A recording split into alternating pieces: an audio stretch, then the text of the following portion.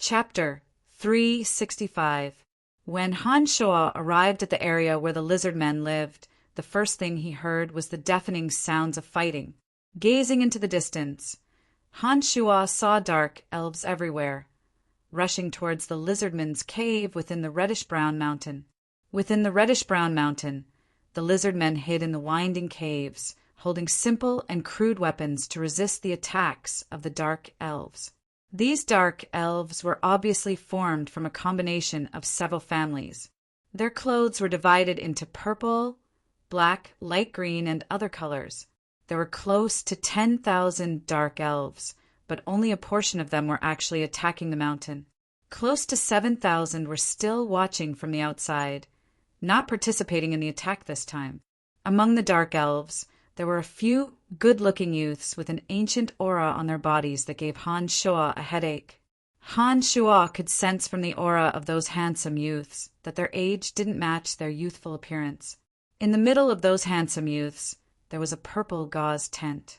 Within the tent, there was a faint, evil, and strange aura that could bewitch all living things. Han Shuo's consciousness swept over. He didn't think that the person in the tent would actually react, a wave of aura rebounding along the path of Han Shuo's consciousness. Han Shuo was startled and hastily concealed his aura, giving up on the idea of directly barging in. Instead, he used the Earth Elite zombie to open up a secret passage to the center. He planned to go inside and see the lizard men leader first before doing anything else.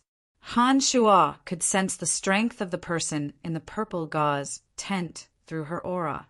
Although this person's strength wasn't as terrifying as the ancient lizard King Dagaci's, she was much stronger than the average human greatsword master or Grand Magus. Han Shuo carefully sensed her aura, feeling that this woman's aura was about the same as Lawrence's master, sacred sword master Corel Ascot. He couldn't help but feel a bit aghast. Han Shuo didn't expect to meet such an expert in the underground world. With Han Shuo's current strength in the separate demon realm, if he had the demon's lair edge and little skull, he might be able to fight against such an expert. However, beside this person, there were several other handsome young men. The auras of these handsome young men were also very distant.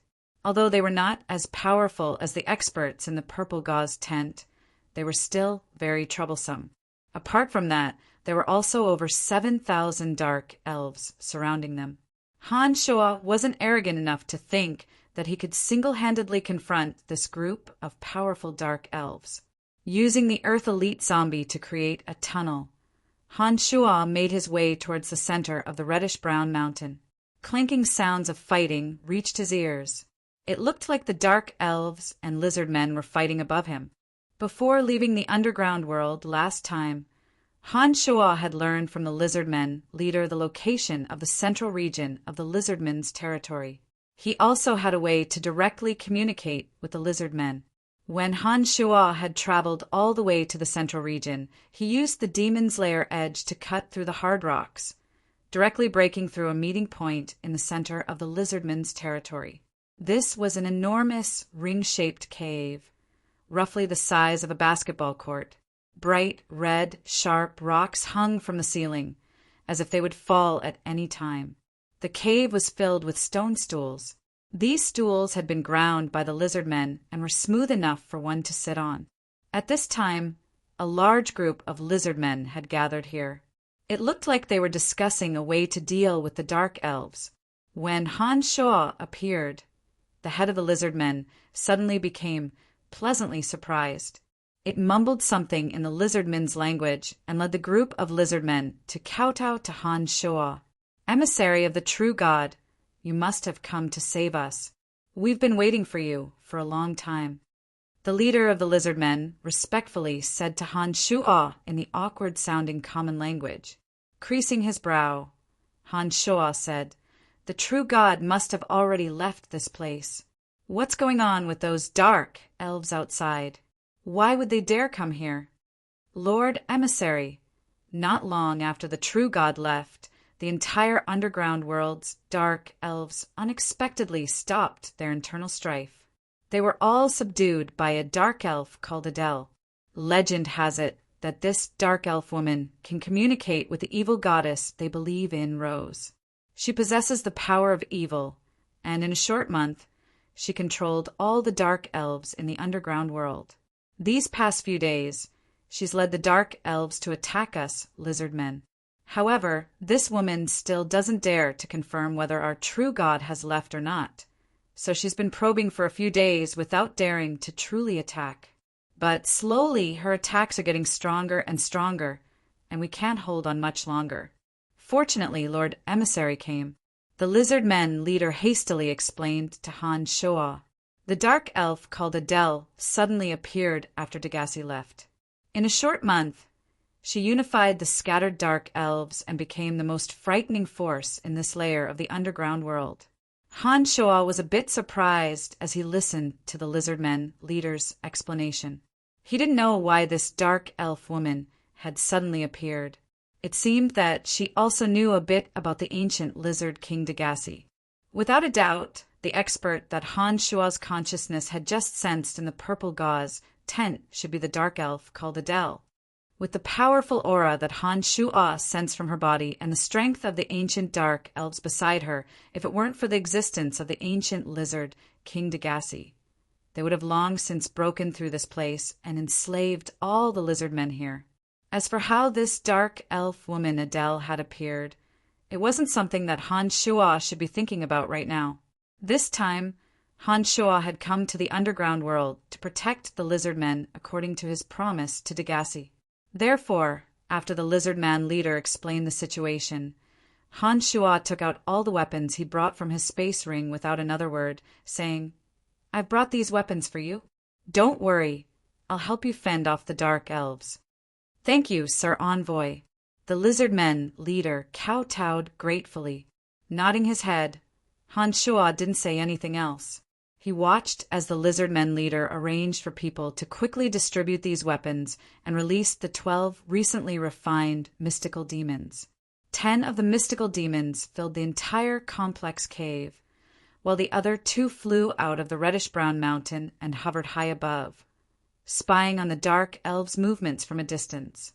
Asterisk, asterisk, asterisk in the place where Han Shua's consciousness had just probed, a handsome young dark elf said, "Matriarch, it's been 5 days.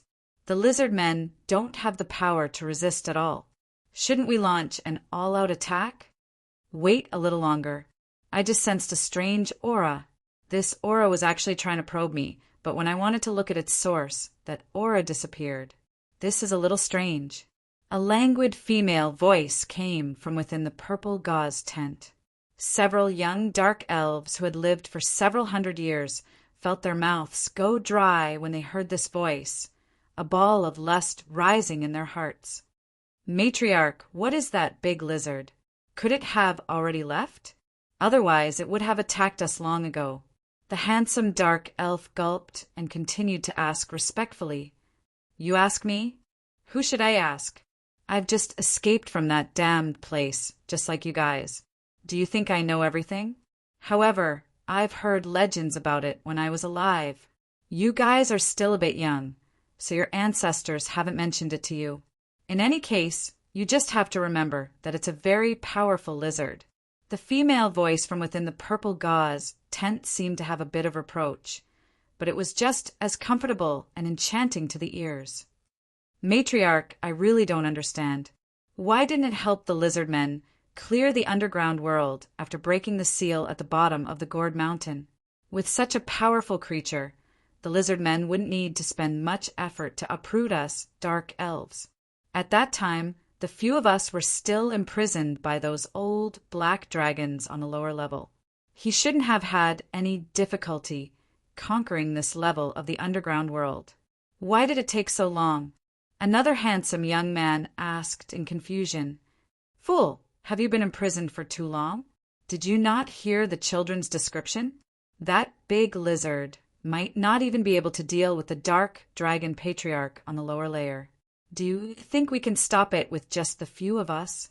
The voice on the other side was a little angry, but it soon chuckled and continued. "The reason why that big lizard didn't attack us dark elves is definitely not because he is afraid of us. We aren't a match for such a powerful existence like him." "Then who is it afraid of?" the male dark elf asked. "You idiots, it's precisely because your faith in the goddess isn't pious enough that you can't feel her existence in the depths of your souls, even after living for so many years." The goddess within the purple gauze tent scolded them to their faces. The few old antiques that had lived for hundreds of years were all submissive. However, after hearing Adele's words, the few old undyings faintly understood the meaning behind her words. It seemed that the powerful lizard was afraid of their believers, and not the few dark elves. "All right, let's wait a bit longer. The lizard men that were captured last time said that their true god had already left and would never return here. That's why we're here. Otherwise, I wouldn't have dared to bring you idiots to your deaths. I think that the lizard men might really have left. Otherwise, they would have killed their way out long ago," Adele said to the few old fellows from within the purple gauze tent. At this moment, a dark elf suddenly ran out of the cave. This dark elf, wielding a curved bow, arrived in front of the purple gauze tent and reported with an astonished expression, "Matriarch, those lizard men suddenly have a few sharp weapons in their hands. These weapons seem to be tailor-made for the lizard men. They're very comfortable with them and can easily cut through our bodies. In addition, I don't know why, but a lot of undead creatures have suddenly appeared inside. These undead creatures have blocked the path and are helping the lizard men defend against my attack." Adele's surprised exclamation came from within the purple gauze tent. After a moment of silence, Adele said, "It should be that necromancer named Brian. It can't be wrong. It seems that he was the one who tried to spy on my existence. Sikong, go over there and see if you can find that necromancer and bring him to me." The dark elf that had been asking questions respectfully nodded his head. He didn't say anything superfluous as he lightly floated into the cave. A blue crystal ball the size of a human head was taken out by the dark elf named Sikong and held between his two hands. As he walked into the cave, the crystal ball slowly absorbed the black, silk-like threads that escaped from his palms. These threads slowly floated into the blue crystal ball, forming patterns of the cave. Strands of faint blue light floated out of the crystal ball like swimming fish, as if they were exploring the intricate and complicated paths within the cave. Gradually, a topographic map of more than half of the cave was drawn within the blue crystal ball. Han Shuo remained within the central cave of the lizard men. Through the 12 omnipresent mystical demons, Han Shuo heard the dark elf matriarch Adele reprimanding her subordinates. He roughly understood that they should have been freed from the imprisonment of the dark dragon chieftain in the lower layer. As for how they had escaped, Han Shuo wasn't too clear. However, from Adele's words, these dark elves that had suddenly appeared should have lived for a very long time. As soon as the dark elf named Sikong entered the cave, a mystical demon had already locked onto him.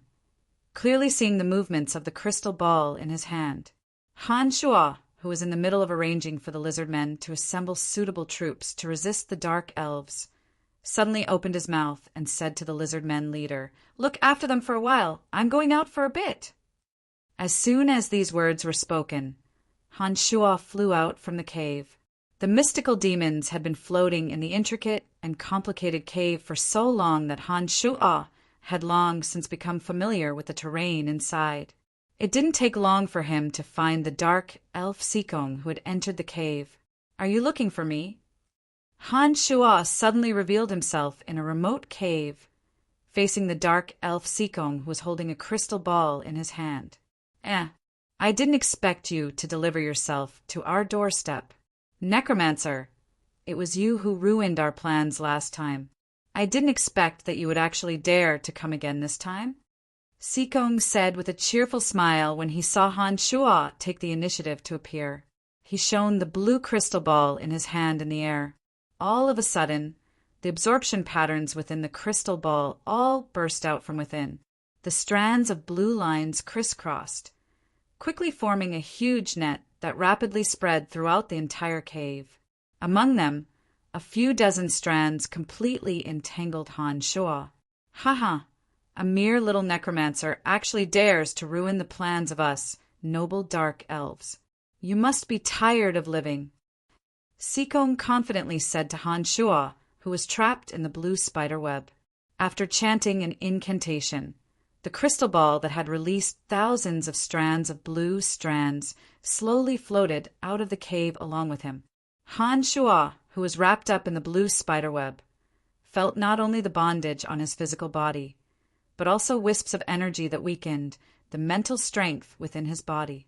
Although this dark elf named Seekong looked young and handsome, he had lived for who knew how many years. Dark elves lived much longer than humans. As long as they weren't killed, living for hundreds of years wouldn't be a problem.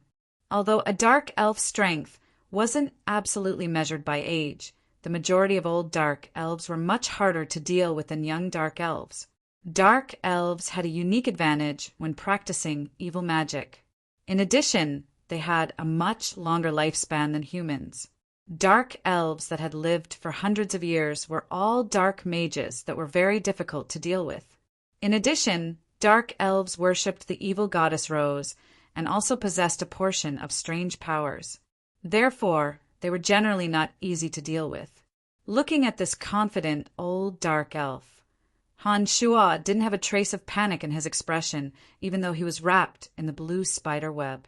When Seekong said those words, intending to bring Han Shuo out of the cave, Han Shuo grinned at Seekong, revealing a strange smile. Afterwards, Han Shuo let out a shrill howl and a bloody aura burst forth from his body. The demon's lair edge was like a swimming dragon, dragging a bloody red trail of light behind it as it completely cut apart the blue spider web that had entangled his body. The old dark elf named Seekong immediately panicked when he saw Han Shuo suddenly erupt with a murderous aura and instantly cut apart his blue spider web. When Han Shuo stared at him with a strange smile, Seekong quickly weighed the situation and suddenly discovered that he had no confidence in dealing with Han Shuo. The aura on Han Shuo's body caused him to tremble with fear. He immediately turned tail and ran without another word. Chapter 366. Since you've come in, don't even think about running away. Han Shuo laughed nastily. The demon's lair edge interweaved into a bloody light that filled the sky, activating the bloody radiance of 10,000 cuts. The demon's lair edge exploded with streaks of bloody light, forming a blood-red ball of light that swept towards the seemingly young dark elf, Seekong. As soon as Seekong saw the blade-like, rotating mass of blood, which contained a terrifying, baleful aura that made him feel as if he was about to die, he retreated even faster. The bloody radiance of 10,000 cuts chased after Seekong like a bone-chilling ghost. Along the way, Seekong had drilled into the narrow underground tunnel. Under this attack, a large amount of rocks fell down like hailstones, forcibly widening the underground tunnel to twice its original size. When the few dark elves who had entered from outside saw that Seekong was being chased by the ball of red light, one of them loudly shouted, "Protect the elder!" Those few, truly young dark elves bravely stood in front of Seekong without a care for their own safety. However, they were crushed into pieces by the blood-red light, becoming minced meat that mixed with the rocks on the ground. After Seekong witnessed the power of the blood-red light, he was truly scared out of his wits. The crystal ball that he had been holding in his hand lit up with a misty blue light. The blue light contained a portion of the divine power bestowed by the evil goddess Rose. It was weaving like a living snake, quickly forming a protective barrier as thin as a cicada's wing, blocking Seekong, who was a few steps too slow in retreating.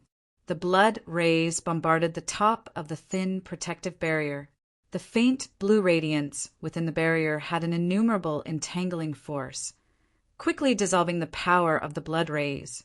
When the thin protective barrier shattered with a loud bang, Seekong had already taken the opportunity to retreat from the cave. He was so scared that his entire body was drenched in cold sweat.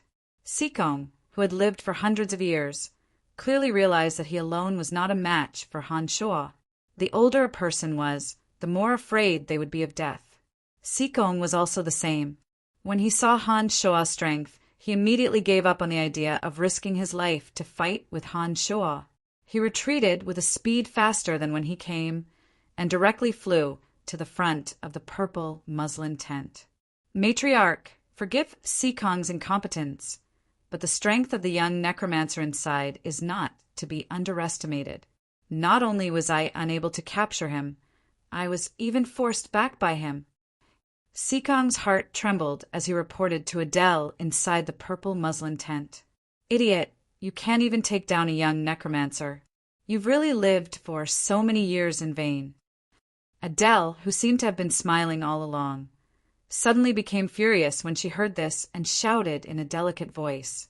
Dozens of strands of silk-like black light shot out from the purple muslin tent like flexible tentacles, tightly wrapping around the fearful Sikong. The black light seemed to be even tougher than the most tenacious golden silk and tightened around Sikong. Sikong gradually found it difficult to breathe, and his body was tightly bound by the black light, causing blood to seep out of his body as he trembled. The surrounding dark elf elders were all scared witless as they watched Sikong being bound by the black silk until his entire body was bleeding. No one dared to plead for leniency, thinking that a woman's heart was indeed the most poisonous. Among the few of them, Sikong was her most trusted pet. Once she was not satisfied with the slightest bit, she would immediately give him a cruel and bloody treatment. Sikong's body was in bone-piercing pain, but because he was too tightly bound, it was difficult for him to even scream out loud. He could only groan in a low voice, but he did not dare to beg for Adele's forgiveness. It seemed that he was very afraid of Adele. Amidst the awkward silence, and seeing that Sikong was already on the verge of death, Adele coldly snorted from within the purple muslin tent. The black light that had wrapped around Sikong retreated back into the purple muslin tent like a spirit snake. Sikong's body went limp, and he collapsed into a pool of his own blood. However, he still persevered and kowtowed, joyfully saying, "Thank you, matriarch. Thank you for not killing me." Suddenly, the purple muslin tent was lifted by a light purple arm. This arm was smooth and boneless, and was filled with a moving and enchanting luster. After the muslin tent was lifted, a beautiful woman that could captivate all living things walked out from inside with a frown on her face. The beautiful woman's skin was a strange light purple, but she had a head of long emerald green hair. Her two pointed ears made people understand that she was an elf. She seemed to have gathered all the beautiful characteristics that an absolutely beautiful elf should have. In addition, she also had a soul-stirring charm. Without any movement or words, she would charmingly stand in front of a man, making men unable to restrain themselves from pouncing on her and fiercely pouncing on her. This matriarch of the dark elves named Adele was undoubtedly an extremely flirtatious femme fatale. Every glance and smile of hers carried a natural charm, causing people to unknowingly sink deep into it and willingly sink into it for eternity. Sighing softly, Adele, who was wearing a long purple dress, walked to Sikong's side. Full of emotions, she somewhat helplessly said, "How could I bear to kill you? In the long years, only the few of you have always been with me, allowing me to feel a little bit of joy in this dark cage.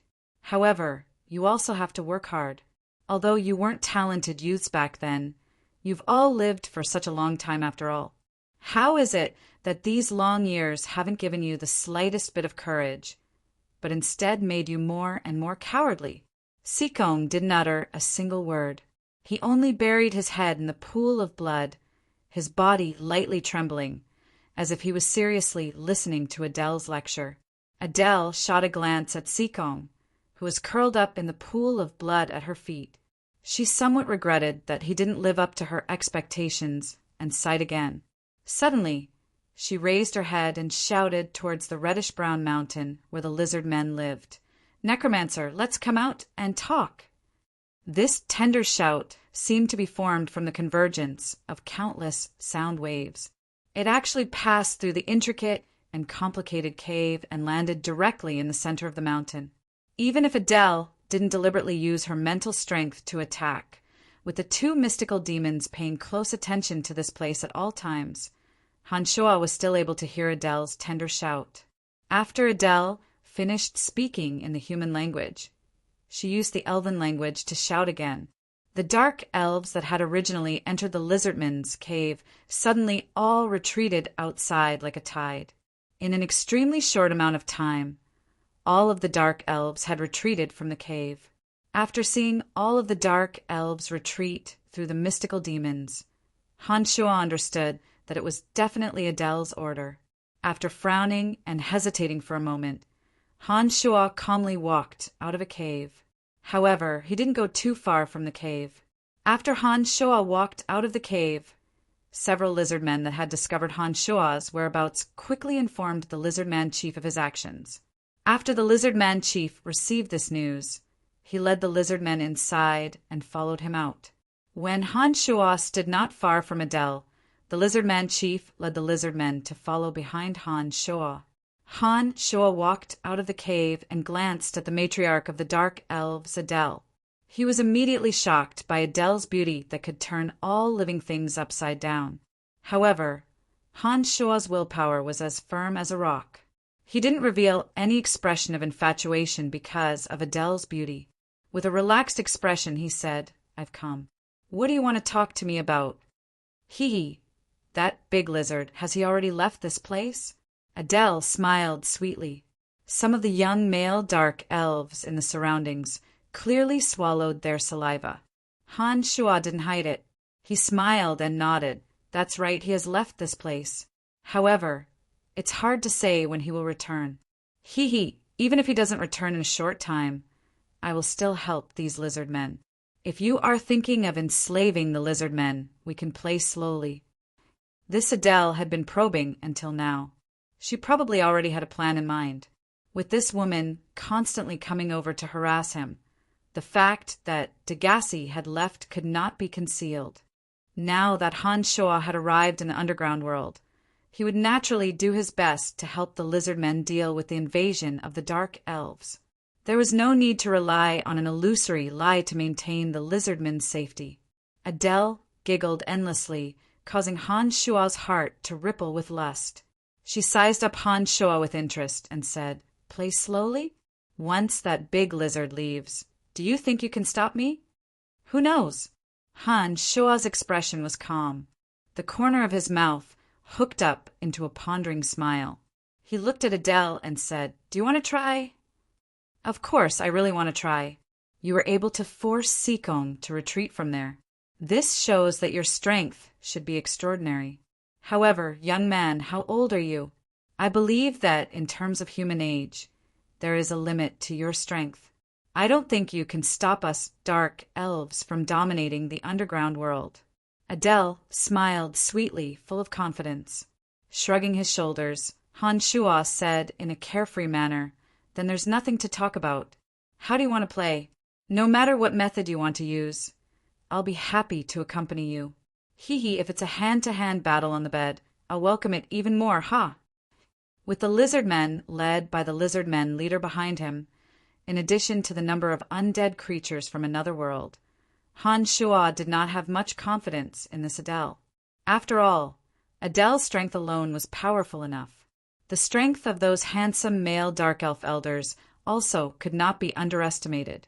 In addition, they had close to 10,000 dark elf experts.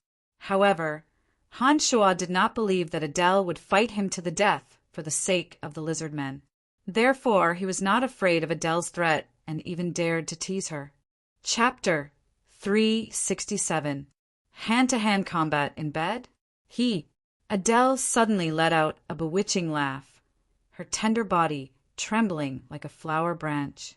Her watery eyes gazed at Hanshoa as if there was a pool of spring water in them that wanted to drown Hanshoa in ecstasy.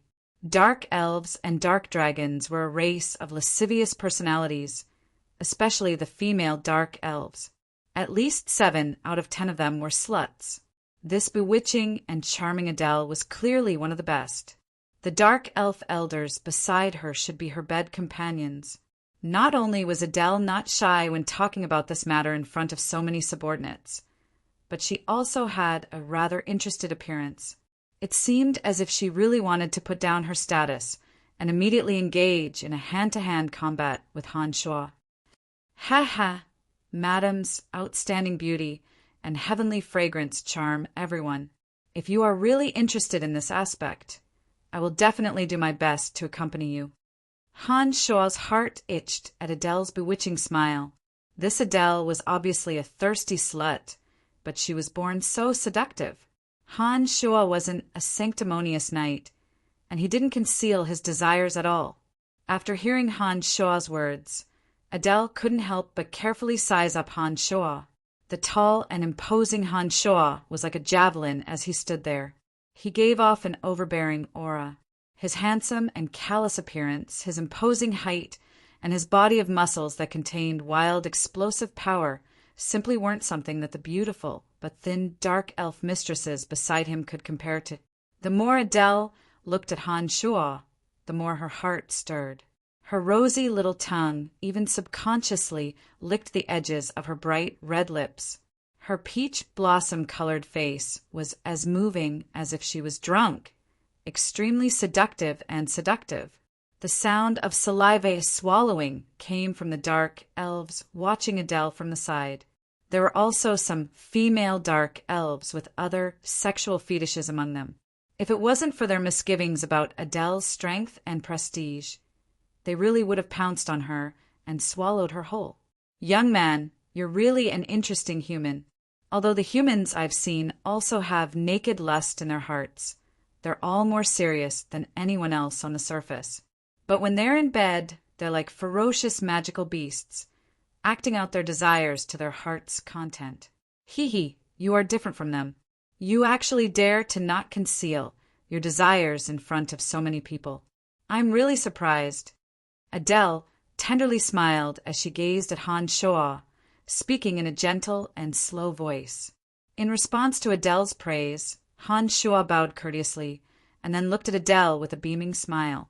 He didn't say anything, but his fearless aura was naturally released. If you have the strength that I approve of, I will definitely satisfy your request and have another battle in bed with you. After Adele finished speaking, she slowly walked towards Han Shuo and tenderly smiled. Now it's time to prove your strength. Han Shuo was dumbfounded. He then took out the skeletal staff from his space ring and said to Adele, I hope I can satisfy you. Ha ha! To be honest, I'm very interested in you. Adele was just about to reply when she inadvertently glanced at the skeletal staff in Han Shuo's hand. Her charming face suddenly changed, and she carefully looked at the skeletal staff in Han Shuo's hands a few more times. Only then did she say to Han Shuo with some shock, The skeletal staff! You're from the Calamity Church? Shocked, Han Shuo looked at the skeletal staff in his hand and thought to himself, how can an old fellow recognize the skeletal staff? Since Adele knew about the skeletal staff, she immediately associated it with the Calamity Church. It seemed that she hadn't lived for long, at least not as long as the ancient lizard king Degassi. When did your Calamity Church's tentacles extend into the underground world? What relationship do these lizard men have with you? Could it be that you want to protect these stupid lizard men? Without waiting for Han Shuo to reply, Adele jabbered on and on. Seeing that Han Shuo had remained silent, Adele indignantly said, Forget it. If you insist on protecting these lizard men, I will give you face. However, the underground world is our territory after all. If you want to conquer the underground world, we dark elves will definitely fight to the death. Looking at Adele's self-righteous words, Han Shuo, who'd been prepared to have a big battle with Adele, suddenly froze in place. From Adele's tone, Han Shuo understood that Adele wasn't afraid of him. However, Adele was obviously afraid of the Calamity Church. She actually didn't dare to make a move against the lizard men just because Han Shuo was a member of the Calamity Church. In the entire profound continent, the Calamity Church was an evil existence that caused people to tremble in fear at the mere mention of its name. The dark elves, who were also in the evil camp, naturally knew how terrifying the Calamity Church was. Among the various evil forces and races in the profound continent, the Calamity Church was fully deserving of being the number one dark power. Even Adele, upon seeing the skeletal staff in Han Shua's hand, immediately gave up on enslaving the lizard men without waiting for Han Shua to open his mouth. For a period of time, the skeletal staff was synonymous with the Calamity Church. Those who possessed the skeletal staff were definitely among the top figures in the Calamity Church.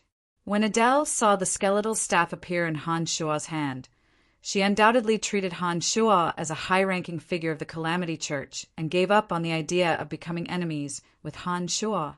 For an evil force like the Dark Elves, they weren't afraid of any country on the continent. The countries on the continent generally wouldn't set foot in the underground world. If another country had limited energy, Adele wouldn't be afraid even if they really entered the underground world. However, the Calamity Church, with its monstrous reputation, was ruthless and persistent in dealing with its enemies. Even if someone in the underground world provoked the Calamity Church, they would face endless waves of terrifying revenge. Adele had just come out from the lower level and didn't want to immediately offend the number one power in the underground world. Therefore, she took the initiative to give in front of Han Shua. A series of thoughts flashed through Han Shua's mind. Han Shua immediately reacted, thinking that the Calamity Church's name was actually able to make an expert like Adele give in. It seemed that the Calamity Church was indeed worthy of being the most terrifying evil force in the profound continent. You recognize the skeletal staff, so you obviously know my identity. Hee, the true god of the lizard men, Degassi, has close ties with our Calamity Church. You might not know this, but Degassi has already left this plane and won't threaten you Dark Elves. Degassi has already left this plane, so he won't be a threat to you Dark Elves. But before he left, he asked the Calamity Church to look after the lizard men, so we won't let the lizard men be enslaved by you. Towards the Dark Elves of the underground world, our Calamity Church doesn't have any unfriendly behavior. In fact, we are all considered to have been harmed by the light and shouldn't be fighting each other. If you can give our Calamity Church some face and don't look for trouble with the lizard men, I believe that we will have a very pleasant encounter this time. Han Shua had the appearance of a high-ranking member of the Calamity Church. He spoke to the matriarch of the Dark Elves, Adele, in an arrogant yet courteous manner. Of course, since the lizard men are under your protection, we Dark Elves will not attack them in the future. Adele didn't hesitate and giggled, saying, "Honored friend, since you've come to the underground world, please come to our Dark Elves territory as a guest." As expected, Adele immediately agreed to Han Shua's request. Then she giggled and made a sincere invitation. As she spoke, Adele threw Han Shua a seductive glance. That kind of naked seduction made Han Shua's heart itch unbearably. Since things had come to this, there was no need to fight. Adele had given up on the idea of dealing with the lizard men because of the skeletal staff in her hand. In addition, she sincerely made an invitation in an attempt to establish a good relationship with Han Shua. This was out of Han Shua's expectations. The result was obviously more ideal than Han Shua had imagined. Han Shua turned his head to look at the leader of the lizard men and said with a smile, "I'll make a trip over. I think the Dark Elves shouldn't cause trouble for you in the future." In the underground world, the slow-witted lizard men weren't as well informed as the Dark Elves.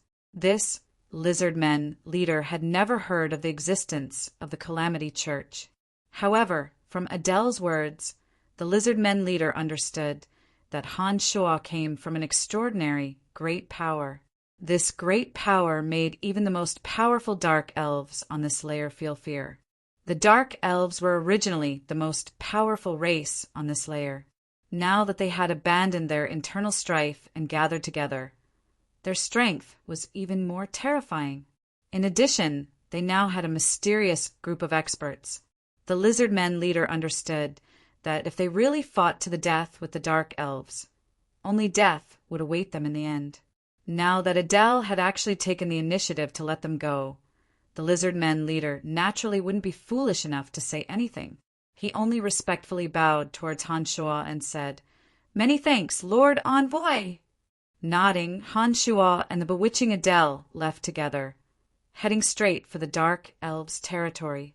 In this layer of the underground world, the territory occupied by the Dark Elves was the most fertile and vast. Along the way, Han Shuo and Matriarch Adele happily chatted and laughed as they headed straight for the Dark Elves' territory. Adele was obviously very curious about Han Shuo's identity. Along the way, she constantly beat around the bush to find out Han Shuo's true position in the Calamity Church. However, Han Shuo always evaded her questions and didn't reveal even the slightest bit of information. Han Shuo didn't reveal anything even if he wanted to.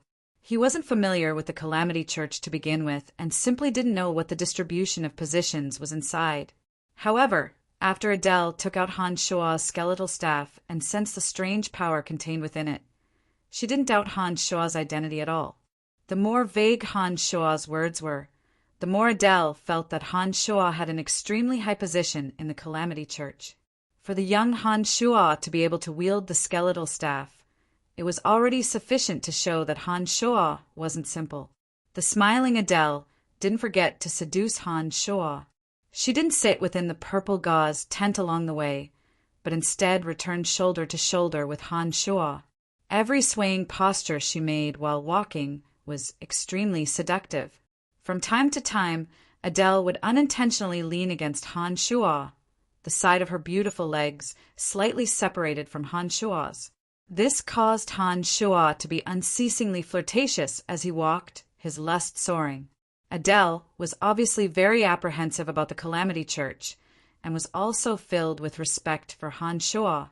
When she discovered that Han Shuo wasn't too willing to reveal his identity, Adele didn't continue to work on this topic. Instead, she introduced some of the scenery along the way to Han Shuo. The underground world wasn't as dark and damp as the rumors made it out to be. It wasn't bad to never see the light of day. However, the rock walls tens of thousands of meters above the underground world sparkled with a strange light.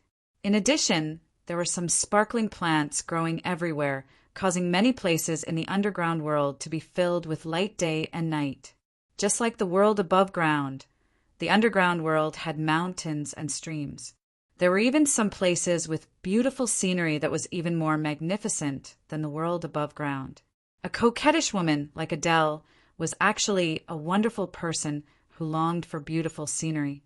She wasn't in a hurry to return along the way and forcefully ordered a portion of them to return first.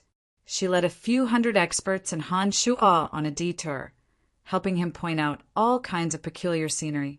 The dark elves of this layer were the true hegemons of the underground world. Adele had absolute confidence in her own strength and believed that there weren't many creatures on this layer that could threaten her. When the Batmen and goblins that frequently appeared along the way saw Adele's group, they all fled far away as if they were avoiding the plague. They seemed to be extremely afraid of Adele. After walking through 12 of the wonders of the underground world, Adele finally brought Han Shuo to the territory of the Dark Elves. Along the way, she smiled sweetly as she led the way for Han Shuo. It was a vast forest with all kinds of strange plants growing. Among them, there were a few trees of life that were more than 10 meters tall. They were brimming with an enchanting emerald green aura of life, nourishing this forest that seemed to be brimming with vitality. Along the way, all kinds of plants were lush and verdant, and the aura of nature carried a hint of evil. Beautiful and bewitching spider webs were exaggeratedly spread across the towering trees. These spider webs had different colored crystal balls within them. They seemed to be using the web to absorb the energy within the forest. Many small red, purple, and black spiders swam around the forest. They got along well with the Dark Elves and acted as guards and scouts for the Dark Elves. When they saw Adele appear, the small spiders happily danced on the ancient trees, as if they were narrating something to Adele. The evil goddess Rose, whom the Dark Elves believed in, was rumored to have the face of a human and the body of a spider. As for whether this was the truth, Han Shuo didn't know. However, judging from the current situation, this rumor might be somewhat credible. Adele could clearly communicate with those small spiders and order them to work for her. The further they walked, the more lush and tall the various ancient trees became.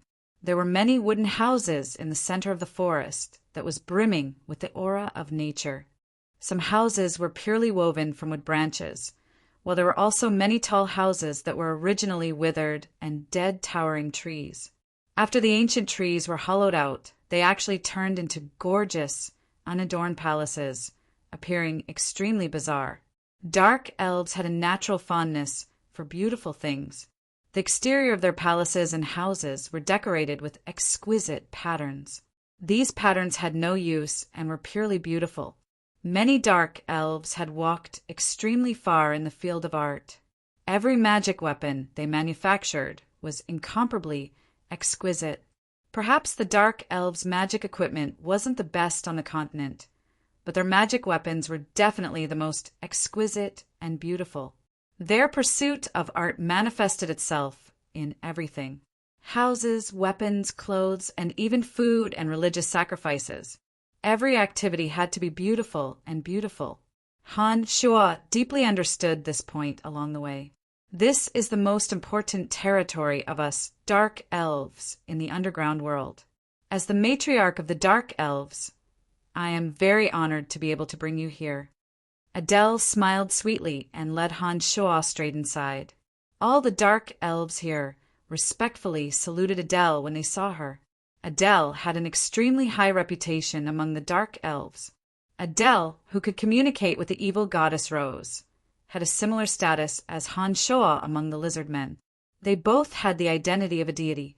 However, because Adele herself was a dark elf, her status among the dark elves was even higher. The fact that the various dark elven families that were endlessly fighting each other were able to unite after her appearance spoke volumes about this woman's lofty status.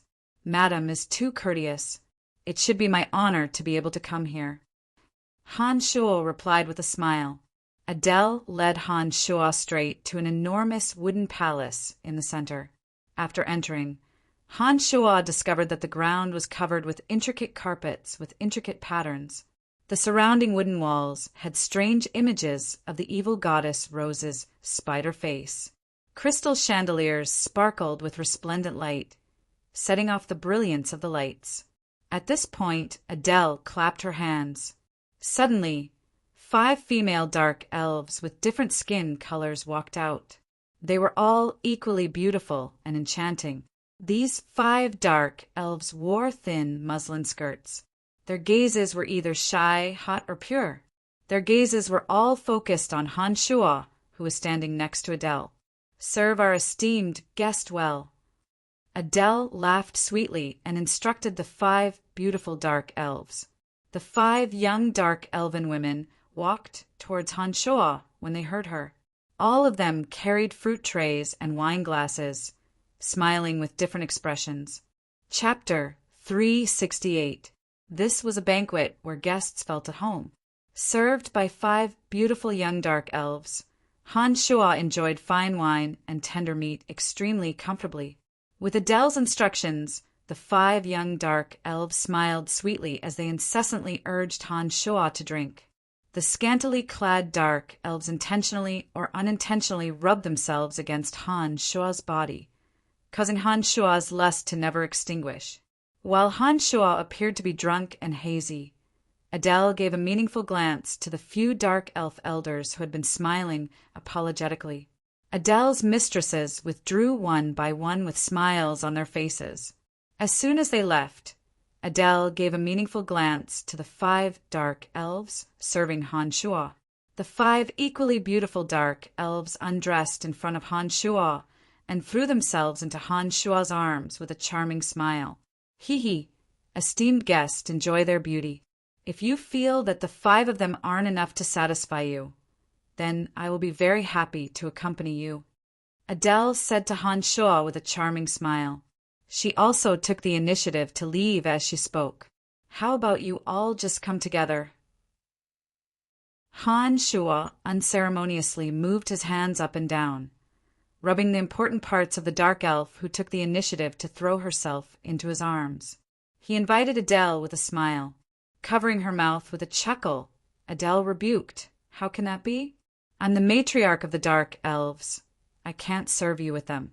Hee, I alone am more powerful than the 5 of them.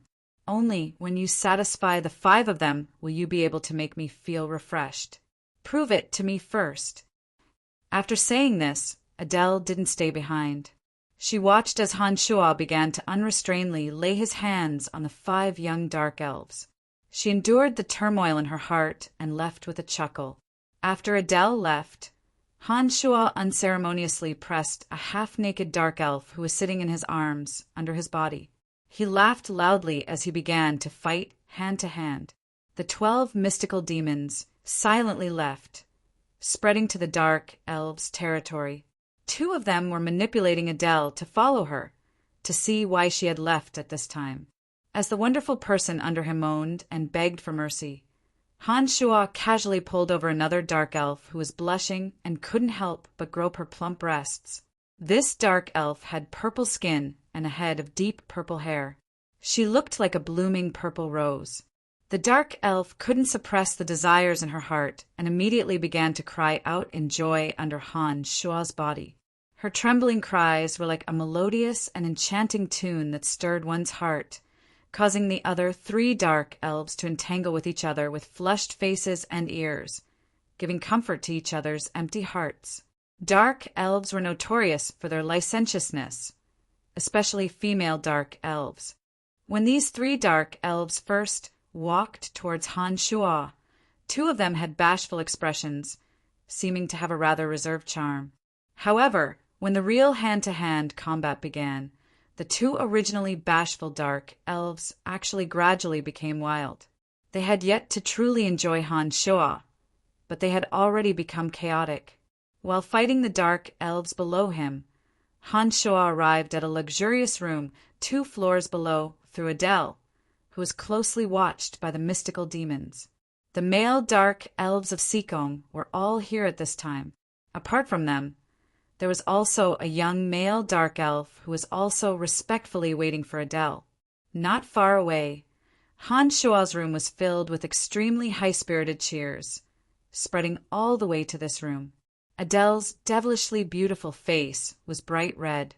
She felt as if there was a little worm continuously wriggling in her heart. She really wanted to replace the person under Han Shuo's body right now and endure Han Shuo's ferocious assault. Subconsciously licking her red lips, Adele forcefully suppressed the restlessness in her heart and asked Sikong, "Tell me everything about the battle you just had with him." Sikong's body was still very weak, and there were still traces of blood on his face and arms. He took a deep breath, lowered his voice, and quickly explained the situation when he faced Han Shuo. He then added, "Matriarch, apart from the dense smell of a death mage, this person also cultivates a kind of miraculous fighting aura." "Oh, that's not right. It doesn't seem like fighting aura. In any case, this kind of aura is filled with evil. He should be a high-ranking member of the Calamity Church." "Nonsense. Do I still need you to remind me of this?" Being able to wield the skeletal staff has already explained his identity. The only thing that I don't understand is how that large lizard would have dealings with the Calamity Church. This is truly very strange.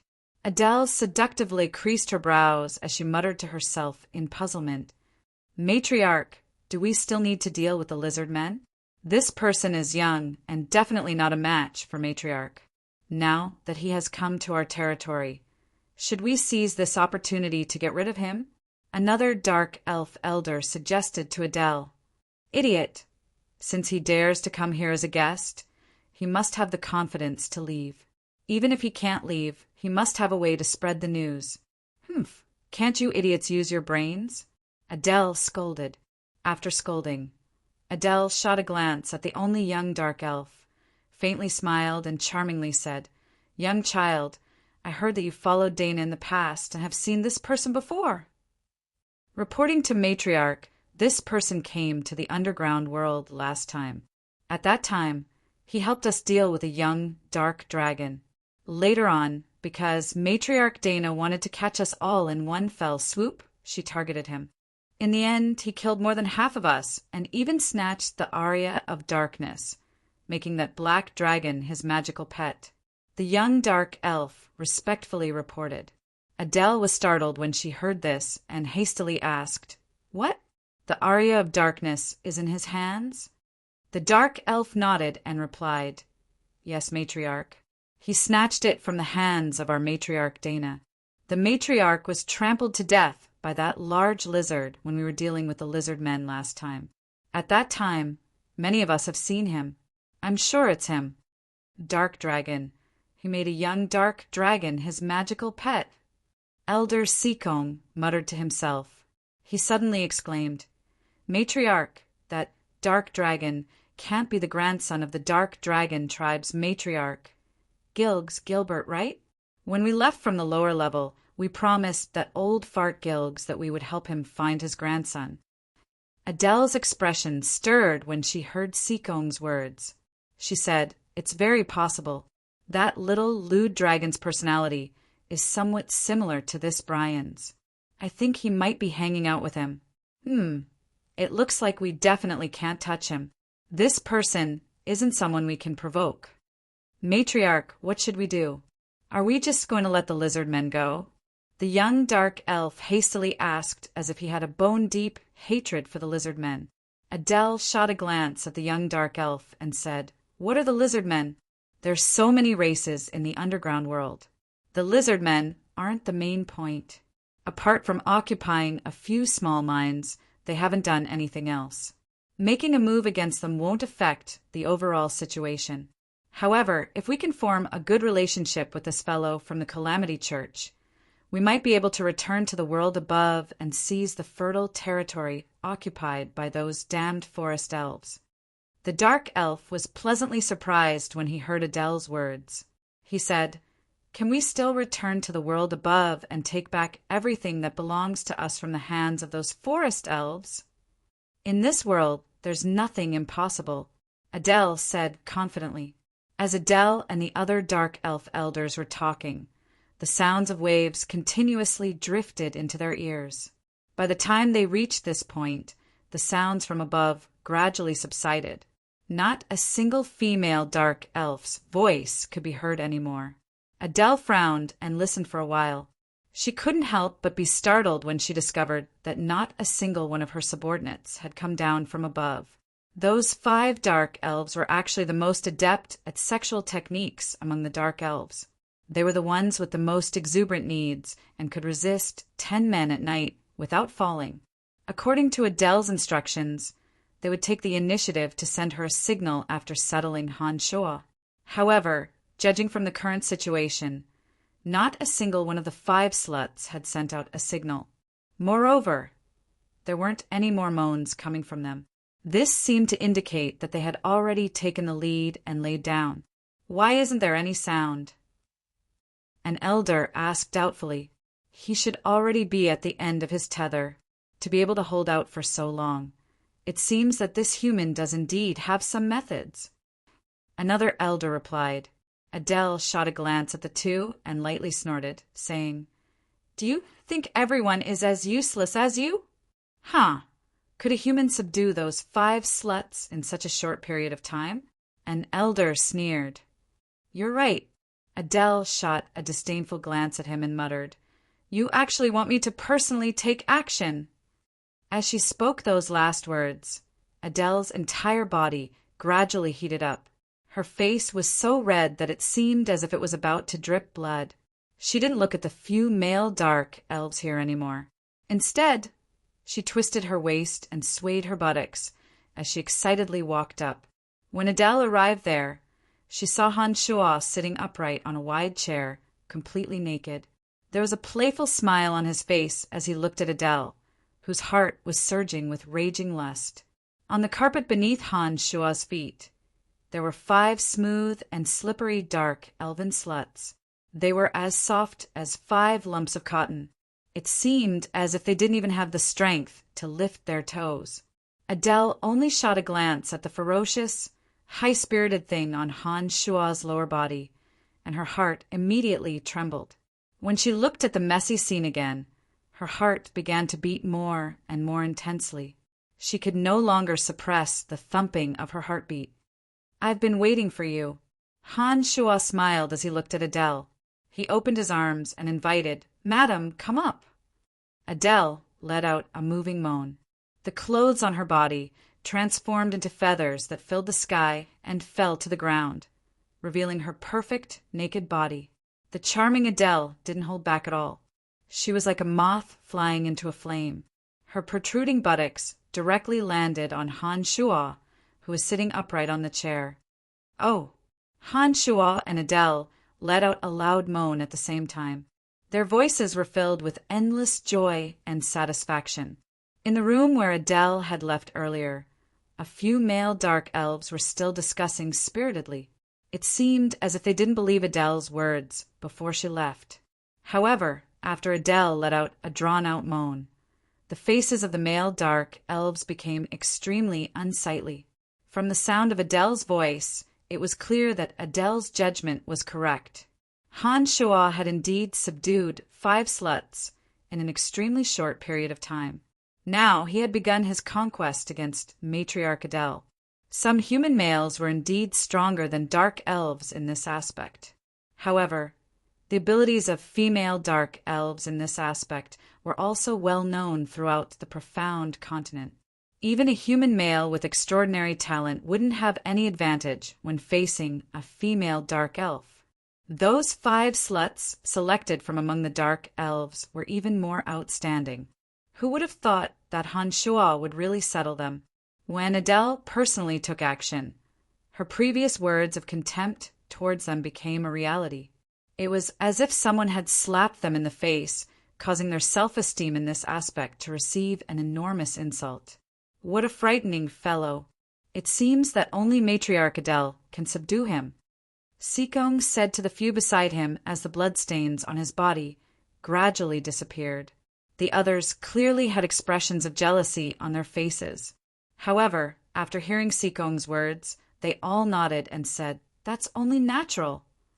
Sikong and the others were originally Adele's mistresses. In the dark elven race, this kind of matter was common.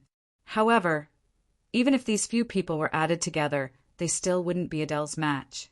They knew that Adele was extremely frightening in this aspect. Perhaps it was precisely because they couldn't raise their heads in this aspect that they always feared Adele from the depths of their hearts. Just as Sikong and the others were discussing spiritedly below, Adele suddenly let out a drawn-out moan from above. Upon hearing this, the expressions of the 5 forest elf elders greatly changed. Sikong was the first to be unable to help but cry out in alarm, "How is this possible?" The others also had faces of disbelief. Each and every one of them looked at each other in dismay, not knowing what to do. From that drawn-out moan, they could clearly tell that Adele had released herself. However, before the 5 dark elves could react, Adele let out an extremely carefree moan and suddenly screamed, "No!" The 5 dark elves were once again dumbfounded. Among them, Sikong shouted, "He's still coming." Could it be that the matriarch can't take it anymore? That's impossible. Even if the matriarch has released herself, she still wouldn't say the word no. Perhaps she's using a secret technique to deliberately do so. You also know that the weaker a woman is, the more she can let a man release himself. One of the dark elf elders thought for a moment and analyzed with great experience. After hearing this dark elf elder's words, the other dark elves immediately reacted. Sikong suddenly came to a sudden realization and said, "The matriarch is truly formidable." It seems that her moan just now was also to confuse this frightening human. That must be the case. What kind of person is the matriarch? Such a hot-blooded fellow can also conquer the matriarch. And we've been worrying too much. It seems that the matriarch will have another subject under her crotch. While the dark elf elders were self-righteously discussing, Adele's panic-stricken voice grew louder and louder. She continuously screamed, "No, don't do this, I beg of you." The matriarch's acting is really good. It seems that he won't be able to hold on any longer. Sikong continued to express his opinion. Ah, damn Sikong. Quickly come and save me, save me. Suddenly, Adele let out a mournful howl and unexpectedly called for help. Sikong was frightened and startled as he said, "Did you guys hear that? The matriarch is calling for help. Could something really have happened? Ah, kill me, demon, kill me." Adele screamed crazily from above. She simply didn't have the slightest hint of joy. At this time, the Dark Elf elders gradually reacted. They suddenly realized that a major unforeseen event must have occurred above. With a loud shout, the Dark Elf elders all suddenly moved out and directly headed towards the top. When they arrived, they saw that Adele had been firmly pressed against a chair by Han Shuo, who was vigorously pouncing on her from behind. Adele's originally radiant and enchanting skin seemed to have been sped up 1,000 times, slowly aging at a speed visible to the naked eye. Adele's long hair gradually turned a grizzled color. Along with this change, Adele's powerful aura slowly flowed into Han Shuo's body. Han Shuo, who originally wasn't too frightening, had his aura continuously rise. "Hey, you guys are here." Han Shuo's large hand firmly pressed down on Adele as he continued his conquest. He turned his head and grinned at the Dark Elf elders. His smile was somewhat cruel. "Release our matriarch, or else we will kill you." Sikong roared and once again took out the crystal ball he had used last time. "Just wait for a while more," Han Shuo said with a light laugh.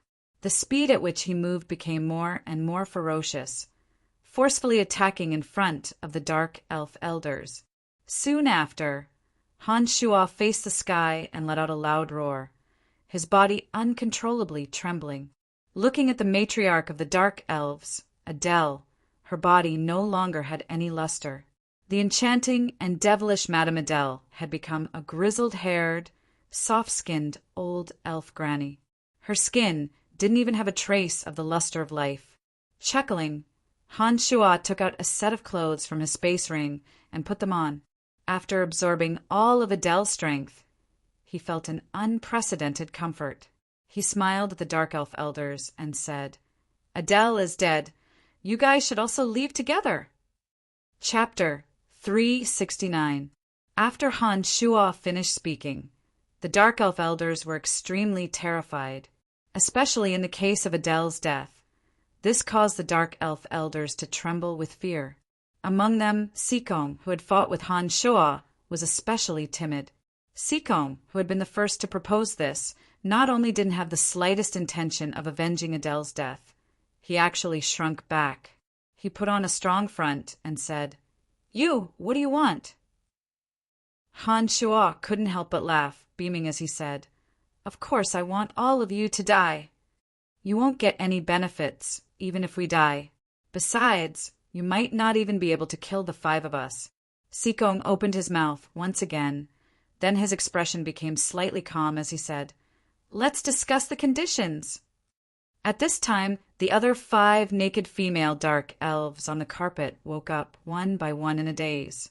When they saw this scene, they all lost their heads out of fear and ran towards the Dark Elf elders, fearfully saying, "Elders, save me." The Dark Elf elders didn't know how to respond for a moment when they saw the 5 naked bodies running towards them.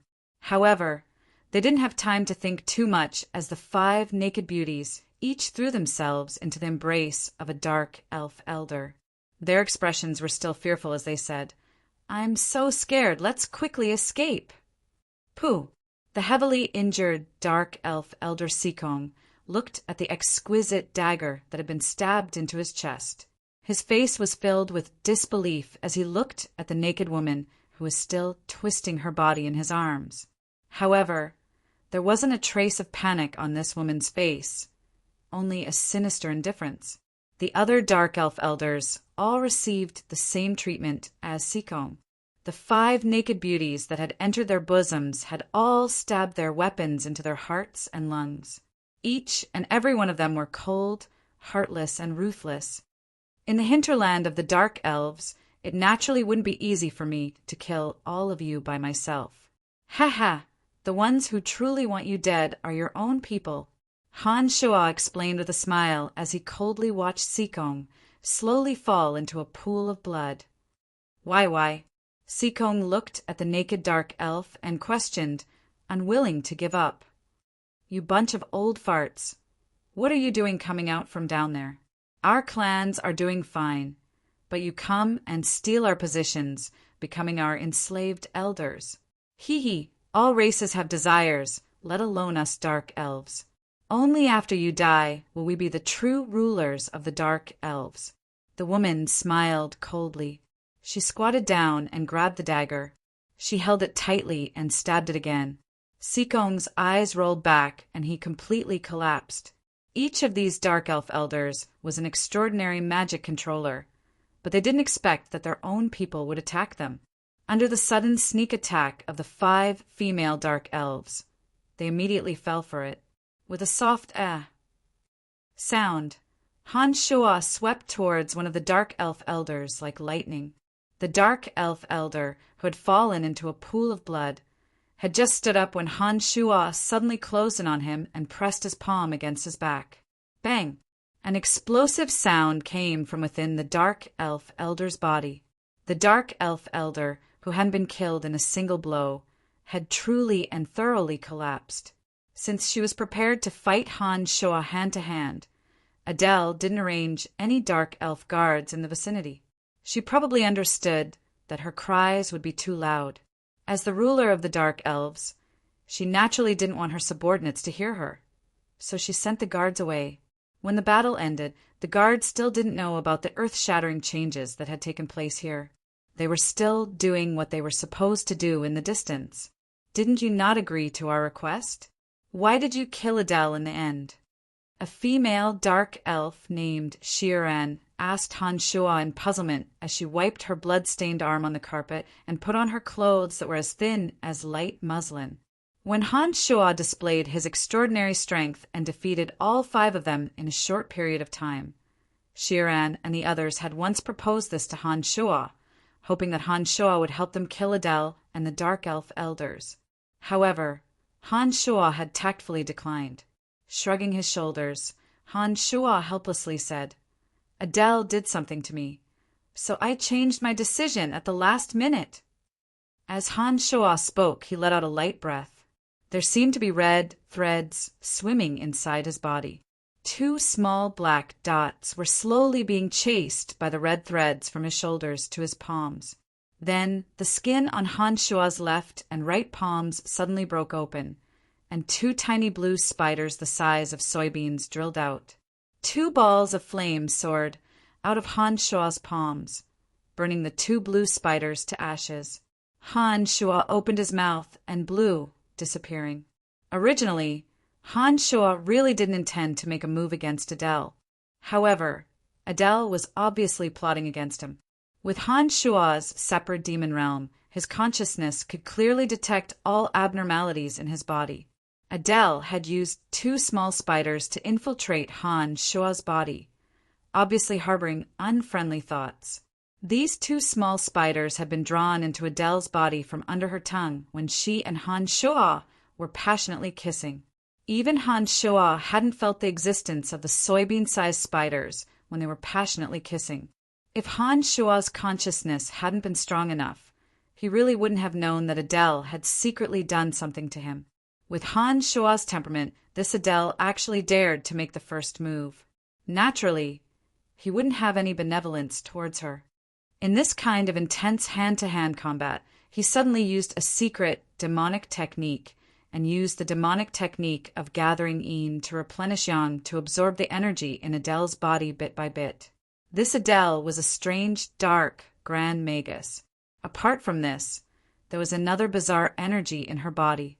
This energy was completely different from ordinary fighting aura. It had some kind of evil energy that could stimulate lust. Han Shua felt a bit of evil divine energy from that energy and guessed that it should have come from the evil goddess Rose. It was precisely because Adele had this bizarre evil energy in her body that the dark, grand, magus Adele, who was originally only at the dark Grand Magus realm, appeared so frightening. When Han Shuo used the Yin to replenish Yang's secret technique, Adele frantically resisted. However, Adele's body still only had the strength of a mage. When facing an expert like Han Shuo, whose body was as tyrannical as a magical beast, her body's struggles were completely futile. When Han Shuo used the demonic technique to absorb Adele's energy, he mainly absorbed the evil energy that came from the evil goddess Rose. After the evil and evil dregs of this energy were actively removed by the demonic technique, only 20% of the energy was ultimately left behind, which was the essence of the energy that Han Shuo's demonic technique directly absorbed. However, even this 20% essence made Han Shuo feel that his demonic yuan had been greatly nourished. The demonic infant in his body was becoming more and more spirited, causing Han Shuo to feel a kind of carefree and unrestrained feeling. As for Adele's mental strength, it wasn't something that could be absorbed using the Yin to replenish Yang secret technique.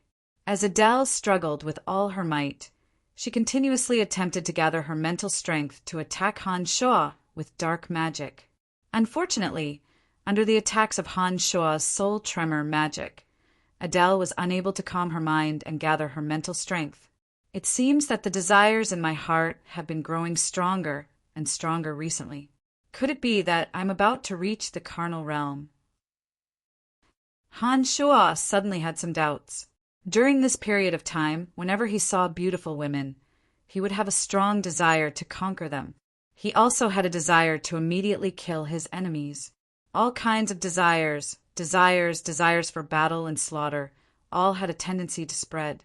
Shaking his head, Han Shuo temporarily set aside the thoughts in his heart. He glanced at the 5 already neatly dressed dark elf beauties standing in front of him and said, "All right, these fellows who obstructed your control over the dark elves are all dead. Now we can talk about our matters." Shiran nodded and said, "Leave the rest to us. As long as you take out the Aria of Darkness, we will give you 500,000 gold coins and guarantee that we won't touch those lizard men. What do you think?" "No problem." Han Shuo readily agreed. He took out the strange longbow that he had obtained from Dana and said, "It's useless in my hands anyway. It's a very good deal to exchange it for 500,000 gold coins." Adele and the other dark elf elders didn't have any treasures on them that Han Shuo cared about. Perhaps it was because they had just come out from the next floor and hadn't had the time to collect their wealth. So Han Shuo didn't obtain any satisfactory spoils of war from them. "In addition, we agree to establish a long-term trade with you. Our underground world has things that your world above doesn't. I believe that those things can be exchanged for all kinds of fine wine and many exquisite artworks, including some rare magic amplification gems. With those things, us dark elves can create beautiful magic weapons. If we were to sell them, I believe that every one of them would be something that your nobles would fight over." Shiran said to Han Shuo, "Haha, don't worry. I will definitely satisfy you. Of course, you must also satisfy me. Let's all get rich together." Han Shuo was in a good mood as he spoke to the 5 women who were about to become the new dark elf elders. Chapter 370. After Han Shuo left the dark elves' territory, the 5 female dark elves worked together to drag the corpses of Adele and a few elven elders to the lowest secret cellar. They announced to the outside world that Adele and a few elven elders had gone to travel to the world above. After a few days, tens of thousands of small spiders suddenly gathered in the cellar. It was as if all the small spiders in the dark elves' territory had gathered. These small spiders had used some unknown method to arrive in the cellar, but the dark elves in the territory hadn't noticed them. Millions of tiny spiders filled the entire cellar. They crazily wriggled on top of Adele's corpse. Each of the tiny spiders spat out a strange power that fell on Adele's corpse. After the tiny spiders spat out the power they carried in their bodies, each of them became dry and lifeless. This process continued for a period of time. The millions of small spiders that had rushed into the cellar all spat out the energy they carried in their bodies, and all of them died in the cellar one after another. Adele's shriveled corpse slowly weathered, and after a few days, only a white skeleton remained. However, a thumb-sized bead that sparkled with a blue halo appeared within Adele's skull. This bead was filled with the obscene energy of spider goddess Rose that Han Shoa had previously absorbed. Suddenly, one day, the blue bead suddenly shot out thousands of blue silk threads, which pierced into the corpses of the elven elders. Those blue silk threads were like pipes that transported liquid, and actually drew out strands of blue light from the corpses of the elven elders. In just a short while, the corpses of the elven elders had all turned into flying ashes. That blue bead slowly flew out of the cellar in the middle of the night, and flew towards Spider Goddess Rose's temple in this area. Within the temple, a pure and innocent female dark elf was piously praying to the statue of Spider Goddess Rose. This dark elf girl looked to be only 17 or 18 years old, as if she hadn't been deeply corrupted by the dark elves' obscene culture. Her expression as she prayed to the statue of Rose was that of the most devout believer. As she muttered to herself in the language of the dark elves and continued to worship the statue of Rose, the blue bead that flew out of the cellar suddenly hovered above her head. Suddenly, the blue bead burst out with thousands of rays of blue light, tightly wrapping the girl below. An enormous amount of energy suddenly gushed out from the blue bead and was transmitted into the young girl's body through the strands of blue light. The young dark elf girl, who was entangled by the blue light, let out a blood-curdling scream. Unfortunately, because her lips were also covered by the blue light, her screams couldn't escape. The girl's emerald green pupils gradually turned white, and her screams gradually subsided. After a while, the blue bead and the thousands of blue lights slowly entered the girl's body. The girl collapsed in front of the statue of Spider Goddess Rose with blue light lingering around her body. Only when it was almost daybreak did the blue light in the girl's body completely disappear, and her white pupils regained their emerald green color. When the girl stood up from the ground, she deeply bowed to the statue of Spider Goddess Rose, then gnashed her teeth and said, "Brian, I will definitely let you taste pain and kill you in the same way." Asterisk, asterisk, asterisk at this moment. Han Shua, who had been bitterly cursed and hated by others, was laughing heartily. Han Shua's wild laughter lingered in the cemetery of death, brimming with joy and satisfaction. In front of Han Shua, an old feyed demon about 2 meters tall, with long green fur, dense fangs, and sharp claws, had finally descended into this plane under his summoning art. The old feyed demon roared incessantly as soon as it appeared. This kind of high-level undead creature wasn't bound by the laws of heaven and earth, even in the profound continent. That enormous roar indeed spread throughout the cemetery of death, mixing with Han Shua's wild laughter. The old fey demon roared and raised its head to see the contractor in front of it. It actually flew straight towards Han Shua, its speed as fast as a green lightning bolt. Its 2-meter-long claws whistled in the wind, its imposing manner incomparably astonishing. Damn it, something's still not right. It looks like the summoning art wasn't completely successful. Otherwise, if such a powerful undead creature had descended from another plane and immediately attacked the necromancer would have been in a miserable state during the battle. Han Shua cursed inwardly, seeing the old fey demon rush over. He hastily grabbed the demon's lair edge. Han Shua waved the skeletal staff in his left hand and chanted an incantation. An enormous white bone shield abruptly formed in front of Han Shua, with sharp bone spikes protruding from the surface of the shield. The old fey zombie collided with the white bone shield with a bang, and the white bone shield abruptly exploded, causing the old fey zombie to fall to the ground. The white bone shield condensed by the Grand Magus realm was much sturdier and had a much larger surface area. The old fey demon could only smash the white bone shield when it rushed over, and was unable to break through the white bone shield's interception in one go. Without waiting for the old Fey demon to crawl back up, the demon's lair edge in Han Shua's hand flew out. With an extremely ear-piercing sound of metal colliding, two of the old Fey demon's sharp claws on the right side were broken. However, Han Shua was also overwhelmed with shock. He didn't understand how the old Fey demon's sharp claws were formed. The demon's lair edge had chopped down, but only two claws were broken. Moreover, it seemed to take a lot of effort. Han Shua was well aware of how sharp the demon's lair edge was. In addition, it had absorbed a large amount of fiendish aura and was meticulously forged by Han Shua. It was truly able to cut through gold and stone effortlessly. Han Shua really didn't expect that the old Fey demon would actually be so terrifying.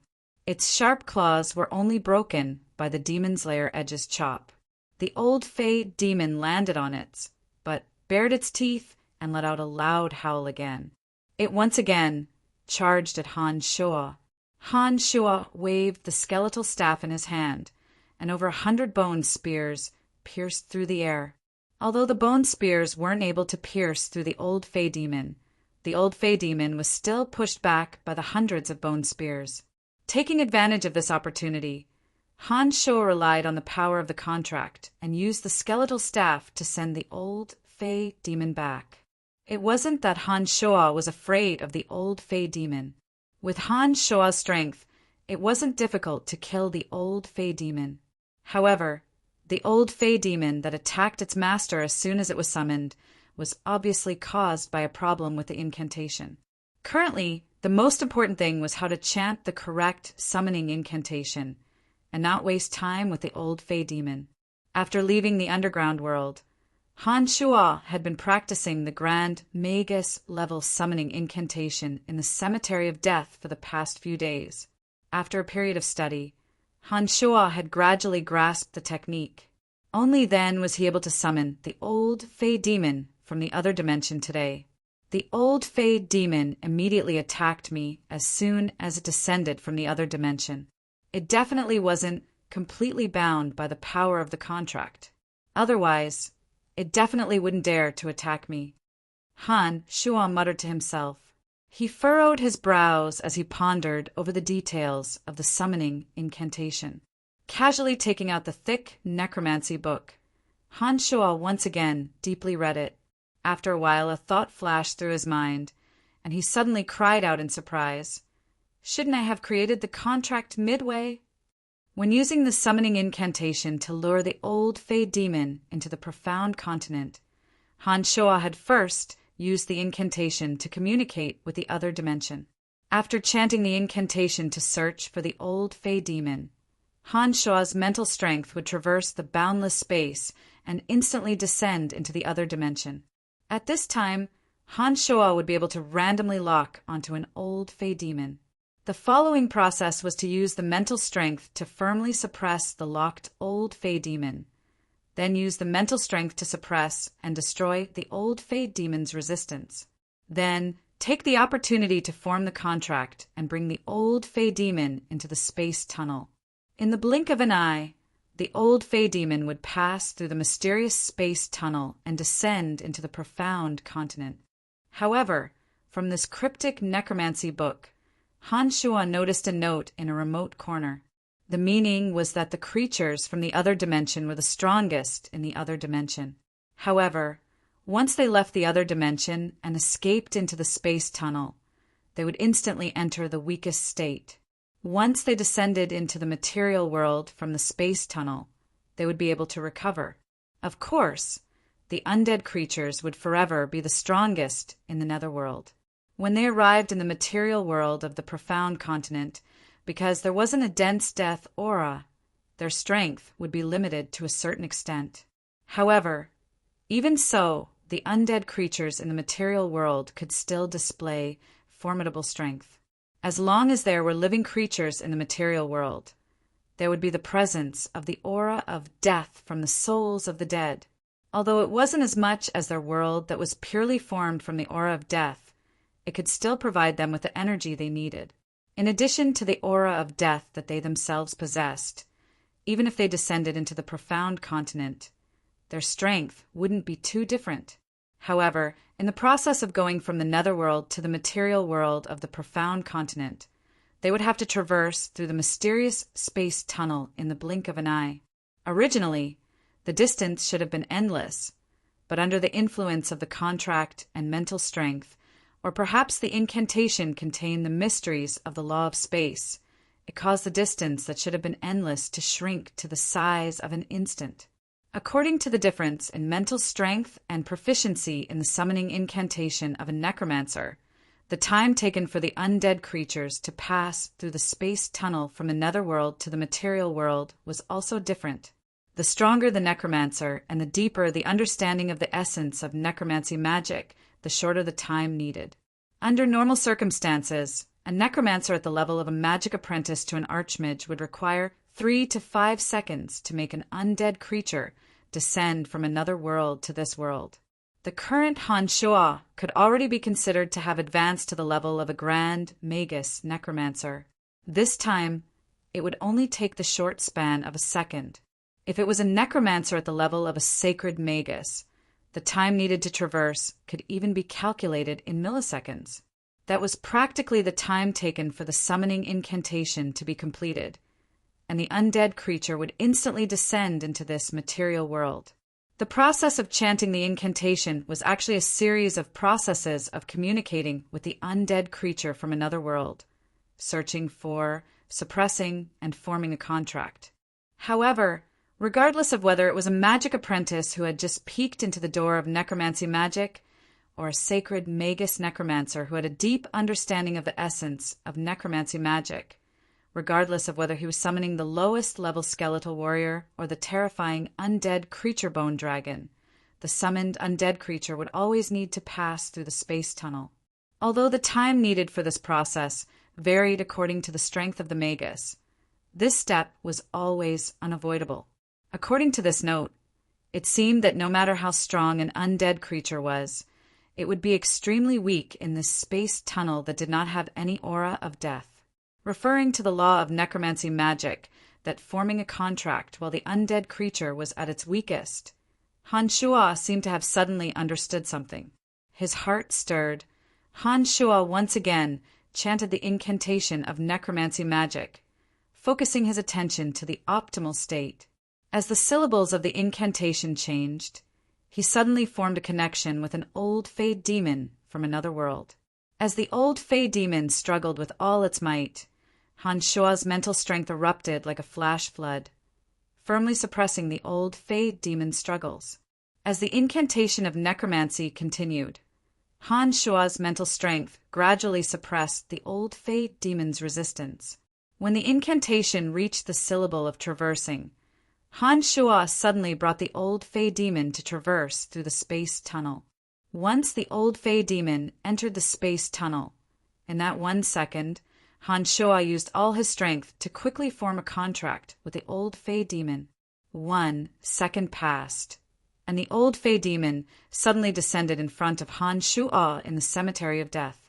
Letting out a light breath, Han Shua's eyes glistened as he stared at the old Fey demon that had reappeared, ready to react at any time. The old Fey demon landed in front of Han Shua. The terrifying old Fey demon didn't make any movements, and didn't madly charge at Han Shua like last time. After staring deeply at the old Fey demon for a while, Han Shua's heart gradually grew a bit more joyful. He tried to transmit a message, and the old Fey demon continuously flew in circles in the same place according to Han Shua's message. From the old Fey demon's emotions, Han Shua could feel its impatience and even disgust. It seemed to hate this kind of senseless action, but it still followed Han Shua's instructions. The power of the contract made it unable to resist. Success, it's finally King succeeded. Han Shua laughed wildly. He understood that the summoning spell this time was truly a success, and his heart was filled with a strong sense of satisfaction. Under Han Shua's tireless efforts, the old Fey demon summoning spell of the necromancy, grand magus realm, had finally been truly realized. Once the old Fey demon summoning spell was complete, he would be able to quickly grasp the Bone Demon and Mummy, Lord Summoning spells. Chapter 371. Passing through the transportation array in the Cemetery of Death. Han Shuo arrived at the depths of the desolate outskirts of Seagate City and walked out of the transportation array. Summoning the Earth Elite zombie, Han Shuo opened up a tunnel leading to the top of his head and left the depths of the underground, hurrying toward Seagate City. For an expert like Han Shuo, any city's defenses were practically useless. Descending to a remote corner of Seagate City, Han Shuo headed towards the area where Helen had originally stayed. However, when Han Shuo arrived, he discovered that Helen and her personal guards had long since left Seagate City. Arriving at the dark mantle stronghold in Seagate City, Han Shuo summoned Delante. From Delante, Han Shuo found out that Helen had gone through a bloody purge in Seagate City and was now completely under Helen's control. Han Shuo's letter from last time had already reached Dick's hands. According to Han Shuo's instructions, Dick spread the news from Bretel City, saying that Helen had never had an intimate physical relationship with Han Shuo, and that the rumors of Helen being raped were purely the conjectures of the servants. Bretel City issued an official statement in accordance with Han Shuo's instructions. This time, the statement was deliberately spread throughout the 7 Grand Duchies. Indeed, some people believed the news, but some people with filthy hearts still didn't believe the authenticity of the news. As for the citizens of Helen Duchy, when this statement arrived out of respect for Grand Duke Helen, a portion of them truly believed the statement.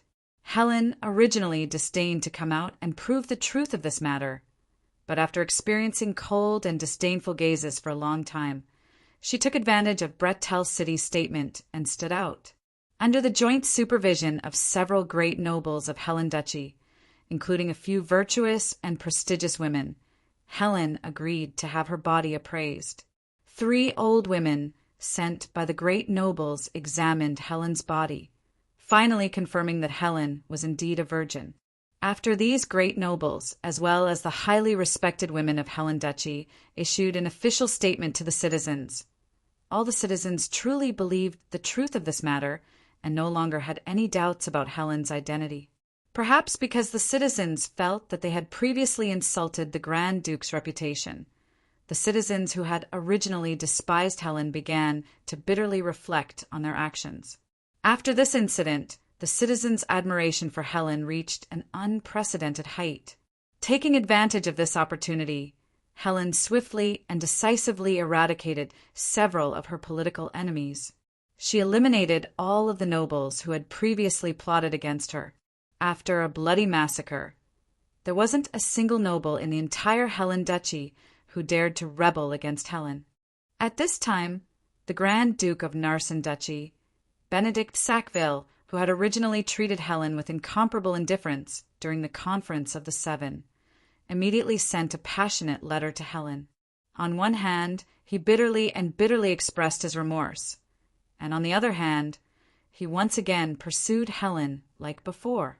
Inside the Duke's mansion in Helen Duchy's Helen City, Helen was holding the letter filled with touching words of love. She sneered as she tore it to shreds. She said to Firewind beside her, "After experiencing this matter, I've thoroughly seen through Benedict Sackville's true colors.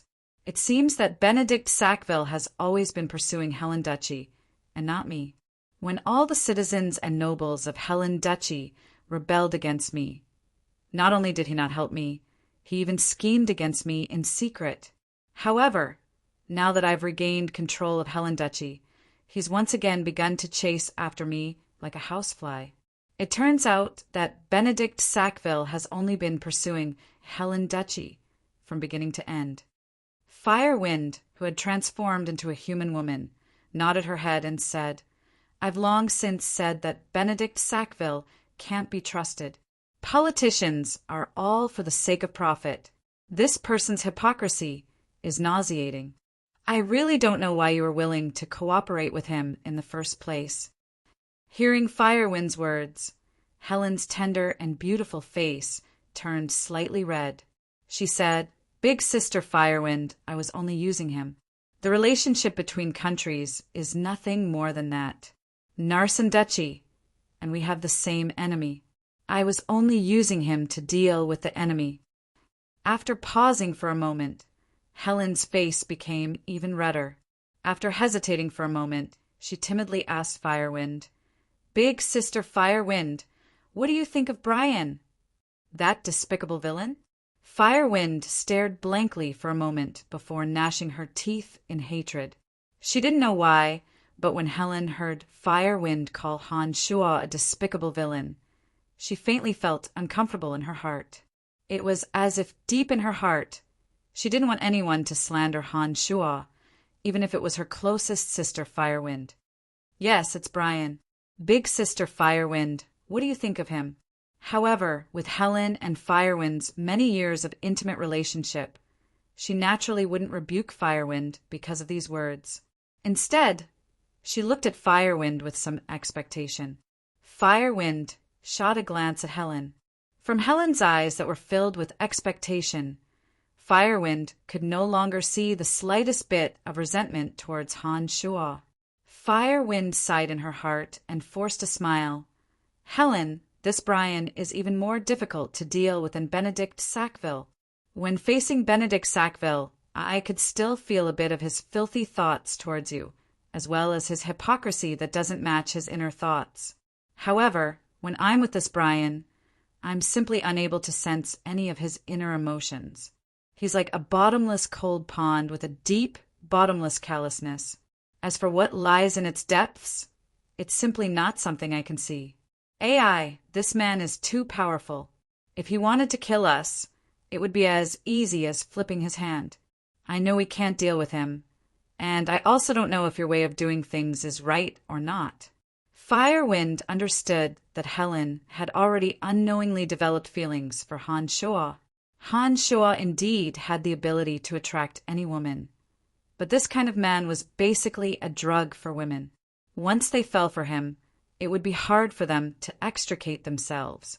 However, for Helen, who was similarly exuberant with ambition, being paired with a tyrannical and ruthless character was indeed the most suitable. Han Shuo was clearly this kind of character. To Helen, Han Shuo, who possessed terrifying strength and acted decisively and viciously, was undoubtedly filled with a fatal attraction. In the 7 grand duchies that were at war all year round, if Helen had the support of such a man by her side, it naturally wouldn't be a bad thing. Unfortunately, this man's schemes were too many. A single Helen duchy was obviously not enough to satisfy him. When he attempted to dominate all 7 grand duchies, Firewind didn't know whether it would be a blessing or a disaster for Helen to follow him. Elder Sister Firewind, I know what I want. Benedict Sackville can't give me something, but I think Brian can. In addition, I don't know why, but I've discovered that I can no longer hate him. Perhaps women are just this emotional. They can hate a person to the bone, but because of one thing, this hate can turn into love. AI. Helen sighed as she spoke with deep feelings. While Helen and Firewind were pondering, a cloud of light smoke slowly drifted over from within the Duke's mansion. It passed through the courtyard and curled up towards Helen's window. Helen, who was in the middle of talking to Firewind, couldn't contain the pleasant surprise in her heart when she saw the light smoke slowly approaching. Suddenly, she happily said, "He's here." Firewind stared blankly for a moment. Then, she sensed an evil aura slowly entering the room. Firewind was somewhat afraid of the necromancer and demonic aura on Han Shuo's body. Seeing the light smoke approaching, Firewind furrowed her brows and retreated a few steps, pulling apart some distance from the gradually visible Han Shuo. "You've come?" When Helen saw Han Shuo calmly appear, she had an impulse to throw herself into Han Shuo's bosom. However, the joy on her face was sincere. "Yes, some matters were delayed for a few days, but fortunately, you've already taken over Seagate City. Right now, the entire Helen Duchy should be even more secure than before, right?" Han Shuo smiled as he nodded. Seeing the sincere joy on Helen's face, Han Shuo was indeed very happy in his heart. He was happy that this woman had gradually fallen deeply in love with him. In such a short period of time, Helen had eradicated her political enemies in a bloody purge and reorganized the Helen Duchy. This made Han Shuo somewhat admire Helen's strength. He thought to himself that this woman was able to ascend to a high position in the Helen Duchy. It seemed that she really did have some methods. "Oh, right, the matter you mentioned last time. How is it going?" Seeing that Firewind was here, Helen couldn't act too intimately. After the initial joy, she immediately began to inquire about the proper business. "My people have arrived in Helen City. It's only because I haven't come over that I haven't dared to contact you." "Yes, they're currently outside the door. I think that now that the Helen Duchy is in your hands, you should be able to secretly conduct some transactions." Han Shuo replied with a smile. "Big Sister Firewind, I'll have to trouble you to invite them in." When Helen saw that Han Shuo was speaking, he took the opportunity to give her a meaningful look. Her charming face reddened as she blushed and said to Firewind. When Firewind saw Helen's face rippling with love, she sighed in her heart. How could she not know that Helen wanted to send her away so that she could say some intimate words to Han Shuo? "Yes, I'll go out for a while," Firewind replied and directly walked outside. She couldn't help but silently criticize Helen for valuing a lover over a friend. As soon as Firewind left, Helen retreated a few steps with a red face. Looking at the approaching Han Shuo, she said in a low voice, "You, what do you want to do now?" When Helen retreated to a dead end, she leaned her delicate body against the wooden wall and said in a low voice with a red face, "This is my Duke's mansion. Don't you dare act recklessly." Han Shuo stretched out his hands and pressed them against the wooden wall on either side of Helen's shoulders. Looking at the somewhat panicked Helen, Han Shuo felt a sense of gradually conquering satisfaction. He beamed and said, "The Helen Duchy is completely in your hands. According to our agreement, shouldn't you take the initiative to serve me in bed?" Helen's heart panicked, thinking that this scoundrel was actually so shameless and brazen as to make such a request.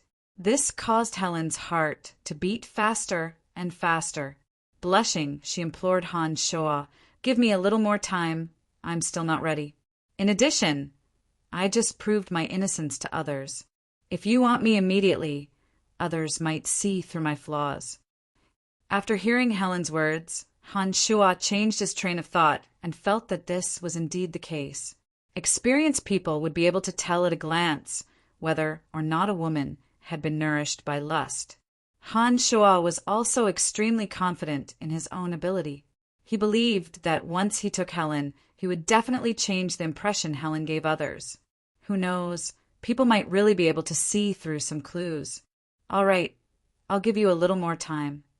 While Helen was feeling apprehensive, Han Shuo pondered for a moment before opening his mouth to speak. Just when Helen let out a sigh of relief, Han Shuo chuckled mischievously and said, "However, shouldn't I collect a little interest first?"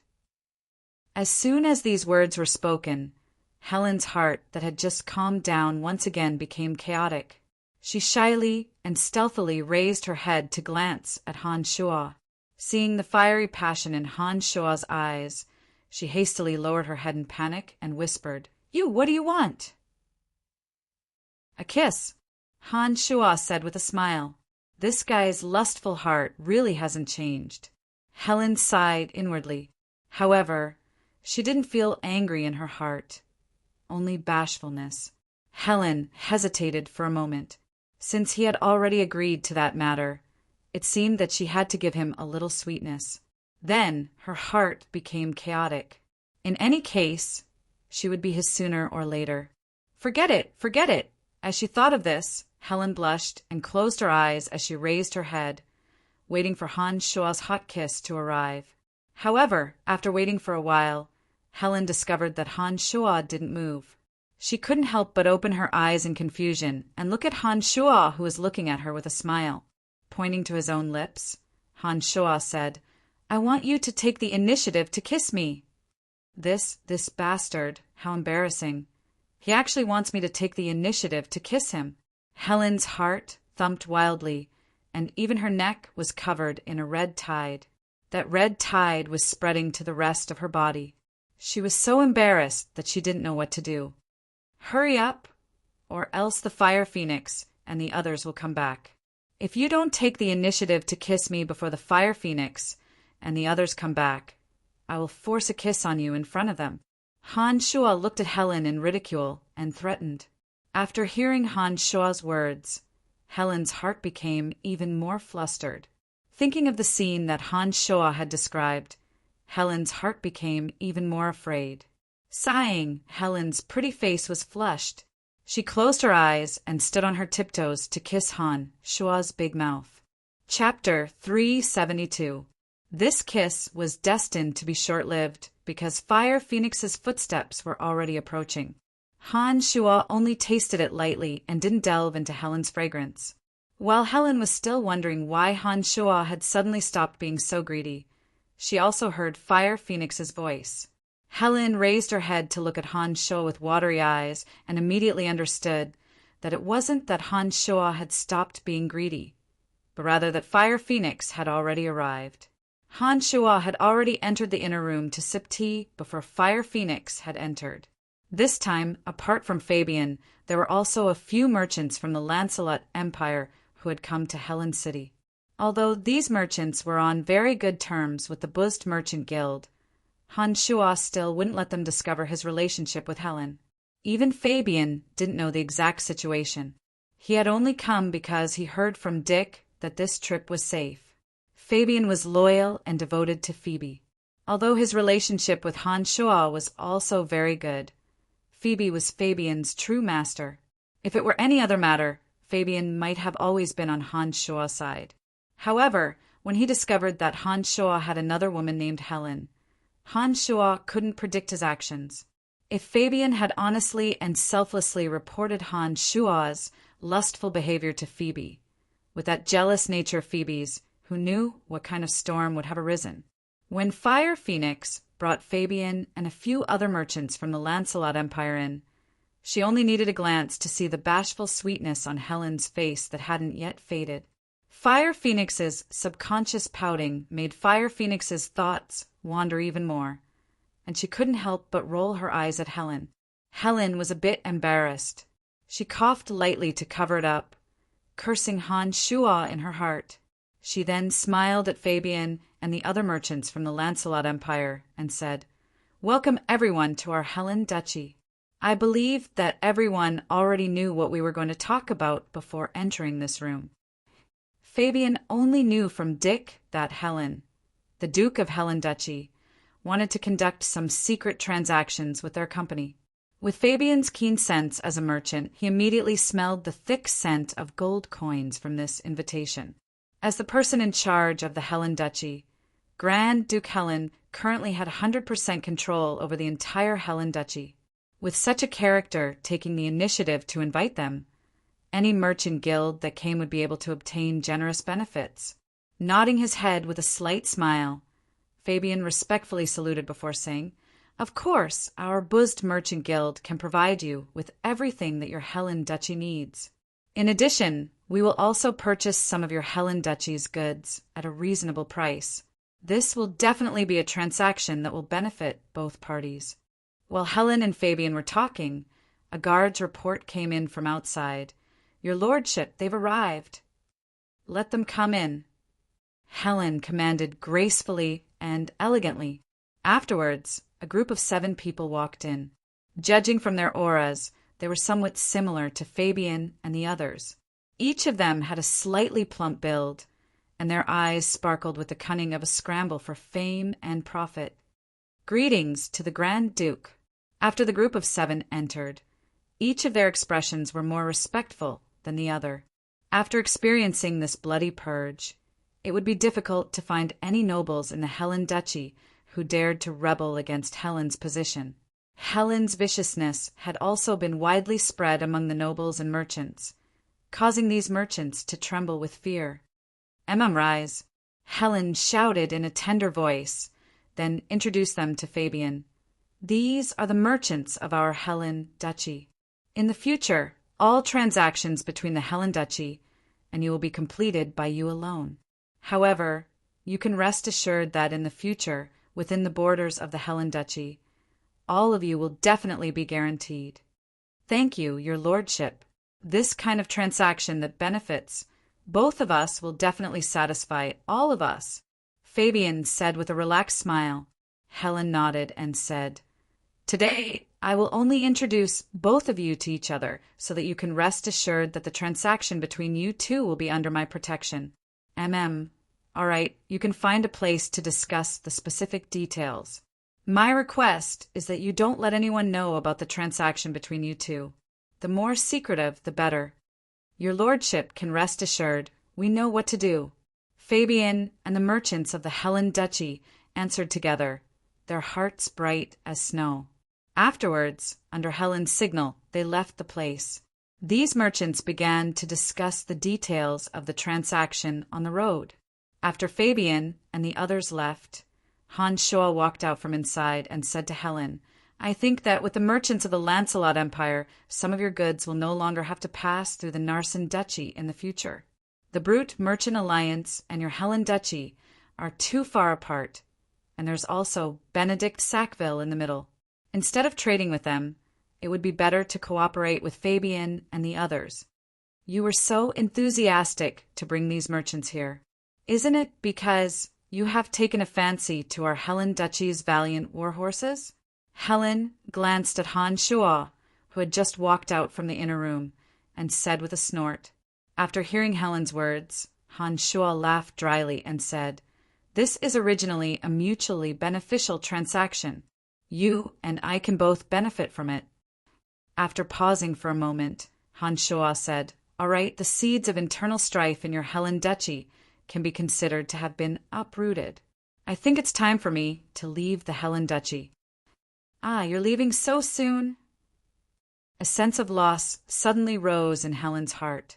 She said to Han Shuo, There are many wonders in the Helen Duchy that are worth exploring. How about I personally take you on a tour? In any case, I don't have much official business to attend to during this period of time. When she heard that Han Shuo was leaving, Helen was somewhat reluctant to part with him.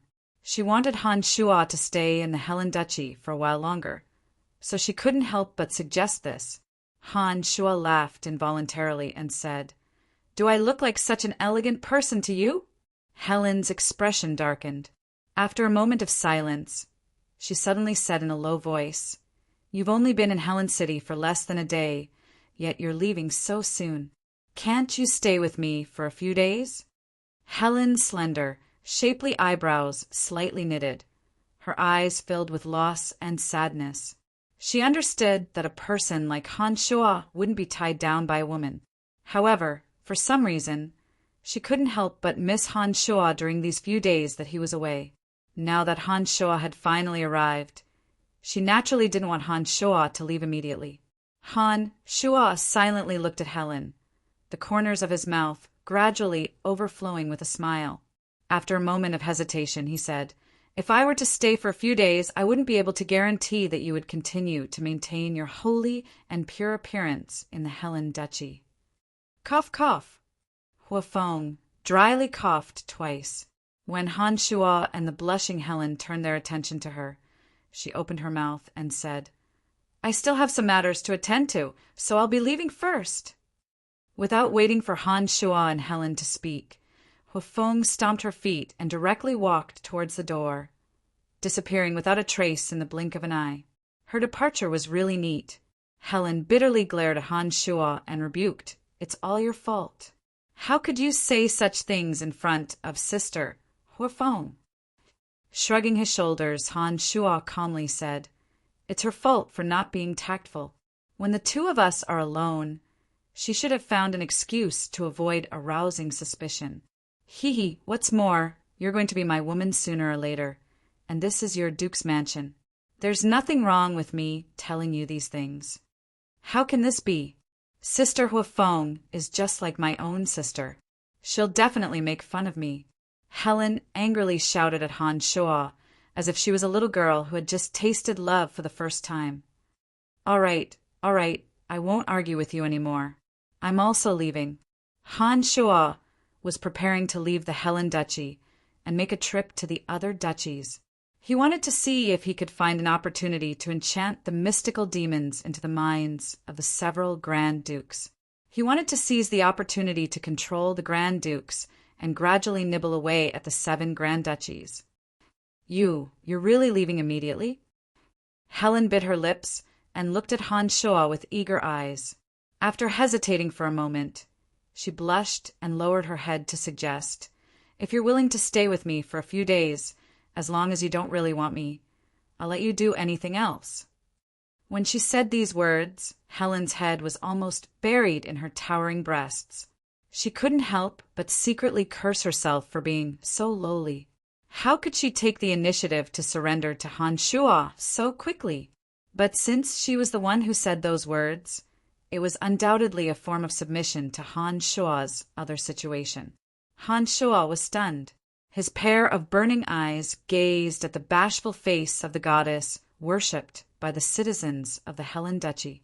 His heart suddenly felt hot and dry.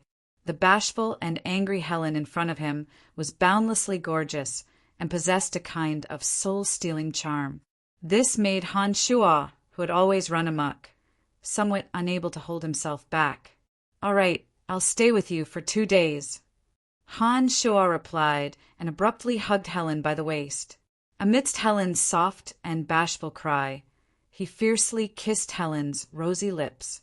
During these 2 days, Han Shuo accompanied Helen to wander around the Helen Duchy. Helen had secretly left the Duke's mansion and temporarily handed over some official duties to trusted subordinates. The Helen Duchy was equivalent to a province in the Lancelot Empire. There were indeed some beautiful scenic spots in several of its cities. Helen had always been busy with official duties and hadn't had the opportunity to properly tour her own duchy's beautiful scenery. This time, taking advantage of the opportunity to come out with Han Shuo, she was truly in high spirits. Both Han Shuo and Helen could fly, and Han Shuo had enough strength to protect Helen. In order to have some alone time with each other, the Fire Phoenix was naturally mercilessly excluded. The two used 2 days to visit several famous mountains and rivers, as well as beautiful valleys. During these 2 days, Han Shuo really took advantage of Helen's body. Except for the lack of true ecstasy, every part of Helen's body had been explored by Han Shuo. At first, Helen was reserved and resistant, but as she slowly became intimate with Han Shuo, she gradually let go of herself. After 2 days, Han Shuo and Helen no longer had any barriers between them. The surging waterfall was like thousands of silver ribbons pouring down in torrents. It fell into a bottomless cold pool, splashing up sparkling and translucent water droplets like crystals. There were many lush plants growing around the cold pond. Some of the flower buds were releasing a delicate fragrance to their heart's content. All kinds of birds were chirping and dancing in the air, rendering this area full of vitality. The breath of spring was perfectly performed in this place. On the branches of a towering old tree, Han Shuo hugged Helen and smiled at the beautiful scenery. He whispered softly as he listened to Helen narrate all the interesting things about the Helen Duchy. These 2 days, Helen had put down her dignity and arrogance as the ruler of a duchy, and as a little girl who had fallen in love, she accompanied Han Shuo to her heart's content. Looking at the man in front of her who was becoming more and more satisfied with her, a feeling called happiness leisurely rose from the bottom of her heart. If you want to conquer the 7 Grand Duchies, there's one person you must pay attention to. Nestled in Han Shuo's embrace, Helen slightly adjusted her posture and looked up at Han Shuo, who was looking ahead. Han Shuo stared blankly. He lowered his head and looked at Helen in puzzlement, asking, "Who?" "Statholm of the Bramble Tanai." Helen replied with a dignified expression. "Who is this person? How come I've never heard of him?" Han Shuo was even more puzzled as he asked in puzzlement. The current 7 Grand Duchies were the original Verdun Imperial Dynasty. When the Verdun Imperial Dynasty was at its peak it wasn't any weaker than your Lancelot Empire. The state preceptor of the Verdun imperial dynasty was Sword Saint Statholm. Although the Verdun imperial dynasty was divided into 7 grand duchies, the original state preceptor, Statholm, lived in seclusion in Stranglethorn Vale. This person should still be alive. Once the 7 grand duchies are invaded by foreign enemies and are on the verge of being destroyed, he will definitely leave Stranglethorn Vale to help the 7 grand duchies. Helen looked at Han Shuo and explained. Han Shuo was really astonished when he heard Helen's words. He couldn't help but continue to ask, "The Verdun imperial dynasty has disappeared for so long. Are you sure this person is still alive?" Nodding, Helen said, "Legend has it that when your Lancelot Empire invaded the 7 grand duchies last time, Statholm played a key role. The 7 grand duchies didn't have a sword saint or sacred magus on the surface. When your Lancelot Empire invaded our 7 grand duchies last time, your Lancelot Empire didn't send a sword saint or sacred magus because they were warned by Statholm. When the Verdun imperial dynasty was still around, state preceptor Statholm was a sword saint renowned throughout the continent. So long after the Verdun imperial dynasty, state preceptor Statholm is still alive and well. No one knows exactly how powerful his strength is.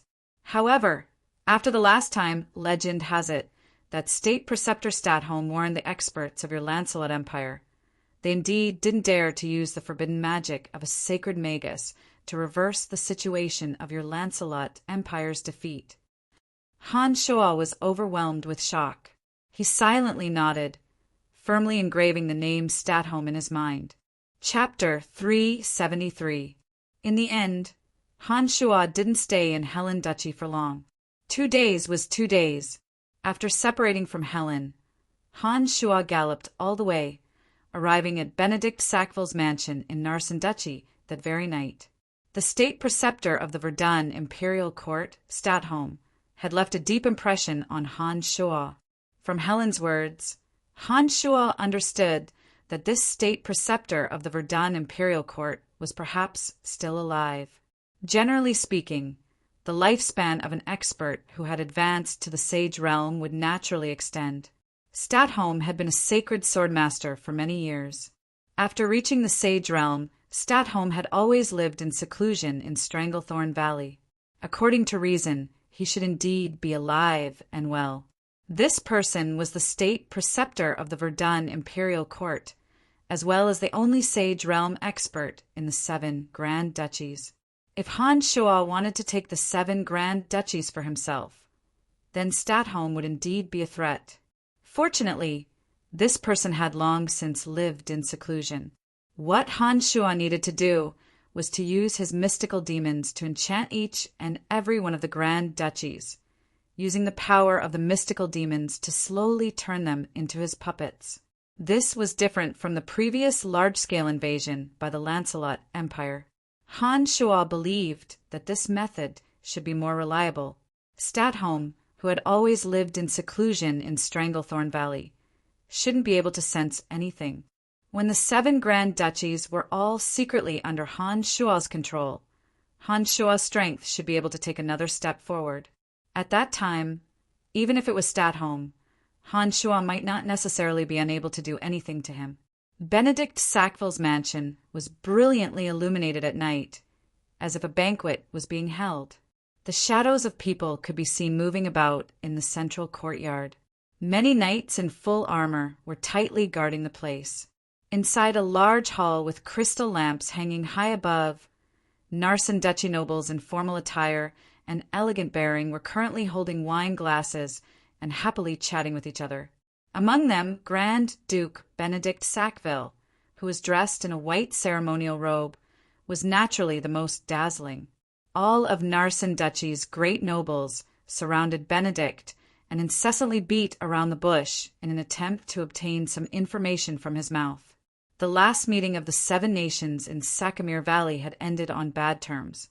Several of the grand duchies had lost some of their troops in the chaos of the assassination and war. Narsen Duchy also had many high-ranking generals assassinated in this battle. After Benedict returned to the duchy, The first thing he had to do was naturally to replace the lost, outstanding generals.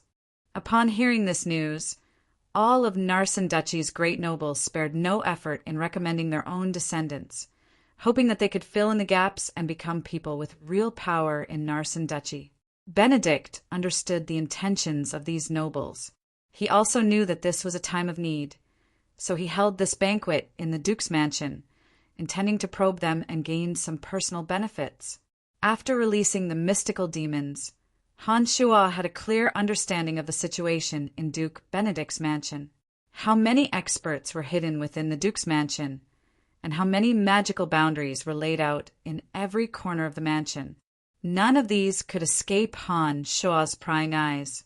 Concealed outside the Duke's mansion, Han Shuo was like a hunter in the dark night, calmly staring at his prey, Benedict Sackville. In his heart, he was constantly searching for the most appropriate opportunity to enchant the mystical demons into Benedict Sackville's brain. Mystical demons possessed miraculous effects, but the process of enchantment wasn't that easy. First, Han Shuo had to be personally by Benedict Sackville's side. When the original demons occupied Benedict Sackville's brain, Han Shuo had to constantly urge them with secret demonic techniques. Otherwise, if he wasn't careful, Benedict Sackville might immediately die a miserable death or become an idiot, unable to achieve the effect Han Shuo needed. During this process, Benedict Sackville couldn't resist in the slightest. His mind had to be maintained in a muddled state. This was the easiest way for the mystical demons to invade. Generally, the best opportunity was when Benedict Sackville was dreaming. Only when Benedict Sackville had entered a deep state of a nightmare and Han Shuo had suddenly descended to Benedict Sackville's side would he be able to take advantage of Benedict Sackville's muddled state to successfully implant the mystical demons into Benedict Sackville's brain. Everyone would dream, but dreams didn't happen every night. Sometimes a person could go several days without dreaming. Han Shuo had to wait for Benedict Sackville to dream. Moreover, when he was dreaming, the defenses around him were sufficiently lax. Only then would he be able to descend to Benedict Sackville's side. For 5 consecutive days, Han Shuo paced back and forth in the vicinity of the Duke's mansion. The mystical demon paid close attention to Benedict Sackville at all times, especially at night. The mystical demon kept a close watch on Benedict Sackville, especially at night. During these 5 days, only on the 3rd day did Benedict Sackville fall into a nightmare due to exhaustion after a long day of official business. However, on that day, Benedict Sackville stayed in an incomparably tightly guarded room in the Duke's mansion. Outside, there were layers upon layers of experts protecting him, while inside there were all kinds of magic barriers alerting him. On that day, Han Shuo was confident that he could forcefully barge in and kill Benedict Sackville on the spot. However, he wasn't confident that he could implant the mystical demons into Benedict Sackville's brain without waking him up. Han Shuo even carefully weighed the gains and losses. In the end, he came to the conclusion that even if he killed Benedict Sackville, there would still be another noble who would become the Grand Duke of Narsen-Duchy. Rather than wasting time like that, it would be better to directly control Benedict Sackville. It was precisely because of this that Han Shuo gave up on the idea of killing Benedict Sackville on the spot that night. He continued to wait for the next opportunity. On the 6th night, Han Shuo suddenly discovered through the original demons that Benedict Sackville had left the Duke's mansion for the first time. His heart stirred. Han Shuo used the mystical demons to closely watch Benedict Sackville while silently following him. He planned to see what Benedict Sackville wanted to do in the end. Contrary to Han Shuo's expectations, Benedict Sackville clearly didn't leave the Duke's mansion for official business.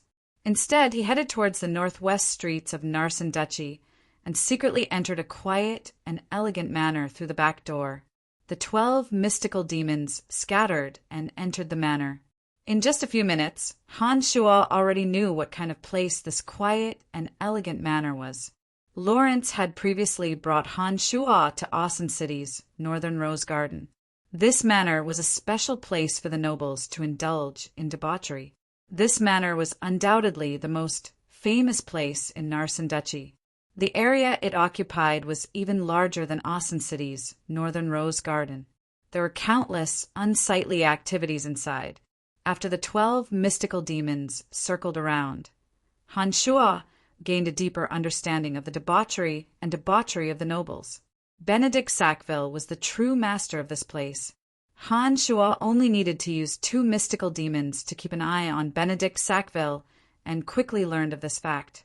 As the most powerful man in Narsen Duchy, Benedict Sackville didn't need to expend much effort to secretly control this place. As the master of this place, he first listened to a financial report in a tightly guarded secret room. Soon after, he chuckled and walked towards an exquisite and elegant little building. Waiting inside was a pair of mother and daughter. Han Shuo had previously seen this pair of beautiful mother and daughter at the private banquet Benedict Sackville had hosted at the Duke's mansion. These two were the wife and daughter of Count Tibbet. Madame Tibbet was over 40 years old, but because she had taken good care of herself, she only looked to be in her 30s. Madame Tibbet and her daughter Diali stood together. The two of them didn't look like a pair of mother and daughter at all. Instead, they looked more like a pair of sisters. The radiant Madame Tibbet and her daughter welcomed the ruler of Narsen Duchy, Benedict Sackville, into the room. Through the eyes and ears of the mystical demons, Han Shuo was astonished to discover that this pair of mother and daughter had actually obtained the approval of Marquis Tibbet when they came to serve Benedict Sackville. It was precisely because of the instigation of their husband and Diali's father that they had secretly come here to serve Benedict Sackville, in exchange for their sons or younger brothers' position as a knight captain under Benedict Sackville. Having learned of this situation from the mystical demons, Han Shuo now had a deeper understanding of the hidden filth of the nobility. He didn't expect that Marquis Tibbet would actually allow his wife and daughter to serve Benedict Sackville so that his son would have a way out. This made Han Shuo feel that it was inconceivable, but at the same time it also broadened his horizons. This pair of mother and daughter were indeed the best of the best in the world. The mother was mature and charming with a full figure, while the daughter was youthful and full of vitality, possessing a charming and gorgeous beauty. When the two of them stood together, it was already a kind of temptation. When the mother and daughter simultaneously resolved to serve the same person, the unethical taboo would increase the temptation to men by more than tenfold. Not to mention Benedict Sackville, even Han Shuo felt a bit restless. He found it hard to resist the temptation of having a mother and daughter serving together. Madame Tibbet was all smiles as she put in a good word for her son. Even Han Shuo couldn't help but stare blankly at her with the unique allure of a mature, noble woman. Damn it, I can't let that old bastard Benedict take advantage of me. Han Shuo secretly swallowed his saliva as he fiercely thought to himself. His mind was racing as he quickly thought of an idea. He didn't know if he had reached the realm of carnal lust, but Han Shuo's current lust was gradually becoming somewhat uncontrollable.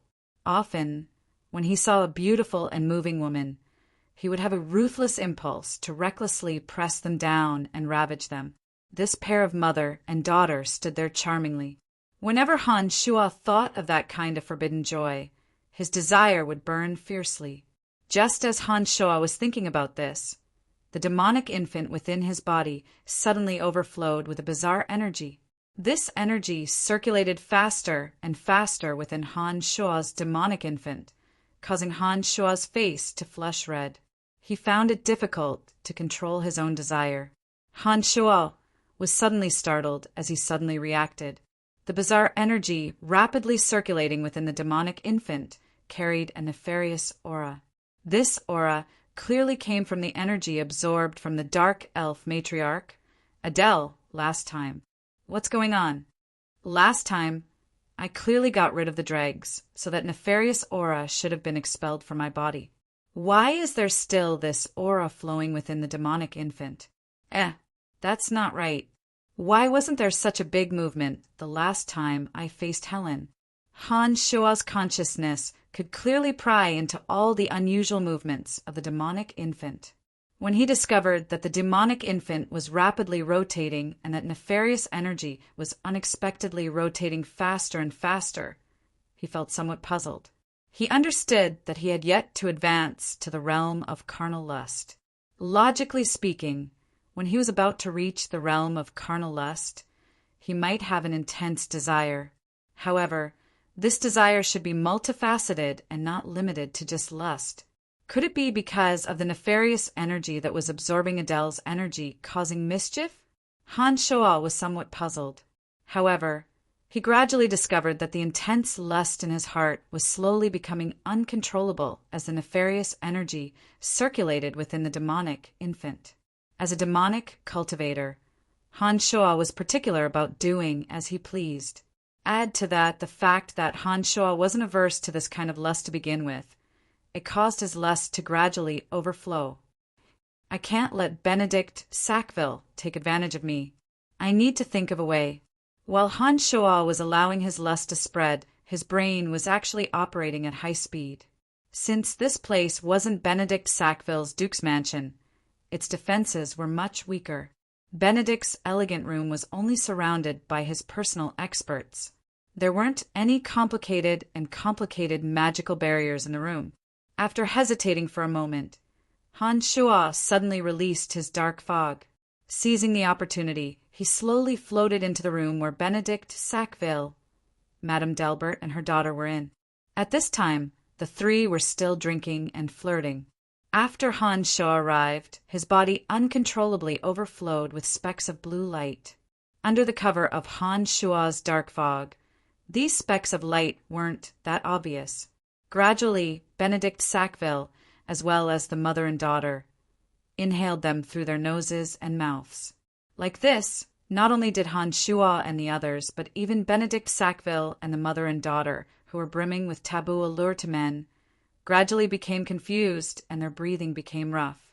Including Han Shoa, the four people in the room were shrouded in lust. The blue specks of light drifted and enveloped the entire room. As the one who unintentionally released the lust, Han Shoa was still somewhat clear-headed, but the other three were still completely unconscious. At this time, the mother and daughter sitting together were the first to be unable to resist the lust in their hearts due to their weak willpower. The mother and daughter hugged each other and started rubbing against each other with their bare chests exposed. Just as Benedict Sackville growled and attempted to pounce on them with bloodshot eyes, Han Shoa, who was still somewhat clear-headed, stomped on him and knocked him out. Like a wild beast, he pounced on the confused mother and daughter, who were only filled with pure lust. Unsuppressible moans suddenly rang out from within the room. The mother and daughter and Han Shoa crazily wriggled together. They simply didn't have the shame of serving the same person as a mother and daughter. On the contrary, under the influence of Han Shoa's lust, they crazily fawned on Han Shoa. Outside the elegant room, the experts that Benedict Sackville had brought along revealed envious expressions as they listened to the melodious moans. They whispered to each other, completely unaware that their Grand Duke had already been knocked unconscious. After a long while, the moans within the room gradually subsided. The window suddenly opened on its own, even though there was no wind. A puff of smoke drifted past, and the naked Han Shoa disappeared like a ghost. A black light swiftly floated through the darkness of the night, disappearing without a trace in the blink of an eye. After Han Shoa left, he flew high into the sky and directly arrived in an open field. He forcefully endured the monstrous changes within his body and summoned the Earth Elite Zombie to open up a space deep underground. Amidst heart-wrenching howls, Han Shoa set up a transportation array and arrived at the Cemetery of Death. Adele's energy that had been absorbed into his body suddenly backfired under the power of the lust aura. The energy that had originally only occupied a very small portion of Han Shoa's demonic infant boiled like boiling water. The demonic infant, which was the foundation of Han Shoa's demonic arts, had been filled with a chaotic evil aura from the rush. It unexpectedly possessed an uncontrollable ferocity. There seemed to be another energy pouring into Han Shoa's body from an immeasurable distance. That energy drove Han Shuo to absorb Adele's and Spider Goddess Rose's energy, causing Han Shuo enormous pain. Within the cemetery of death, Han Shuo let out a heart-wrenching howl. His rock-like body actually split open. Han Shuo gradually lost control of the energy within his body. In the end, he mobilized the boundless evil aura of vengeful spirits within the demon's lair edge, pouring it all into his body and violently attacking that energy. The demonic yuan within Han Shuo's body was originally pure and enormous. In addition, the demon's lair edge had absorbed the negative energy of tens of thousands of living beings, as well as the evil spirits of various experts. It erupted like a mountain torrent within Han Shuo's body. Han Shuo's body had become a cruel battlefield. The demonic yuan and the power of vengeful spirits fought desperately against Adele and the energy that had suddenly intruded. After an unknown amount of time, the demonic yuan and the demon's lair edge's energy within Han Shuo's body gradually gained the upper hand. After a long period of time, the unfavorable energy and Han Shuo's energy within Han Shuo's body were finally completely eliminated. In the distant underground world, within the dark elves' temple that worshipped Spider Goddess Rose, a young girl in the center of a dark, spider-shaped altar suddenly spat out a mouthful of blood. She looked at the statue of Spider Goddess Rose in front of her and murmured, "God that wields boundless darkness, why is it that even your divine power cannot imprison him and make him my captive?" After spitting out another mouthful of blood, the young girl fearfully kowtowed towards the statue of Spider Goddess Rose. She hastily said, "I'm sorry, I shouldn't have doubted your greatness. You, who are restricted by the power of laws, are indeed unable to transmit even a 10,000th of your power. Your most devout believer is willing to accept your punishment." While the young girl was muttering and praying, her beautiful skin suddenly split open, as though she was being whipped by an invisible whip. However, the young girl didn't dare make a sound and continued to pray piously in the dark elven language. Chapter 374. Han Shuo was lying in the middle of the large transportation matrix in the middle of the cemetery of death. His body was curled up in a fetal position, fresh blood flowing out of it. All of the clothes on his body had long since been torn to shreds. His naked body was covered in wounds that were so deep that bones could be seen. Magical yuan silently circulated within Han Shuo's body while he was unconscious, nourishing his withered meridians and body like a trickle of water. It flowed through every nook and cranny of his body, bringing a cool and comfortable feeling to him. Unknowingly, the wounds on Han Shuo's body gradually healed at an astonishing speed. It didn't take long for his body to return to its original state. There were no longer any traces of injuries. His body seemed to have become even more sturdy after being reconstructed after going through such painful torture. The cemetery of death didn't see the sun or the moon all year round. After an unknown amount of time had passed, when Han Shuo slowly awoke, he felt that his entire body was no longer in pain. Every cell in his body seemed to be brimming with energy. Han Shuo moved his body from his curled-up position, and when he stood up, his body continuously crackled and popped as if every bone in his body was cracking. Inspecting his body with his consciousness, Han Shuo suddenly discovered that his internal organs had yet to completely recover. With a thought, Han Shuo enveloped his internal organs with demonic yuan.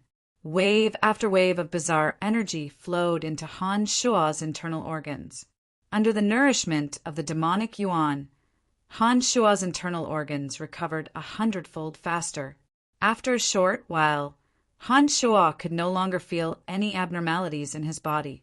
Letting out a light breath, Han Shuo left the cemetery of death and arrived at the nearby waterfall. He sat cross-legged, naked, on top of the most turbulent rock of the waterfall. He allowed the incomparably ferocious water to pour down in torrents, battering his unmoving body on top of the rock. After a few more days, Han Shuo finally walked down from the rock. He looked in the direction of the entrance to the underground world and hesitated for a while. In the end, he walked towards the cemetery of death. Then, a mark caught Han Shuo's attention. Han Shuo walked over and looked at it for a while. He pushed aside a few rocks and took out a letter from the depths of the ground. He used a special method to rearrange the words on the letter, and Han Shuo understood the contents of the letter.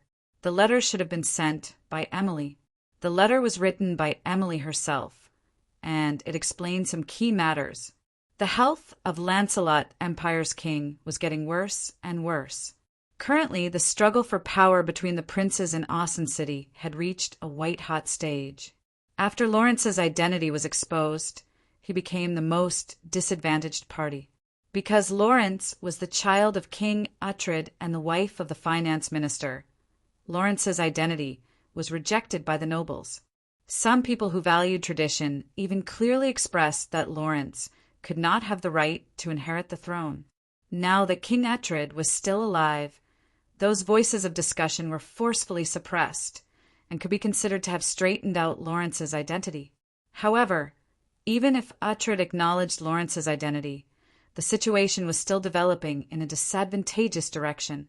Currently, Lawrence's position in Awson City was somewhat awkward, and he was also the weakest among the princes. Seeing that His Majesty King Uhtred's health was getting worse and worse, Lawrence was also secretly anxious. He knew that once Uhtred passed away, the situation in Awson City would be difficult to control. At that time, not only would he, this illegitimate son, be unable to obtain the throne, he might even lose his life. However, while Lawrence was living in fear and his days were incomparably difficult, Bretel City had become a standout. Favorable news came one after another. A ruined city suddenly showed signs of thriving vitality. Although Han Shuo was far away from the capital, his reputation was becoming more and more resounding. It was precisely because of this that Lawrence thought of Han Shuo.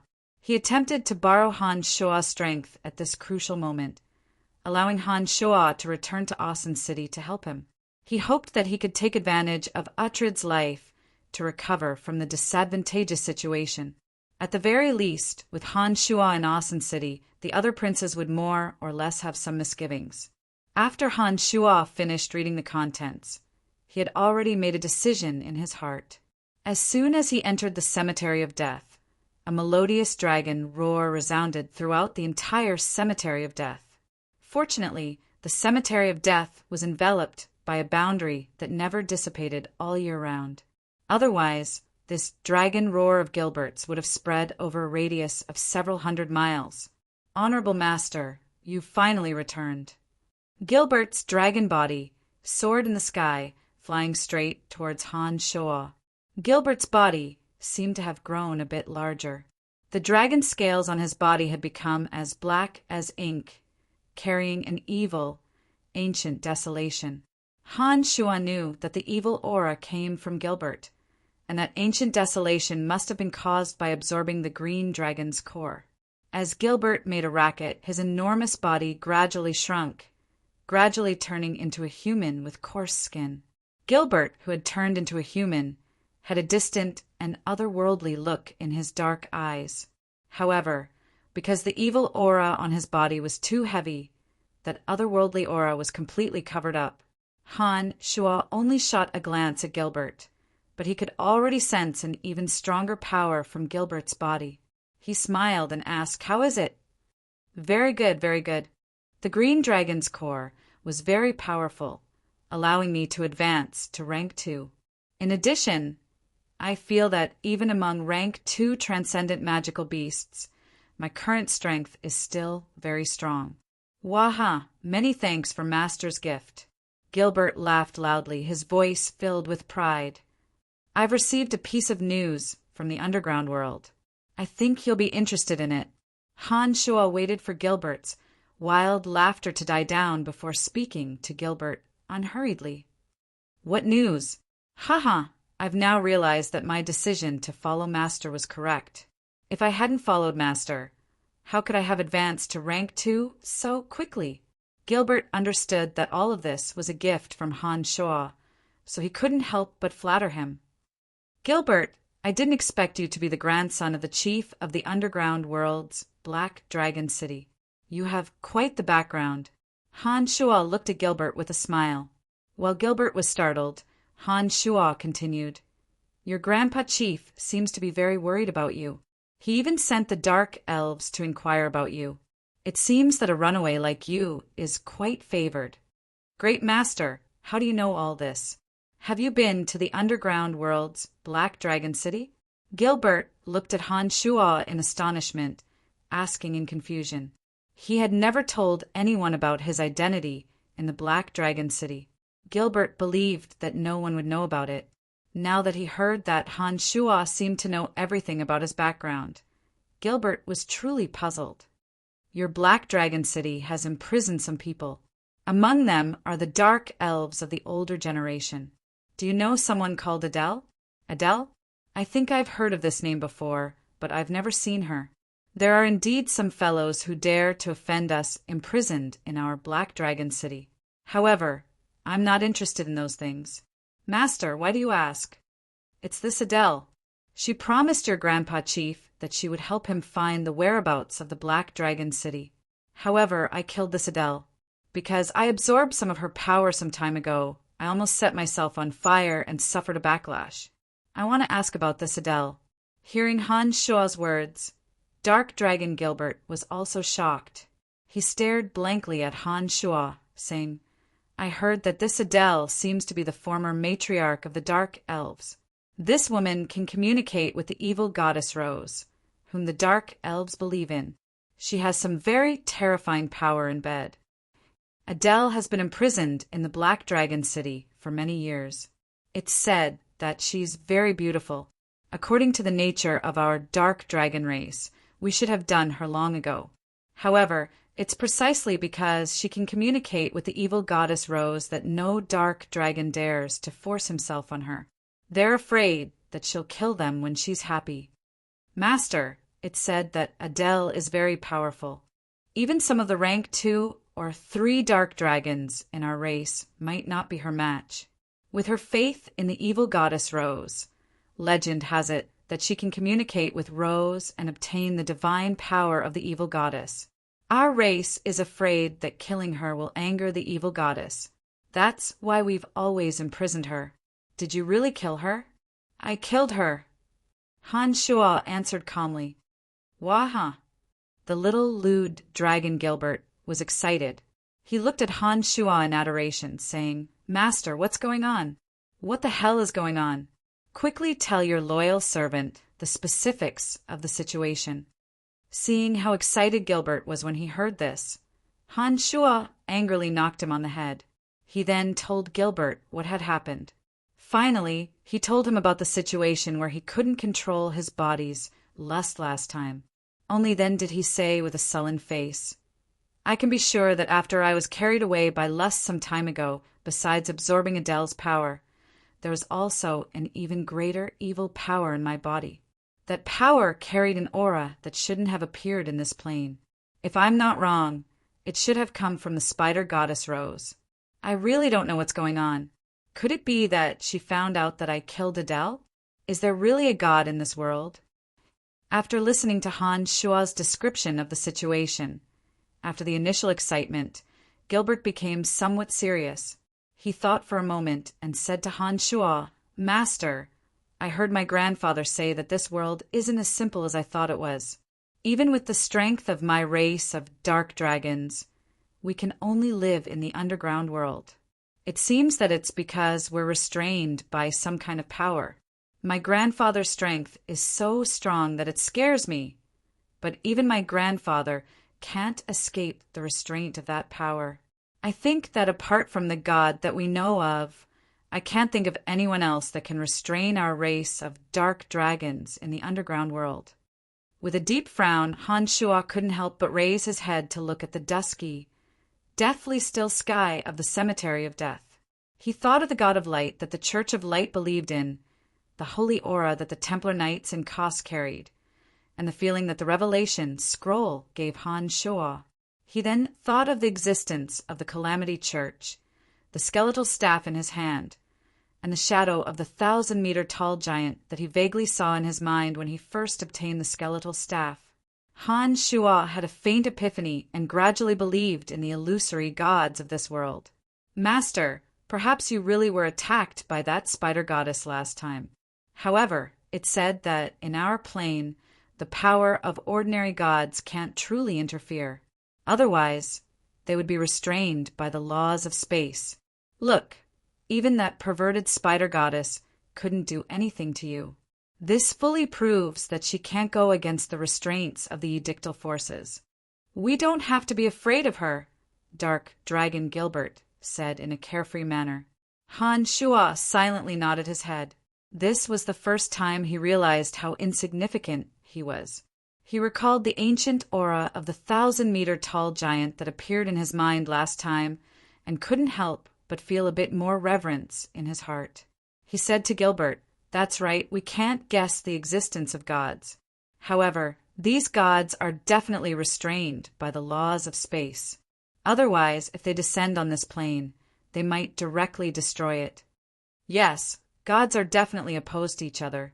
Otherwise, the Church of Light and the Calamity Church wouldn't have fought for so many years." Gilbert was also a blasphemer. He didn't have any feelings towards gods or evil gods. He was still carefree, as if he didn't care about anything. Han Shuo didn't think too much about it and nodded. "All right, since you've evolved to rank 2, continue to help Trunks in the Valley of Sunshine. I think the Valley of Sunshine will undergo a great change soon. With you there, the Soul Destroyer mercenary band will be a bit safer. Oh, right, pay attention to the matters in Black Dragon City. Your grandfather has been looking for you. I think even if you don't go back, you should send someone to send a message so that your grandfather won't worry." "Understood, Master. I think if my grandfather knew that I've advanced to rank 2 so quickly, he would definitely be very happy. That old fellow has been forcing me to train day and night in Black Dragon City. I've been training for so many years, and I'm still at rank 1. Look at me. I've just come out not long ago, and I've already advanced. This means that his method is obviously not working." Gilbert replied indifferently to Han Shuo. It seemed that he didn't take Han Shuo's words to heart. "All right, I have to return to Awesome City to take care of some matters. However, I will continue to pay attention to the Valley of Sunshine," Han Shuo said and stood in the transportation matrix after Gilbert left. Chapter 375.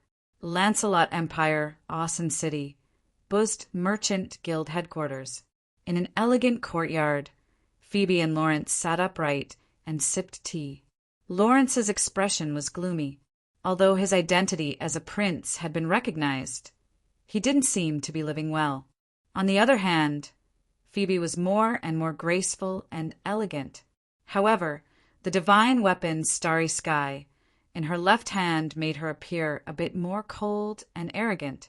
Phoebe fondled the starry sky in her hand, her thoughts involuntarily drifting to the faraway Brettel City. "Junior sister, your Buzzed Merchant Guild is growing bigger and bigger, and Brian is like a fish in water in Brettel City. However, my days are not so good. Once father passes away, I think I will immediately be killed by Charles. Did you help me pass the news to Brian?" Lawrence looked at Phoebe and asked helplessly, "Senior brother, it's not like you don't have people in Brettel City. You should know better than me whether or not Brian is in Brettel City. Speaking of which, it's been a few months. Why hasn't there been any news of him? Could it be that he went to do something bad again?" Phoebe's long eyelashes fluttered, her bright eyes sparkling with doubt. Falk was one of the people Lawrence had sent to Brettel City. Apart from that, Lawrence had also arranged for some government personnel to enter Brettel City. These people currently had their own positions in Brettel City. However, these people would still pass on news for Lawrence. From their information, it seemed that Han Shuo really wasn't in Brettel City. Lawrence sighed and suddenly said to Phoebe, "I've asked the Dark Mantle to help me find out news of him, but there hasn't been any news of him until now. Do you think something has happened to him?" Phoebe smiled proudly and took out the divine weapon, Starry Sky, that sparkled with resplendent starlight. She flicked a disdainful glance at Lawrence and said, "He was able to kill Celt, the commander of the Redbud Knights, one of the top 10 Knight Orders on the continent. Moreover, Celt was a very powerful Dragon Knight. What accident do you think will happen to him? That guy is extremely cunning and sinister. Add to that his frighteningly keen senses. He would be able to escape even if he encountered danger. There definitely won't be any accidents. He must be doing something bad again," Phoebe thought to herself. However, she naturally wouldn't say these words to Lawrence. Lawrence carefully thought about it and agreed. It wasn't the first day he'd met Han Shoa. He naturally knew that Han Shoa wouldn't act rashly. Once he realized that he couldn't deal, he'd quietly leave. Logically, nothing would happen to Han Shoa. Lawrence rubbed his temples with both hands and said tiredly, "Junior sister, I may have been too nervous recently. My thoughts are gradually becoming a bit chaotic. Don't worry. With Brian and your light attribute, as long as he knows of your current situation in Austin City, he should come to help you." I heard that the 7 Grand Duchies have recently united to deal with Bretel City. I think Brian might have gone to the 7 Grand Duchies to do some secret things. You don't have to worry too much. I think he'll definitely come to find you after he's done with his business. Phoebe comforted Lawrence. She also knew that Lawrence had been somewhat embarrassed by the princes recently. She naturally understood Lawrence's feelings. I hope he can rush back before father passes away. Also, I don't know what's going on with our teacher. He hasn't expressed his opinion on this matter yet. I don't know if he will support me or not. Lawrence complained with a headache. He then said to Phoebe, "Junior sister, you are teacher's most beloved disciple. Do you know what teacher's intentions are? Teacher has always been responsible for teaching us all kinds of knowledge. I think he wants you to rely on your own strength to ascend the throne. You also know that teacher has always wanted us to work hard on our own. He has never relied on his identity to help us." Phoebe thought for a moment before replying to Lawrence. In this kind of situation, if I rely on my own strength alone, it's impossible for me to wield the throne." Lawrence seemed to know a little about his teacher's temperament and couldn't help but sigh. Although teacher won't help you openly, he won't let others bully you either. If it wasn't for teacher having Grandpa Bollins secretly protect you, I'm afraid you would have long been secretly killed by others. This shows that teacher also cares a lot about you. Phoebe continued to console Lawrence. Lawrence nodded after hearing Phoebe's words. That's true. Fortunately, Grandpa Bollins helped me several times. Otherwise, I really would have been killed long ago. Phoebe didn't continue speaking. She was still focused on wiping the starry sky that had long been as bright as a mirror. It was as if this sword was Han Shoa himself. "When I came over, teacher asked me to bring a message to you. Don't rely too much on the weapon in your hand. Weapons are always inanimate objects. They can increase your strength a little, but they won't increase your own strength." Lawrence stood up and said to Phoebe, "Don't worry. My understanding of teachers' martial techniques is higher than yours. You should think more about how to increase your capital from your father." Phoebe said indifferently and continued wiping the divine weapon in her hand. She thought to herself, "When will that damn guy come over to see me? Being separated by 2 places like this is not a solution after all." Han Shua, who Phoebe was bitterly talking about, had now officially arrived at Austin City. After arriving at Austin City, Han Shua discovered that 3 months had unknowingly passed while he was resisting the invasion of Spider Goddess Rose's power in the Cemetery of Death. During these 3 months, the 7 Grand Duchies had been at war without rest. Bretel City and Helen Duchy had secretly conducted many secret transactions. Han Shua didn't immediately make a move against Benedict Sackville of Narsen Duchy. On one hand, opportunities were hard to find. On the other hand, there were more important matters waiting for him to deal with. After returning to Bretel City from Narsen Duchy, Han Shua took away the materials needed to refine the Metal Elite zombie from Jack's hands. He entered Mount Silk and planted the Metal Elite zombie inside. Afterwards, he gave Jack and the others a few instructions before directly leaving Bretel City. He passed through the transportation array in Sema City and arrived at Asen City. Falk and Lawrence's former subordinates had already informed Han Shua of Lawrence's urgent need to see him. Han Shua also immediately left. When Falk saw that Han Shua's destination was Asen City, he didn't report any news of Han Shua to Lawrence. He knew that Han Shua's speed would definitely be faster than what they reported to Lawrence.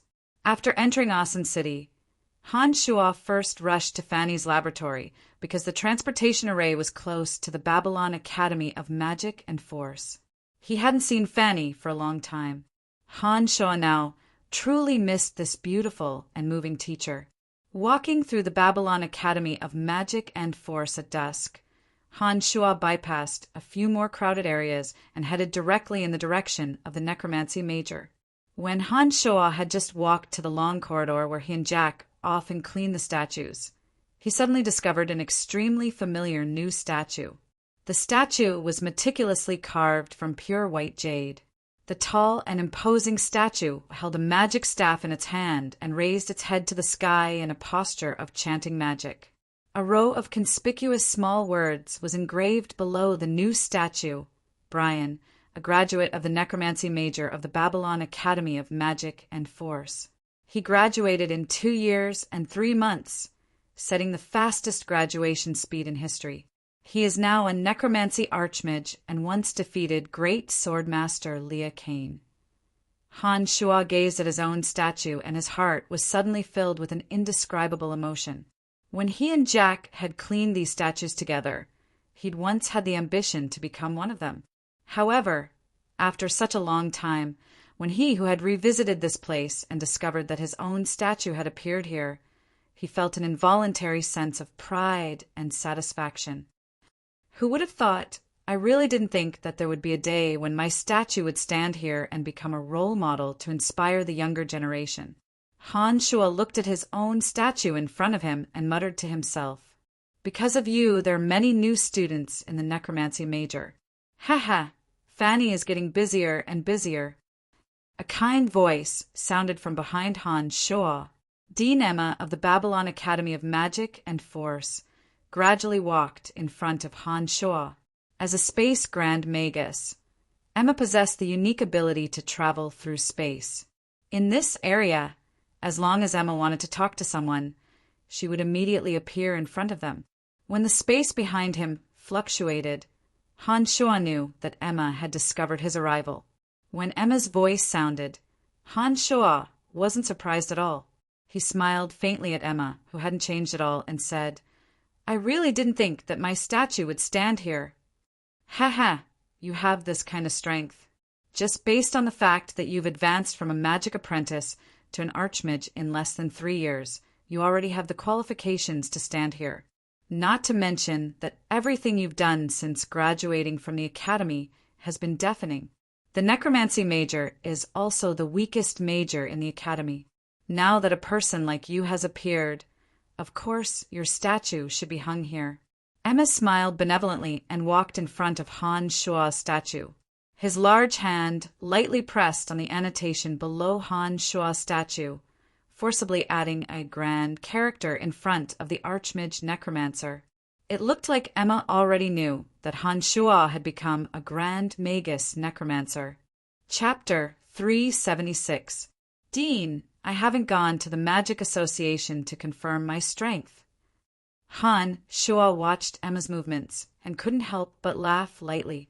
Emma winked at Han Shua and said with a smile, "So, you admit that you have the strength of a Grand Magus?" Han Shua didn't know how Emma had seen through his strength with a glance, but Han Shua didn't feel the need to hide it. He only needed to hide the secret of his magical yuan and didn't need to conceal his accomplishments in magic. He nodded and smiled. Correct. To Han Shua, magical yuan was his most important secret. Strength and magic could exchange for more benefits for Han Shua. Han Shua was also preparing to go to the Magic Association to confirm his qualifications as a Grand Magus. No matter in which country, a mage at the level of a Grand Magus would obtain an extremely high status. Once Han Shuo's qualifications were confirmed in the Magic Association, it would be of great use to Han Shuo's career. So it is, I can sense a little from the aura on your body. However, the most important basis is that you killed Kelt. Kelt was a Sky Knight and had a green dragon as a magical pet. Since you were able to kill him, your strength is naturally at the level of a Grand Magus. Emma answered matter-of-factly, Dean, why have you come to see me? Han Shuo knew that Emma was very busy. There were many matters at the Babylon Academy that required her to deal with. There must be a reason why she had come to see Han Shuo this time.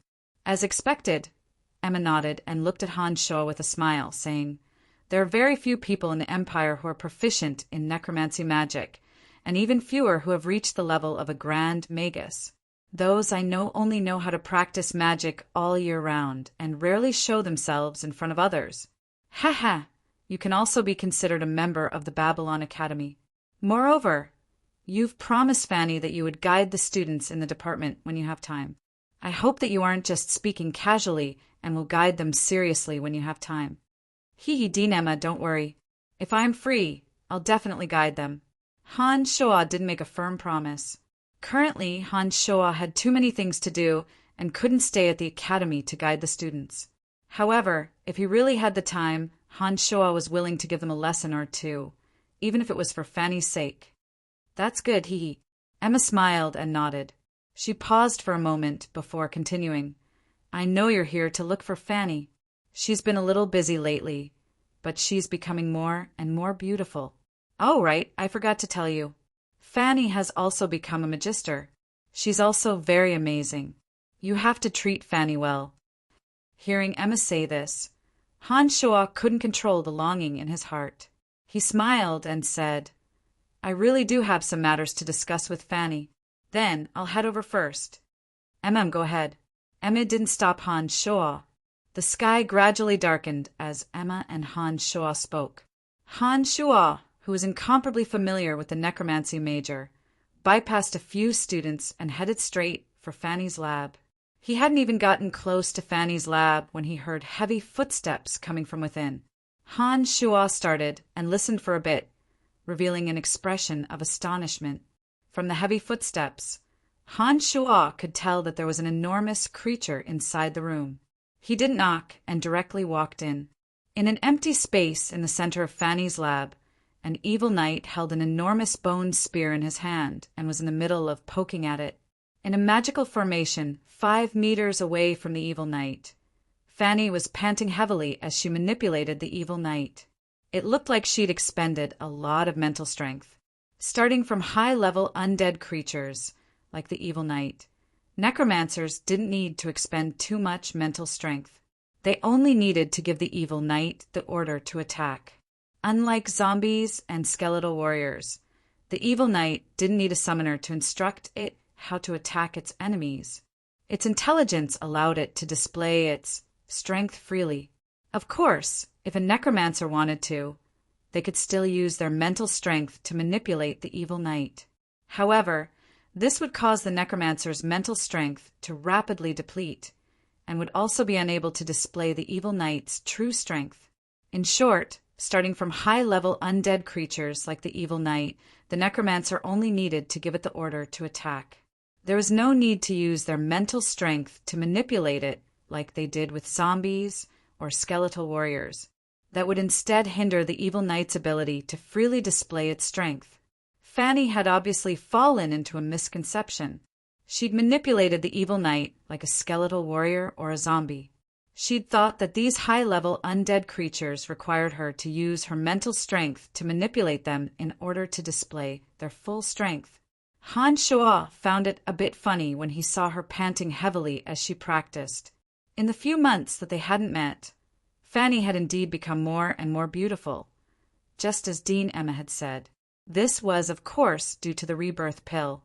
Not only had Fanny's skin become as white as jade, but the insides of her delicate body had also improved greatly. This was also the reason why Fanny had been able to advance to Archmage so quickly. Han Shuo had entered without a sound. Fanny, who'd been manipulating the evil knight, hadn't sensed Han Shuo's presence at first. It wasn't until the evil knight she'd manipulated turned around to stab her that she abruptly discovered the smiling Han Shuo standing in the doorway. Fanny's eyes first blossomed with incredulous surprise. Then she gritted her teeth and pointed a finger at Han Shuo. Under Fanny's command, the evil knight abruptly raised his enormous bone spear and stabbed straight at Han Shuo, who was standing with a smile on his face. Having seen Fanny's expression, how could Han Shuo not know that Fanny was acting coquettishly in a different way? He understood that she was angry that he hadn't come to see her for a long time, and that was why she'd done this on purpose. Seeing the bone spear thrust towards his head, Han Shuo continued to look at Fanny affectionately with a smile on his face. When the enormous bone spear reached Han Shuo's head, Fanny's expression abruptly changed. She hastily used her mental strength to control the bone spear, attempting to stop it and prevent it from truly injuring Han Shuo. However, the bone spear that was as swift as a gale was simply too fast. Add to that the fact that Fanny clearly wasn't adept at controlling the evil knight. The bone spear that was thrusting towards Han Shuo emitted an ear-piercing screech of breaks under the influence of Fanny's mental strength. However, the speed of the bone spear was only a bit slower, and it still pierced towards Han Shuo's head. Fanny was incomparably terrified. At this moment, she couldn't open her mouth to urge Han Shuo to flee. She could only watch in terror as Han Shuo used all of her mental strength to stop the bone spear. Clang! The bone spear finally landed on top of Han Shuo's head. However, a strange sound of metal clashing rang out. In addition, a ball of black light formed above Han Shuo's head for a brief moment. When the sound of metal clashing rang out, the black light above Han Shuo's head strangely disappeared. Han Shuo still stood there with a smile on his face, not moving an inch. The bone spear didn't sink into Han Shuo's head at all. Under Fanny's command, the evil knight finally stopped. In the next moment, Fanny suddenly threw herself into Han Shuo's chest, recklessly pounding Han Shuo's sturdy chest. Her voice carried a faint sobbing tone as she said, "Idiot, you could kill Celt, so why didn't you dodge? Do you want to die?" Han Shuo hugged Fanny tightly and said in a low voice, "You won't bear to hurt me." He suddenly kissed Fanny. Their tongues were like little snakes chasing and entangling each other, giving off an ecstatic feeling as if their souls were intertwining. This kiss lasted for a long time. When Han Shuo's large hands unconsciously climbed up Fanny's towering twin peaks, Fanny suddenly felt something and pushed Han Shuo away. She glared at Han Shuo with a red face and said sweetly, "I'm your teacher. This is the school, so you better behave." It would have been better if Fanny hadn't said it. When Han Shuo saw Fanny's charming and gorgeous appearance, he thought back to when he was still an ordinary student and admired her greatly. He couldn't help but chuckle evilly and say, "It's precisely because you're my teacher that I feel more excited when I kiss you. You won't be able to escape from the palm of my hand." As soon as he finished speaking, Han Shuo grabbed Fanny back with his large hands and kissed Fanny deeply again. His two hands first caressed Fanny's soft and smooth back, then his large hands gradually moved downwards. Before Fanny could react, he suddenly pressed down on Fanny's round and perky buttocks and began to rub them unceremoniously.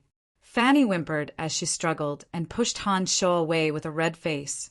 She glared fiercely at Han Shuo again before taking a few steps back and saying, "You perverted brat! Before you meet my father, you better behave yourself." Han Shuo was speechless. He then looked at the evil knight beside him and explained to Fanny with an unchanging expression. Starting from an evil knight, the method of control is different from that of a zombie warrior or a skeleton warrior. An evil knight has its own intelligence. If you don't use your mental strength to control him, he will be able to display his full fighting strength. After hearing Han Shuo's words, Fanny looked at Han Shuo in astonishment and asked doubtfully, "He can display his full fighting strength on his own?" Nodding, Han Shuo replied, "Of course. An evil knight is a high-level, undead creature. Not only does it have extremely high intelligence, it also has its own dignity. If you don't let him display his full strength and use your mental strength to control him, he will instinctively resist. This won't do you any good." At some unknown time, Han Shuo and Fanny's positions had been reversed. Originally, it was Han Shuo who came to ask Fanny about some difficulties in magical knowledge. However, the current Han Shuo could see the errors in Fanny's magical training with a glance and even help her correct them. Chapter 377. Han Shuo's understanding of necromancy magic had long surpassed that of his former teacher, Fanny. Fanny had no choice but to admit this. Looking at the boastful Han Shuo in front of her, Fanny's thoughts drifted to the past. She recalled the time when Han Shuo was still a magic apprentice. His perseverance in tirelessly pursuing a topic of knowledge, as well as his silent practice of enduring loneliness alone, seemed to make Fanny realize something. The man in front of her had long since lost all traces of his past. That weak and cowardly youth who was less than 7 meters tall, the youth who silently cleaned up the garbage all day long, the youth who had no strength and could only be bullied by others, was now this stalwart and powerful man? Fanny's mind was momentarily absent-minded as she stared blankly at Han Shuo, lost in thought, forgetting some of the explanations Han Shuo had given her about magic. After a long time, when Han Shuo's voice suddenly became louder, Fanny was startled awake. She gave Han Shuo an apologetic smile with her clear eyes and explained, "I don't know why, but I find that the current you and the past you are unable to overlap. It's as if you've become another person in an instant. Even now, the series of changes you've undergone makes me feel like I'm in a dream." In a short few years, Han Shuo had grown to an unreachable height. Now even Fanny, who had been his teacher, had to look up to him. There was no lack of geniuses in Lancelot Empire, but Han Shuo's rapid growth was one of a kind. Han Shuo smiled casually and said, "I've changed too much from the past. It's very normal for you to feel this way. Anyone can change. This is the rule of human evolution. As long as a person experiences experiences unimaginable to others, they will be able to grow quickly." Han Shuo understood that he and Brian were people from two completely different worlds. They weren't the same person to begin with. Their personalities and experiences were also completely different. Fanny's feelings would certainly be different. It was normal for her to feel that way. So he found an excuse to dispel the doubts in Fanny's heart. "Brian, I've always been in the academy these past few years, but you've rarely practiced in the academy. I've always wanted to know what you've been doing all these years. Why is it that every time you return to the academy, you surprise everyone? According to what you've just said, you must have experienced something unimaginable. Otherwise, you wouldn't have changed so quickly. Can you tell me?" Fanny stared blankly at Han Shuo, inquiring about the things that had happened in those days. Hearing Fanny's question, Han Shuo thought for a moment and said, "I've experienced too many things. It's not good for me to tell you all of them, but as you guessed, my experiences these past few years have been very rich. Simply put, I've been in danger at every moment. It's precisely because of this danger that I've been constantly improving. Brian, it seems that you've been through a lot these past few years. I've never asked, but that doesn't mean that I don't care about you. It's just that I don't know how I can help you." Fanny looked up at Han Shuo, speaking in a soft and gentle voice. She reached out her hand to gently stroke Han Shuo's firm face, as if she wanted to use this method to soothe Han Shuo's hardships these past few years. Allowing Fanny to gently stroke his face, Han Shuo closed his eyes in comfort. There wasn't a trace of lust in his heart. He was only slowly going through everything that had happened since he entered this world. Han Shuo even thought of his parents from another dimension. Han Shuo didn't violate Fanny again that night. Instead, It was mainly Han Shuo explaining some of the difficulties that Fanny encountered in her magical knowledge. Fanny listened to Han Shuo's detailed descriptions in detail.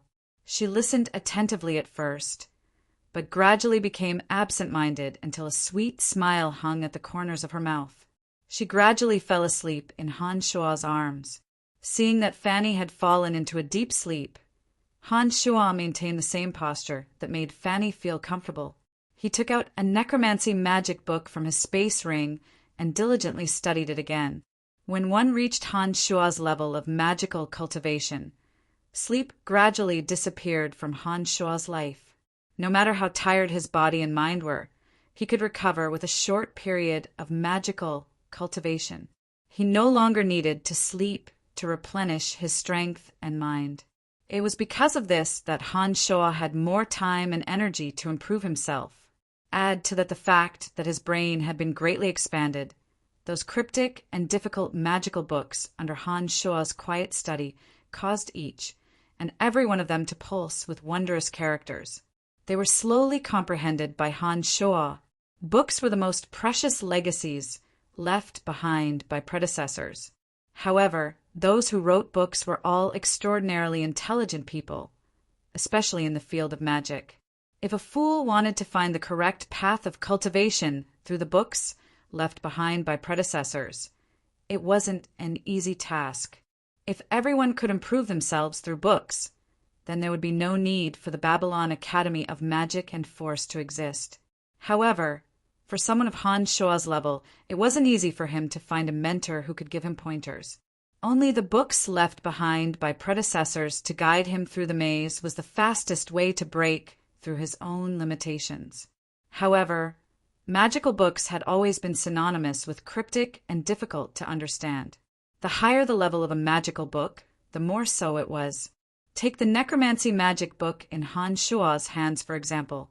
Ordinary people who weren't intelligent enough would be muddle-headed just by looking at the symbols and incantations, not to mention understanding the exact meaning of each symbol. After Han Shuo's brain had been expanded by magical magic, his comprehension, memory, and comprehension abilities were far superior to ordinary people.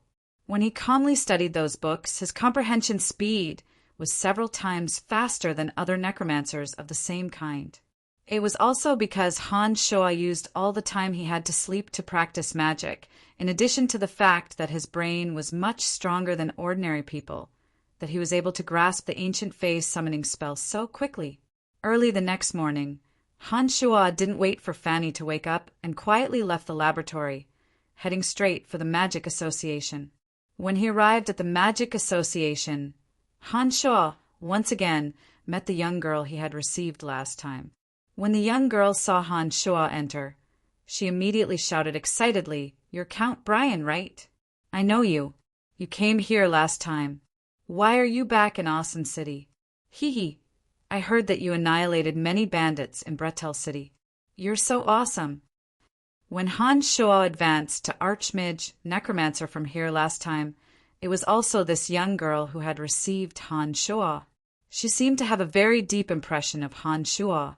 When she saw Han Shuo enter the Magic Association this time, she immediately shouted excitedly. The young girl's cheer attracted the attention of many people. In the hall on this floor, there were several mages wearing different colored mage robes, including a few swordsmen with decent strength. Some of them were from the Magic Association, while others should have come to the Magic Association to confirm their magic rank.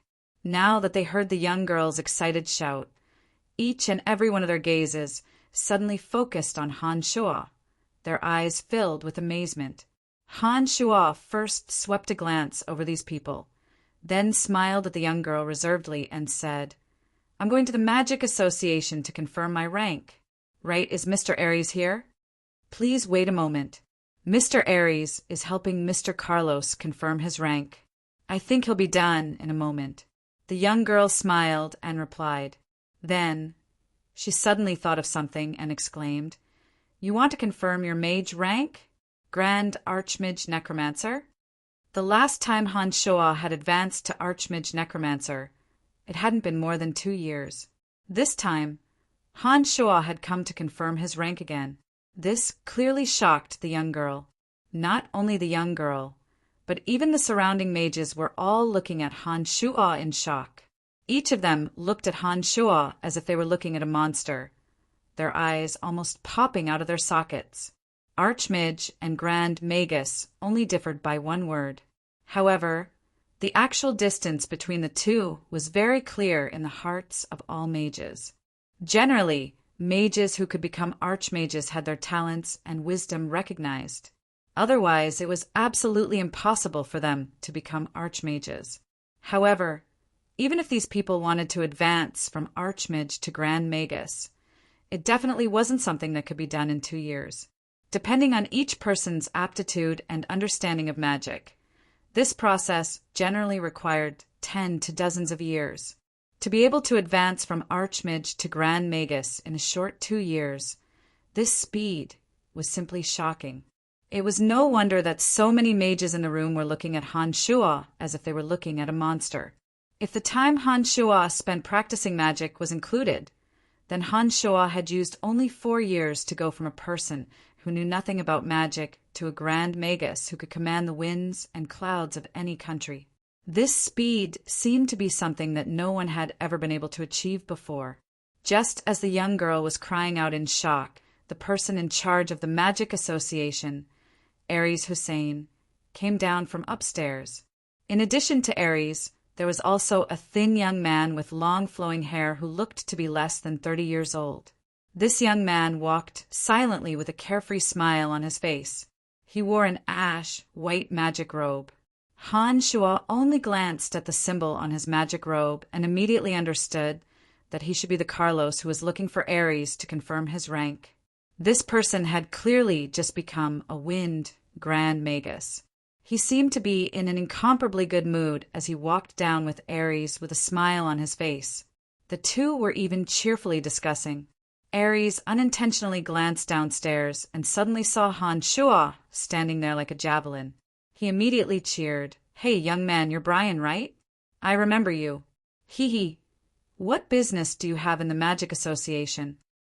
Nodding his head with a smile, Han Shuo calmly said, "Mr. Aries, I want to reconfirm my mage rank. Hee hee. I think I should have the qualifications to wear the Grand Magus Necromancer medal." Like everyone else in the room, Aries was also incomparably astonished. He carefully sized up Han Shuo a few times before scratching his head and asking doubtfully, "If I remember correctly, the last time you came here to confirm your Archmage rank was only 2 years ago. Don't tell me that you're going to confirm your rank as a Grand Magus Necromancer so soon?" Nodding his head affirmatively again, Han Shuo said, "That's right." Inconceivable, truly inconceivable. The Magic Association is really lively today. Hee hee, the Lancelot Empire really does have a lot of geniuses. Carlos became a Wind Grand Magus before the age of 30. Who would have thought that another one would come? I don't know if you can create a miracle. I think you're definitely not 30 yet, right? Aries couldn't help but shake his head in wonder as he looked at Han Shuo and sighed. When Han Shuo possessed Brian's body, Brian was only 16 years old. Up until now, only 4 years had passed. According to the exact numbers, Han Shuo's actual age in this world should only be 20 years old. However, because Han Shuo had experienced too many life and death battles, and because Han Shuo was already 20 years old before he possessed Brian's body, his appearance appeared to be a bit more mature. That's not the main point.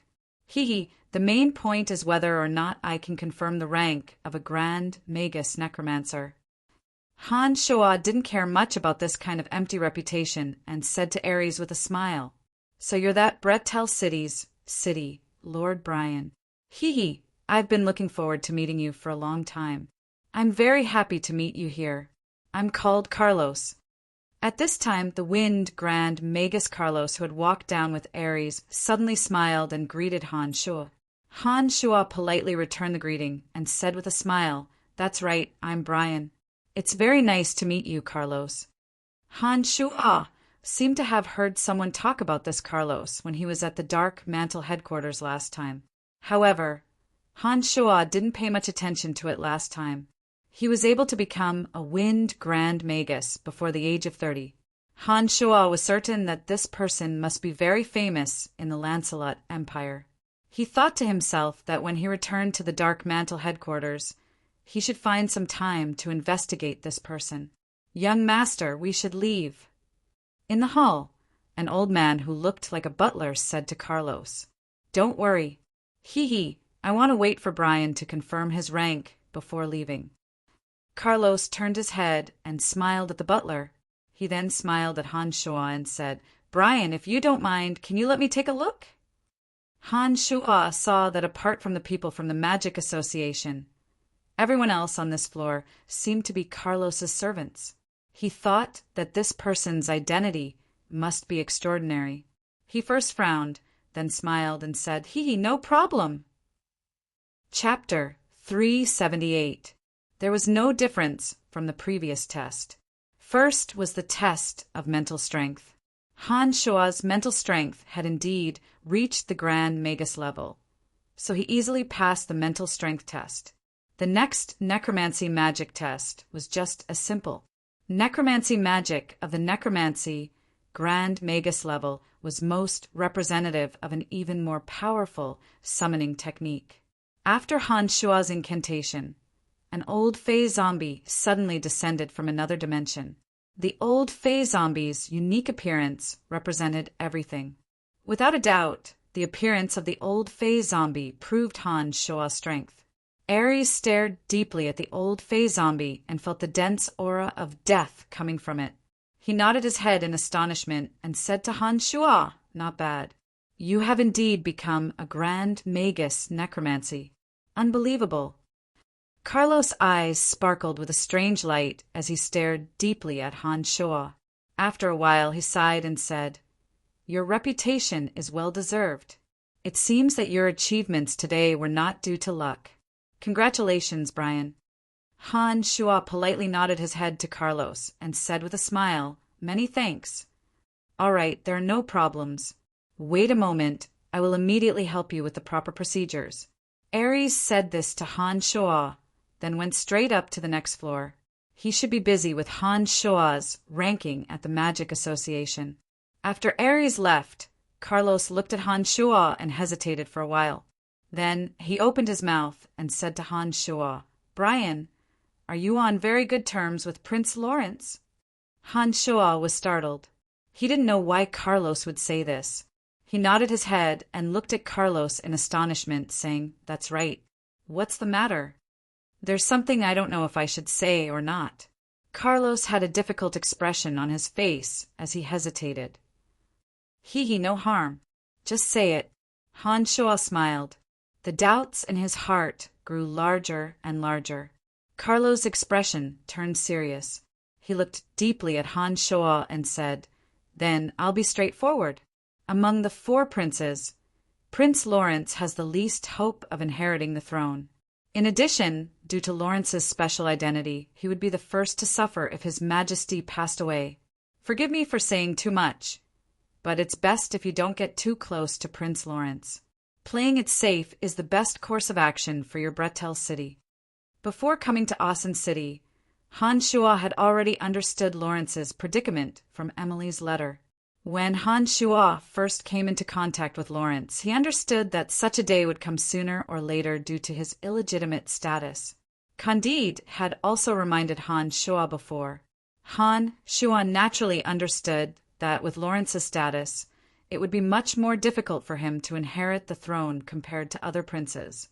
However, Lawrence had treated Han Shuo well all these years. Han Shuo had also promised Lawrence that he would do his best to help him. When Han Shuo had entered Bretel City, Lawrence had spared no effort to help him.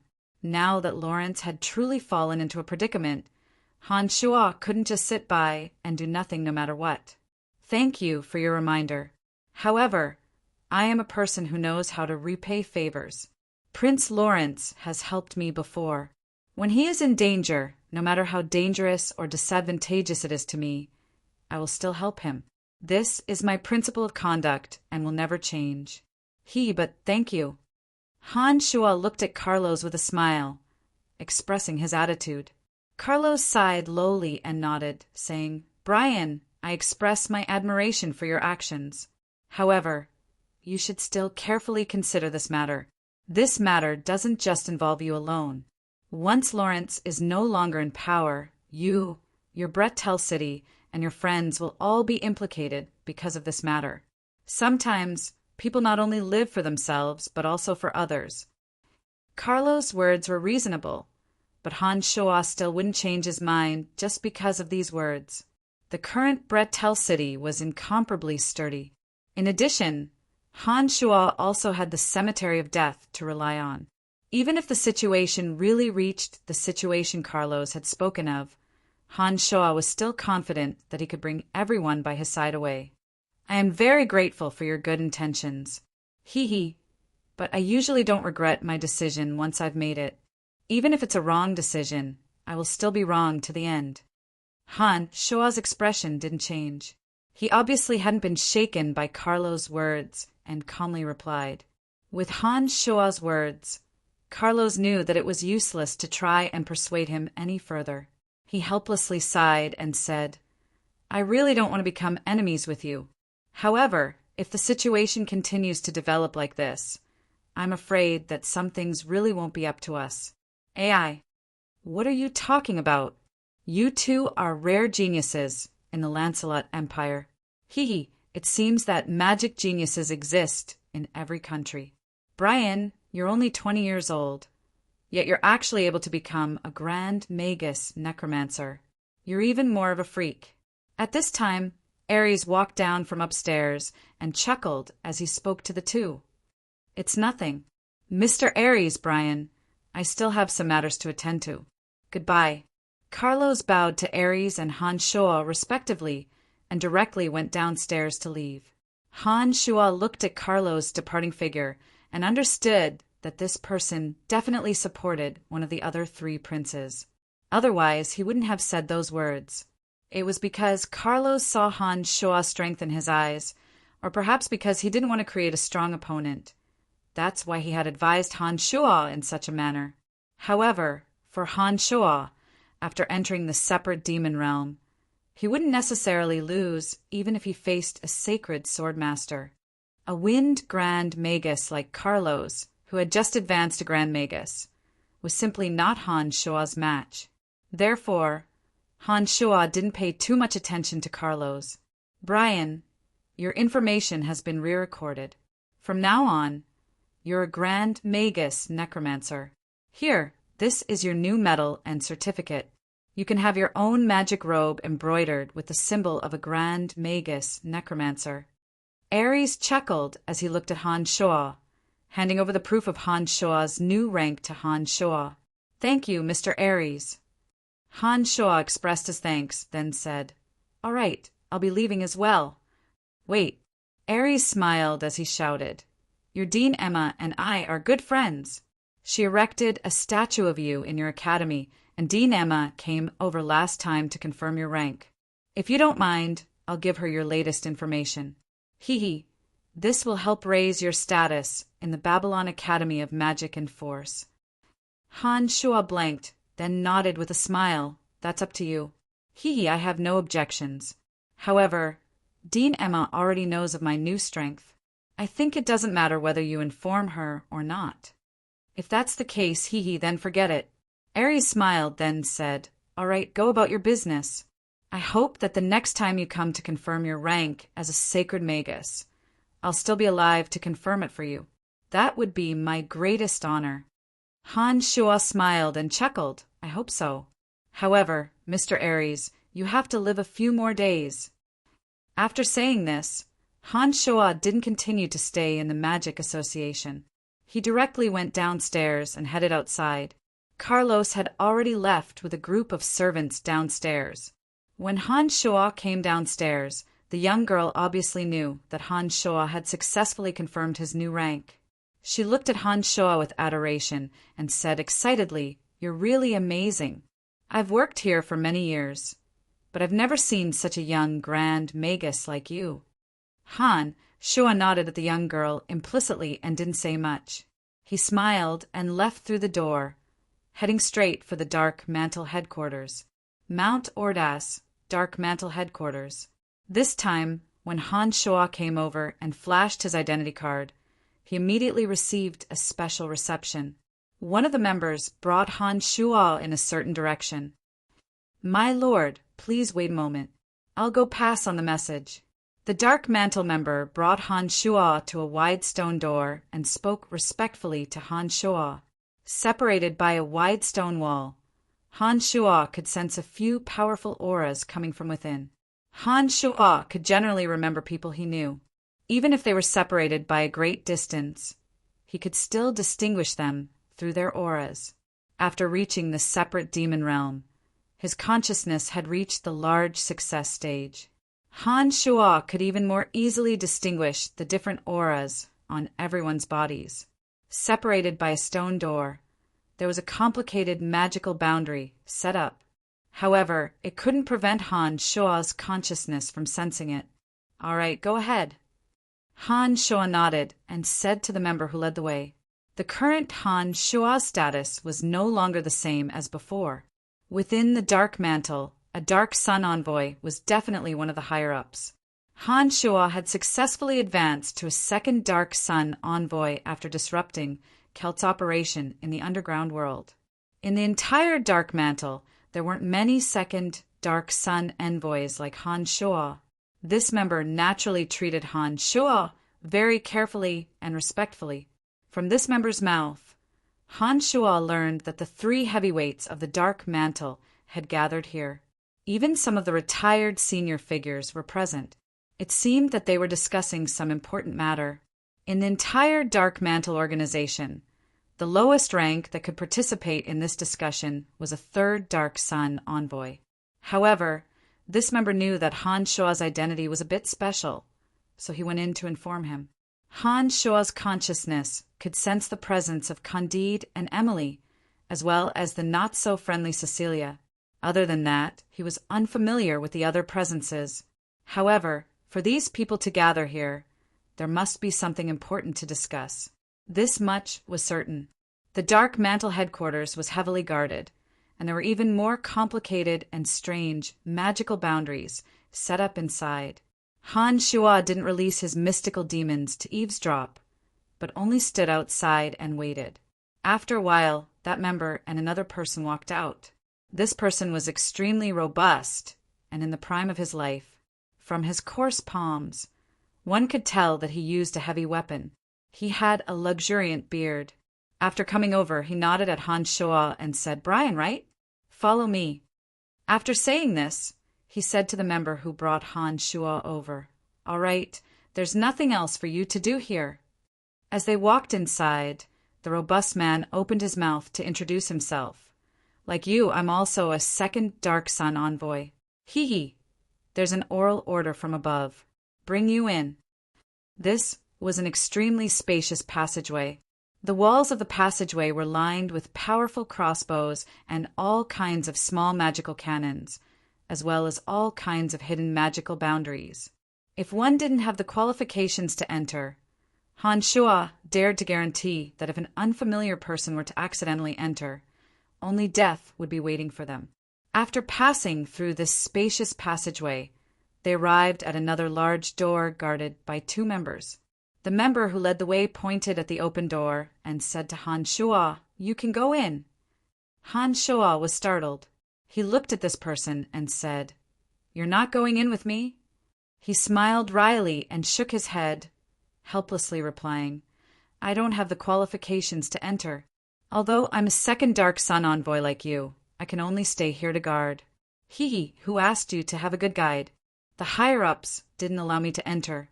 After hearing his words, Han Shoa couldn't help but become speechless. He then smiled apologetically at him and didn't say anything else as he walked inside. As soon as Han Shoa's footsteps landed, a formation suddenly activated. When a white light flashed, Han Shoa found himself in a sealed, spacious stone room. The stone room was the size of a basketball court. There were tables and chairs made of white marble in the surroundings. The tables were filled with all kinds of snacks and fruits. Around a large rhombus-shaped table were 13 chairs. Each chair had a person sitting on it. At this moment, all 13 people were looking at Han Shuo in unison. At one corner of the rhombus-shaped table sat the 3 heavyweights of the dark mantle. They were Candide, Amis, and Cecilia. Emily sat upright on the other side. Her bright eyes only shot a glance at Han Shuo before subconsciously turning her head away. She was probably trying to avoid arousing suspicion, lest someone see through her. These 13 people were the true upper echelons of the dark mantle. Among them, Emily, the lowest ranked, had advanced to a 3rd Dark Sun envoy.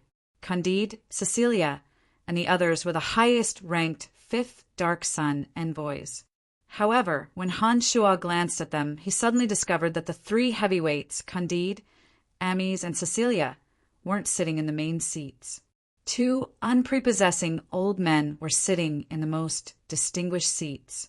Han Shuo had seen one of them before. It was the smiling old man who guarded the Dark Mantle's stronghold in the Valley of Sunshine. Chapter 379. Tanai of Sunshine's dark mantle stronghold wasn't large. Compared to other cities, there were fewer people and resources. However, the old man there was currently sitting in the most honorable position. All along, even Han Shuo had overlooked this person's existence in the Valley of Sunshine. He only knew that he smilingly guarded the shop all day long and covered the existence of the Dark Mantle stronghold. He hadn't expected that he would actually be a senior elder of the Dark Mantle. That old man saw Han Shuo's glittering eyes looking at him and smilingly nodded towards Han Shuo, saying, "What, you don't recognize me?" "No, I just didn't expect to see an old man here and was a bit surprised." Han Shuo answered truthfully, "Brian, this is Master Sabaka's, the previous 5 Dark Sun envoy. The Valley of Sunshine is the place where Master Sabaka's retired, so that identity is naturally not real." Candide still had that sinister appearance, but he stood up when he introduced Sabaka's to Han Shuo. It was obvious that he was showing respect to Sabaka's. Han Shuo was actually unable to sense any elemental aura from Sabaka's body. He was startled and immediately understood that if Sabaka's wasn't an ordinary person who didn't know martial arts or magic, then he was a true expert whose strength even Han Shuo couldn't see through. For him to be able to sit in such a position, he naturally wouldn't be an ordinary person who didn't know anything. Han Shuo could already imagine how strong Sabaka's was. "Greetings, old mister." Han Shuo respectfully bowed and greeted with a smile. Nodding his head, Sabaka's raised his left hand and the space beside Emily warped. A white marble chair identical to theirs landed beside Emily. Sabaka smiled and said to Han Shuo, "Sit down first." Han Shuo thanked her and walked to the chair to sit down, leaning against Emily. After Han Shuo sat down, Emily, who was leaning close to Han Shuo, said in a low voice, "Sabaka's is Cecilia's grandfather, the Lancelot Empire's space sacred magus. Your Babylon Academy of Magic and Forces Dean, Emma, was once instructed by him. The large magical transportation matrices in every city of the Empire, including the various space transportation matrices here, were all set up by him." Han Shuo was startled and couldn't help but look at Sabaka's again. Only now did he remember what Emily had said to him in the underground world.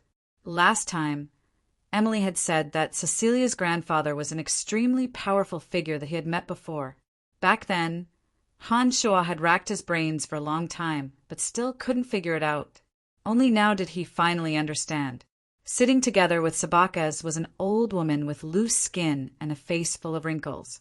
She sat there with a crystal ball in her hands and continuously spun it. Her grayish-white eyes were filled with loneliness, seeming to be out of place with everyone here. When Han Shuo walked in, the old woman, who looked like a witch, didn't pay any attention to him at all. She sat there silently, as if she had fallen asleep. However, the crystal ball in her hand was still spinning, as if reminding everyone that she was still listening to them. That's the mysterious old astrologer Grace. I also just learned of her existence from my brother. However, I don't know what she does specifically. However, astrologers are a mysterious existence. It said that astrologers can see the future, but I don't know if it's true or not. Emily saw that Han Shuo was looking at the old witch and once again opened her mouth to explain to Han Shuo. Han Shuo sat upright and still without saying anything. He only slightly nodded his head to indicate that he had heard Emily's introduction. His gaze swept between Sabakes and that old astrologer Grace, who looked like a witch. His heart was filled with astonishment. One was a sacred magus of the space element, while the other was an incomparably mysterious astrologer. These two people should be figures of the Dark Mantle's elder rank. In addition to the fact that the three heavyweights of the Dark Mantle were gathered here, Han Shuo was really looking forward to what this meeting was discussing. He obediently sat there without moving, preparing to listen carefully to what they had to say. Brian, I'm aware of some of the things you did in glorious Tanai. You're a pretty good lad. Everyone can express their own opinions on the matters discussed here. Since you're able to sit here, you can also express your opinion on the matters discussed here. Sabakes chuckled as he looked at Han Shuo and said to Han Shuo. Han Shuo thanked him again, but still sat there obediently and didn't open his mouth to say anything. Han Shuo looked at each and every one of the 13 people present. He understood that those who were able to sit here were definitely the true upper echelons of the Dark Mantle.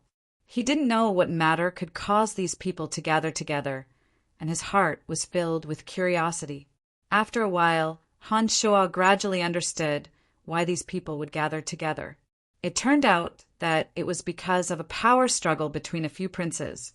When a new emperor was about to be born in a country, the country would inevitably face a bloody purge.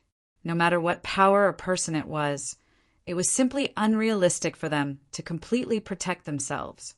Even a neutral organization like the Dark Mantle similarly had to face this incomparably headache-inducing choice. This Dark Mantle organization that directly served His Majesty the King would become the dark hand of the new emperor in the future. After the new emperor was born, he would definitely choose the person he trusted the most to control this enormous organization. If the Dark Mantle stood on the wrong side now, the upper echelons of the Dark Mantle would definitely be purged in the future. After listening for a while, Han Shuo discovered that they seemed to want to remain neutral. However, a few princes had already clearly extended invitations to the Dark Mantle. The three heavyweights of the Dark Mantle had all been invited by a few princes. Currently, the three of them had all rejected the invitations of any prince and revealed a neutral attitude to the outside world. However, the three of them understood that if they truly remained neutral, they would exclude those who remained neutral from the list of trusted aides when any prince succeeded the throne in the future. The Dark Mantle organization had always been the most trusted existence of the emperor. If they couldn't obtain the trusted aides of the new emperor, then the upper echelons would definitely be purged. At that time, it would be uncertain whether the three heavyweights would still be the same as they were now. Among the 13 people, there were also those who preferred the most powerful first prince, Charles. They believed that Charles was the most qualified to sit on the throne. Of course, there were also one or two people who had their own reasons for choosing the other two princes. However, no one was optimistic about the illegitimate son Lawrence. No one had mentioned him. Brian, I heard that you have a close relationship with Lawrence. What do you think of this matter? Cecilia suddenly shot a glance at Han Shuo and asked. While the Dark Sun Envoys and Dark Sun Envoys were expressing their opinions, the two founding elders and the three heavyweights had yet to express their opinions. Han Shuo had been silent the whole time, only listening to the conversation. He hadn't expected that Cecilia would suddenly ask him a question. He was a bit stunned for a moment. Suddenly, the gazes of the 13 people in the room all fell on Han Shuo. In recent days, Han Shuo had been at the height of his power in the Dark Mantle and the Empire. His situation was a bit different from theirs. As a city in the east, Bretel City was currently blooming with vitality. As the city lord, Han Shuo had enough bargaining chips, no matter which side he sided with. Han Shuo stared blankly for a moment, then fell silent for a moment. Afterwards he smiled and said, I will help Lawrence. As the city lord of Bretel City, it is my principle to repay favors. No matter how much you don't think Lawrence will win, I will still support him." "Lawrence, that illegitimate son Lawrence?" Cecilia said disdainfully and shook her head. "Everyone has hope, but this guy doesn't." Han Shuo smiled but didn't say anything. He understood in his heart that everyone present wouldn't be optimistic about Lawrence. The other envoys all had disdainful expressions, ignoring Han Shuo's attitude. They all withdrew their gazes from Han Shuo and looked at Cecilia and the other higher-ups. At this moment, the crystal ball in old astrologer Grace's hand faintly lit up with a soft, misty light. Grace's turbid eyes slowly became filled with clarity. She suddenly moved her heavy eyelids and stared at the misty green crystal ball in her hand, looking at the specks of light inside. Space Sacred Magus Sabacas retracted his chuckling expression as his gaze suddenly fell on this old astrologer. Candide's three heads also had extremely shocked expressions as they looked at the old astrologer Grace, who seemed to have been asleep since Han Shuo came in. As the starlight in the crystal ball in her hand flickered, the wrinkles on old astrologer Grace's face that were like ravines faintly trembled. She started coughing violently, as if her life could be extinguished at any moment like a candle in the wind. Her coughing was heart-wrenching, and she finally spat out a mouthful of fresh blood onto the crystal ball. The crystal ball in her hand suddenly shattered, causing old astrologer Grace's body to sway, and she almost fell from her sitting position.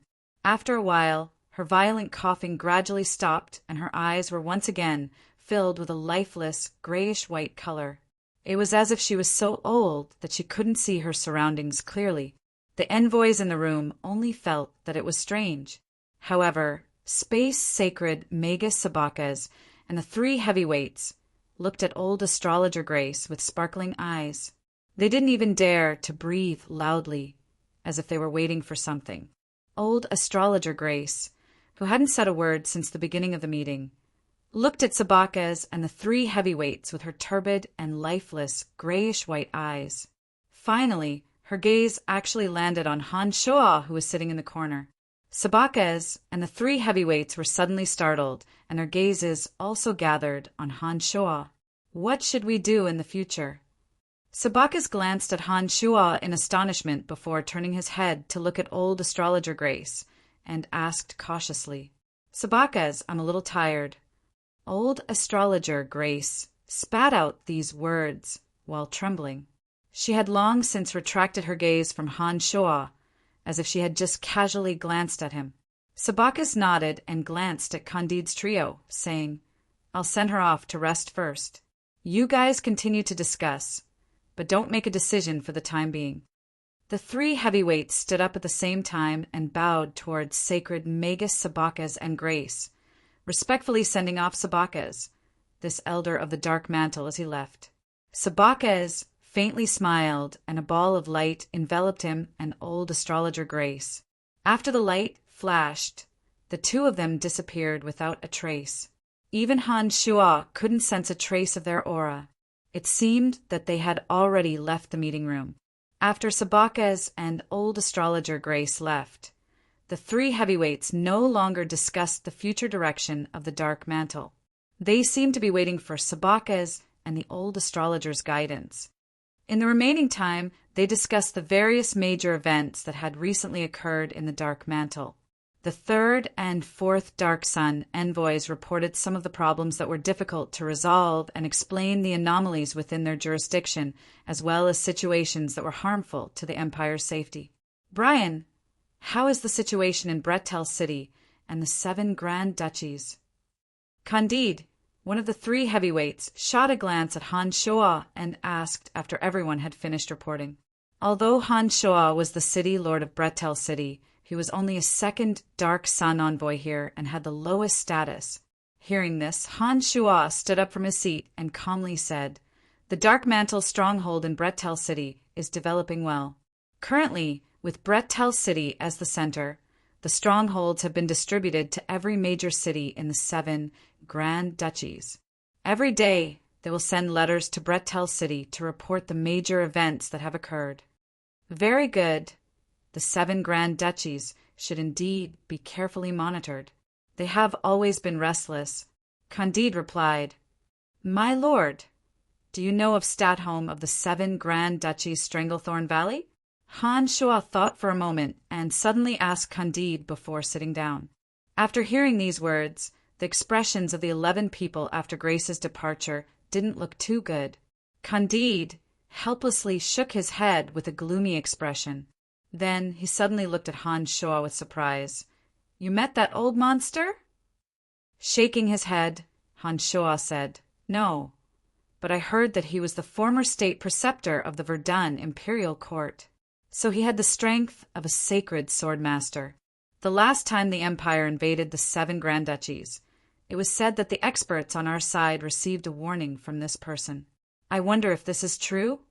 Nodding his head helplessly, Candide sighed and said, This is the Empire's shame.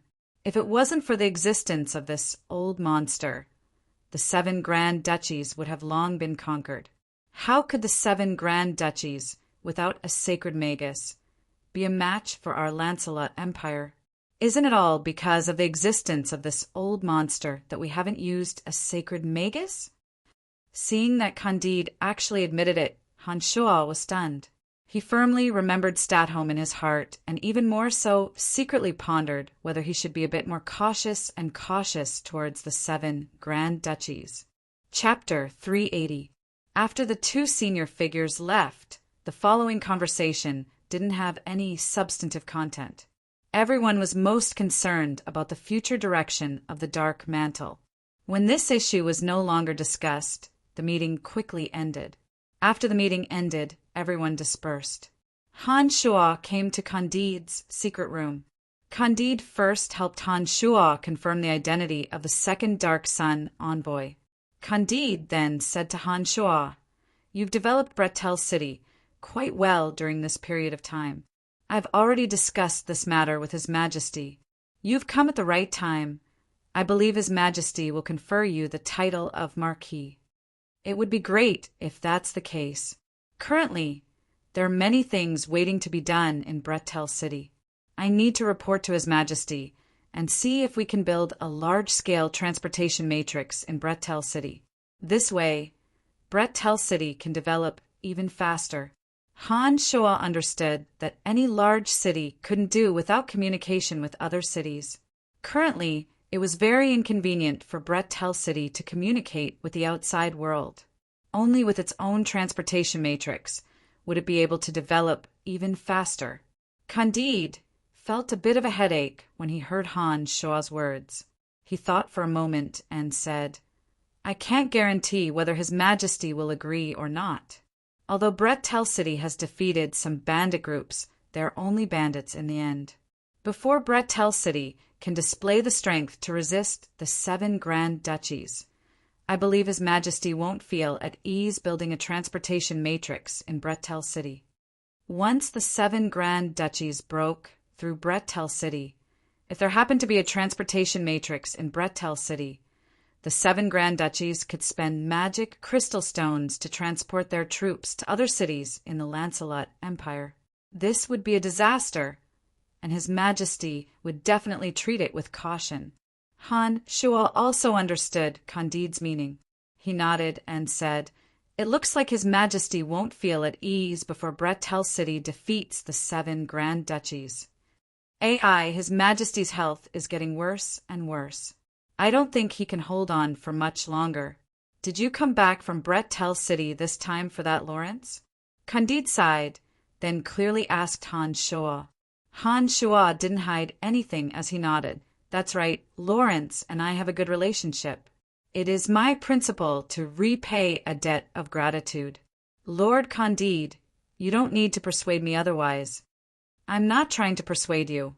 I just feel that you should seriously consider this. Your reputation in the Empire isn't small right now. As long as you can stabilize Bretel City, your future will be limitless.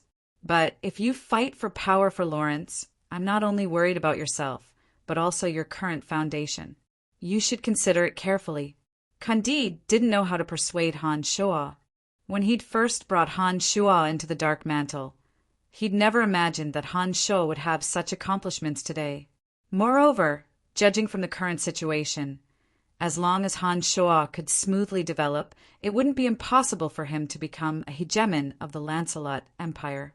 On one hand, Han Shuo had been brought up by him. On the other hand, Han Shuo could be considered his wife Emma's student. No matter which aspect he considered, Candide didn't wish for Han Shuo to walk down the wrong path because of the wrong choice. That was why he'd repeatedly tried to persuade Han Shuo. However, after such a long period of contact, Candide understood that Han Shuo was the kind of person who wouldn't change his mind once he'd made up his mind. This made Candide truly at a loss as to what to do. "AI, forget it. I won't bother with you anymore. Before Madame Grace points out the direction, no one knows what the future of the Dark Mantle will be." Candide sighed and said to Han Shuo.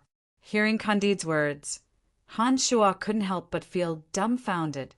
After hesitating for a moment, he asked Han Shuo, "My lord, can Madame Grace really see the future clearly?" Astrologers were the most mysterious profession in this world. This was something Han Shuo had long since understood in his heart. He also knew of the various magical descriptions of astrology. However, Han Shuo wasn't someone who believed in those kinds of illusory prophecies. Therefore, he was still skeptical even now. Candide's expression turned solemn as he said to Han Shuo, "Lancelot Empire has encountered many major events over the years. Madame Grace's guidance has always been correct. The Dark Mantle being able to become a hand of darkness in the Lancelot Empire is inseparable from Madame Grace's guidance. In addition, Madame Grace is also the person His Majesty values the most. Her prophecies can even change His Majesty's decision. Up until now, His Majesty still hasn't made a decision on which prince to hand over the throne to. One of the reasons is because Madame Grace hasn't told His Majesty who the true wise ruler is. Yes, there's also Lawrence's Master Corel Ascot. He's actually also waiting for Madame Grace to point him in the right direction. Whether the Dark Mantle will be able to avert disaster this time also depends on Madame Grace's guidance. That's why we haven't made any decisions up until now." Han Shuo was truly shocked after hearing Candide's words. He didn't expect that the old woman, who looked like she would die at any moment, would actually have such an important role in changing the decisions of the king and sacred swordmaster Corel. This caused Han Shuo's heart to be filled with amazement. Afterwards, Han Shuo suddenly recalled that old astrologer Madame Grace had gazed deeply at him after the crystal ball in her hand had shattered. Originally, Han Shuo had only thought that it might have been a casual glance from her. Now that he heard Candide's words, Han Shuo couldn't help but let his imagination run wild. He wondered if that gaze of hers had any special meaning. "So you're saying that as long as Madame Grace approves of a prince, he will definitely receive additional benefits?" Han Shuo thought for a moment before asking Candide. Candide nodded his head in affirmation. In order to highlight the importance of old astrologer Grace, he made an example. Even if it's that Lawrence, as long as Madame Grace says that he can bring prosperity and strength to the Lancelot Empire, he also has a great chance of inheriting the new throne. I hope the old astrologer can really support Lawrence.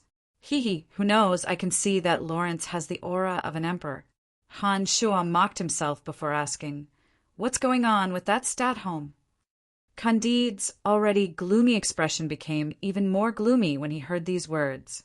He hesitated for a moment before saying to Han Shuo, "When the Empire entered the 7 Grand Duchies last time, apart from sacred swordmaster Corel Ascot, there was also Earth sacred Magus Dempus Gale. Originally, everyone believed that they would definitely be able to take down the 7 Grand Duchies that were in a state of disunity. The situation on the surface was similar to the rumors. Due to the sudden alliance of the 7 Grand Duchies, the Empire's army was obstructed everywhere. However, because the Empire secretly believed that the 7 Grand Duchies didn't have any sacred magus, They once wanted to violate the continent's convention and use forbidden magic to reverse the situation. Afterwards, before Earth's sacred Magus Dempus Gale could make a move, that old monster Statholm came looking for him. That old monster Statholm openly challenged sacred Swordmaster Corell Ascot that we are so proud of. Apart from Earth's sacred Magus Dempus Gale, no one else witnessed that battle. No one knows the specifics of the situation. However, Sacred Swordmaster Corell and Earth Sacred Magus Dempus Gale did not take action in that battle. The Verdun Imperial Court had existed for many years. As the state preceptor, Statholm had long since possessed the strength of a sacred swordmaster. He hadn't died for so many years and was able to make Sacred Swordmaster Corell and Earth Sacred Magus Dempus Gale of the Lancelot Empire feel apprehensive the moment he made a move. This was already sufficient to prove his strength. That's right, there was a soldier who saw that old monster and said that his appearance wasn't as old as people imagined. On the contrary, he had the appearance of a handsome youth. It was precisely because of this that we called the state preceptor of the Verdun Imperial Court, Statholm, an old monster from then on. Candide continued to explain. Hans Schoa was silent. He furrowed his brows and thought for a while before saying, I understand. All right, I'll leave this place first. If there's anything you need, just look for me. I'll be staying in Assen City for a period of time. All right, be careful. Assen City isn't very peaceful right now. Candide nodded. Seeing that Hans Schoa was about to leave, Candide hesitated for a moment before suddenly saying, Wait! Hans Schoa stared blankly for a moment before turning his head to look at Candide and said, Is there anything else? That, you better be careful between you and Emily. Amies isn't an easy person to get along with. In addition, the Han family is also one of the largest families in the Empire. For the sake of you and Emily, you better be careful. Candide sighed softly and said, Sigh, everything about you is good, except that you're a bit too romantic. There's also that Fanny. You have to be even more careful when dealing with her. I heard from your dean a while ago that her father is actually the commander of the Howling Legion, Firenze.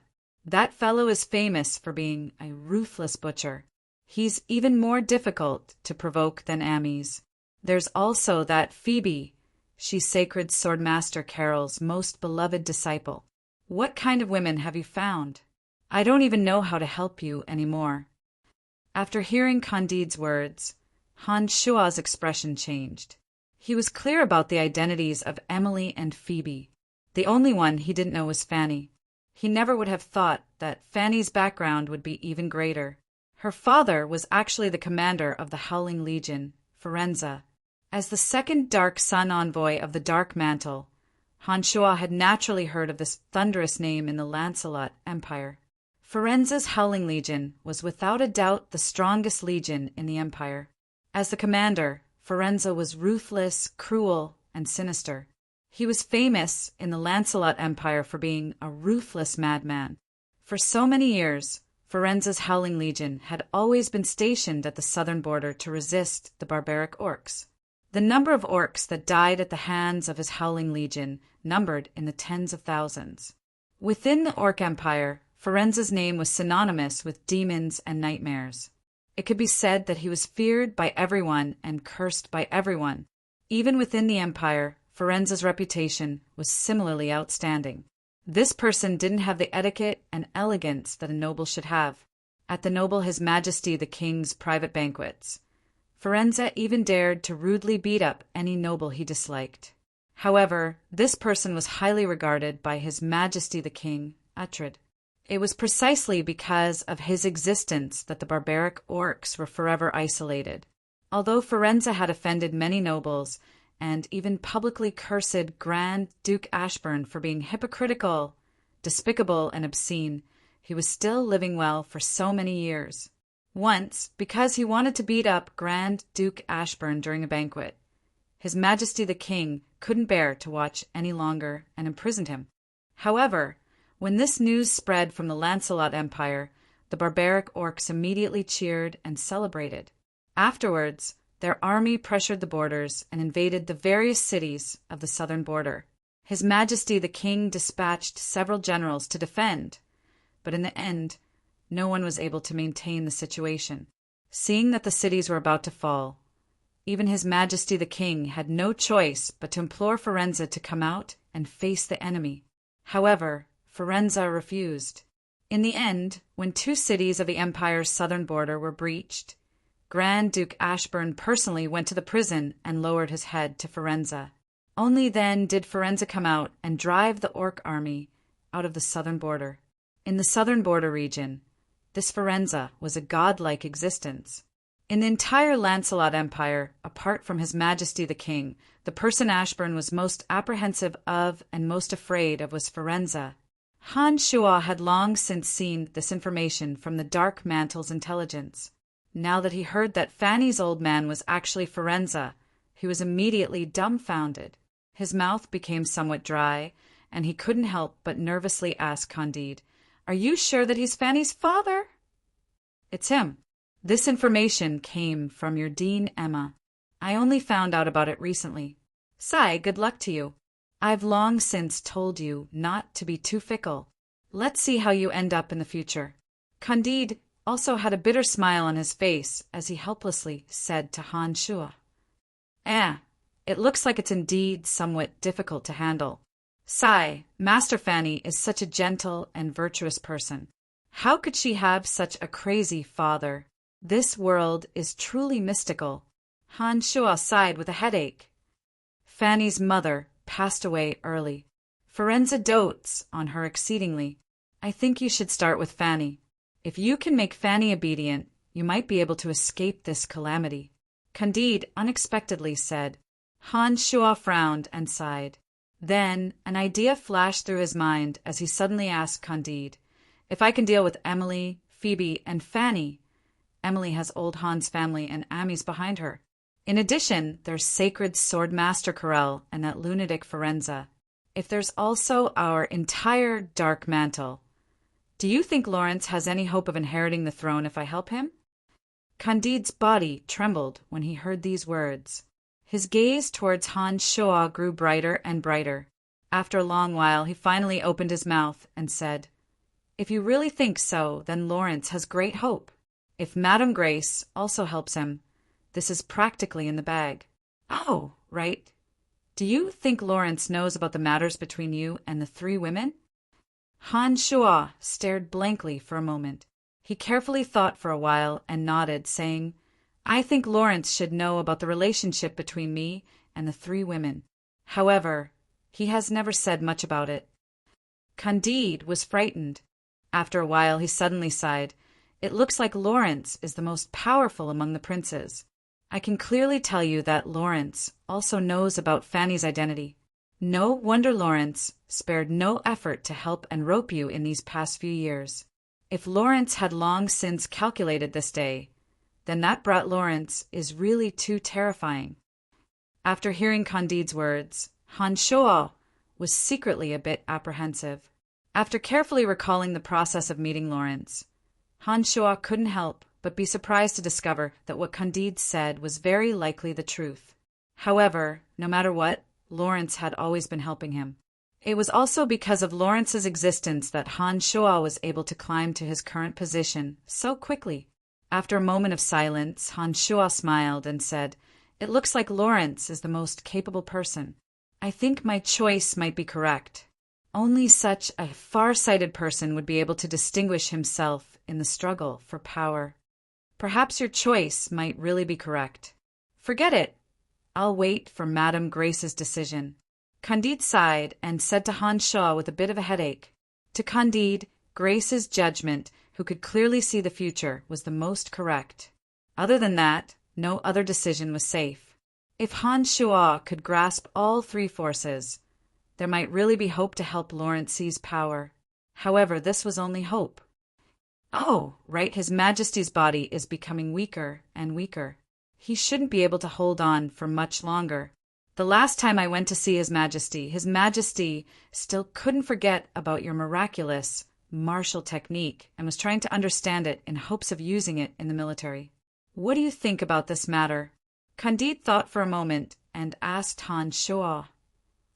I will carefully consider this matter and give you an answer after a period of time. Han Shuo already knew that King Uhtred would definitely mention this matter. To Han Shuo, demonic arts was his greatest secret. However, if he wanted to establish a demonic sect in this world, Han Shuo becoming its master wasn't necessarily something that couldn't be considered. Yes, think about it carefully. His Majesty seems to attach great importance to this matter, Candide said. Nodding his head, Han Shuo finally opened his mouth and said, All right, I'll leave now. I need to carefully think about what you've said to me. Chapter 381. Asen City, Han Shuo's own mansion. As soon as Han Shuo returned to the Count's mansion, Steward Kalas immediately reported to Han Shuo that the third prince, Lawrence, had been waiting for him. Lancelot Empire's king, Uhtred, originally had 3 princes, eldest Prince Charles, second Prince Cyril, and youngest Prince Bafuli. Among the 3 princes, eldest Prince Charles was valiant and skilled in battle. Second Prince Cyril was a standard refined nobleman, and youngest Prince Bafuli was only 15 years old, still a child. After Lawrence's identity was made public, he became the third prince. However, this third prince was only what everyone called him on the surface. Only those people knew how they cursed him in secret. As soon as Han Shuo returned to the Count's mansion, he learned from Steward Kalas that Lawrence was waiting for him. He couldn't help but marvel at Lawrence's information network. After entering Asen City from Bretel City, Han Shuo only made a trip to the Babylon Academy of Magic and Force and the Dark Mantle headquarters. He basically didn't show his face in front of anyone. The news from Bretel City shouldn't have arrived so quickly. Lawrence obviously had another sensitive information network. Compared to his previous cheerfulness, Lawrence's expression was a bit more gloomy. Perhaps it was because he hadn't lived as he wished recently, but Lawrence's temperament had become even colder. However, when he saw Han Shuo walk in, he still laughed heartily and came over to hug Han Shuo. After a deep conversation with Candide, Han Shuo gained a new understanding of Lawrence's farsightedness. Seeing Lawrence come over to hug him, Han Shuo also had a happy expression. He suddenly hugged Lawrence tightly, laughing heartily as he greeted Lawrence with greetings. Han Shuo waved his hand to dismiss the servant who brought him refreshments. He lightly took a sip of the fragrant tea from the south of Odin Empire, then looked at Lawrence and said, It hasn't been long. I didn't expect the situation to have already reached this point. Brian, there's finally news of you. During this period of time, my days in the imperial capital haven't been good. Charles has been pushing me around. Currently, apart from my adoptive father and Uncle Boris, there aren't any other nobles supporting me. Sigh, due to my awkward status. I know those nobles look down on me. However, I can't escape from this situation. Otherwise, Charles and the others will definitely not let me off. Lawrence didn't pretend to say too much and went straight to the point, telling Han Shuo about the predicament he was facing. Among the other 3 princes, eldest Prince Charles had the support of Grand Duke Ashburn. In addition, his mother was the Empress, making him the most promising candidate to inherit the throne. The second prince, Cyril, had a good relationship with the various nobles in the imperial capital. He seemed to be kind and knew how to win people's hearts, and he had a bunch of nobles supporting him. Although little Prince Bafuli was still a half-grown child, his mother was the woman His Majesty loved the most, with that woman constantly whispering in His Majesty's ear. Uhtred seemed to love Bafuli very much. Although little Prince Bafuli was still a child, his mother was the woman His Majesty the King doted on the most. With that woman constantly blowing wind into His Majesty's ears, Uhtred seemed to dote on Bafuli very much. Actually, if it wasn't for his awkward status, the third Prince Lawrence, who had interfered, would have had the support of his father and uncle. In addition, his master was sacred Swordmaster Corel. Unfortunately, due to his status as an illegitimate child, these weren't considered too heavy of a bargaining chip and basically couldn't guarantee him anything. From Candide's words, Han Shua knew that old astrologer Madame Grace had a decisive say. The reason why Lawrence's master Carrel hadn't expressed his stance seemed to be because he was waiting for astrologer Madame Grace's opinion. Lawrence didn't seem to know about this matter. Han Shua came over and listened to Lawrence's sighing narration. After a while, Han Shua opened his mouth and said, "I've just returned from the Dark Mantle and obtained an extremely important piece of information. There's a senior astrologer, Madame Grace, in the Dark Mantle. One word from her can bring you enormous benefits. The reason why your master hasn't expressed a stance yet is perhaps due to consideration for the Lancelot Empire's overall situation." After Han Shua described what he had seen and heard in the Dark Mantle to Lawrence, Lawrence knitted his brows and pondered for a while. He then looked deeply at Han Shua and said, "Thank you, Brian. This piece of information is extremely important. Madame Grace is my father's personal astrologer. I've heard some rumors about her. However, astrology is too vague and insubstantial. No matter what, I must make early preparations."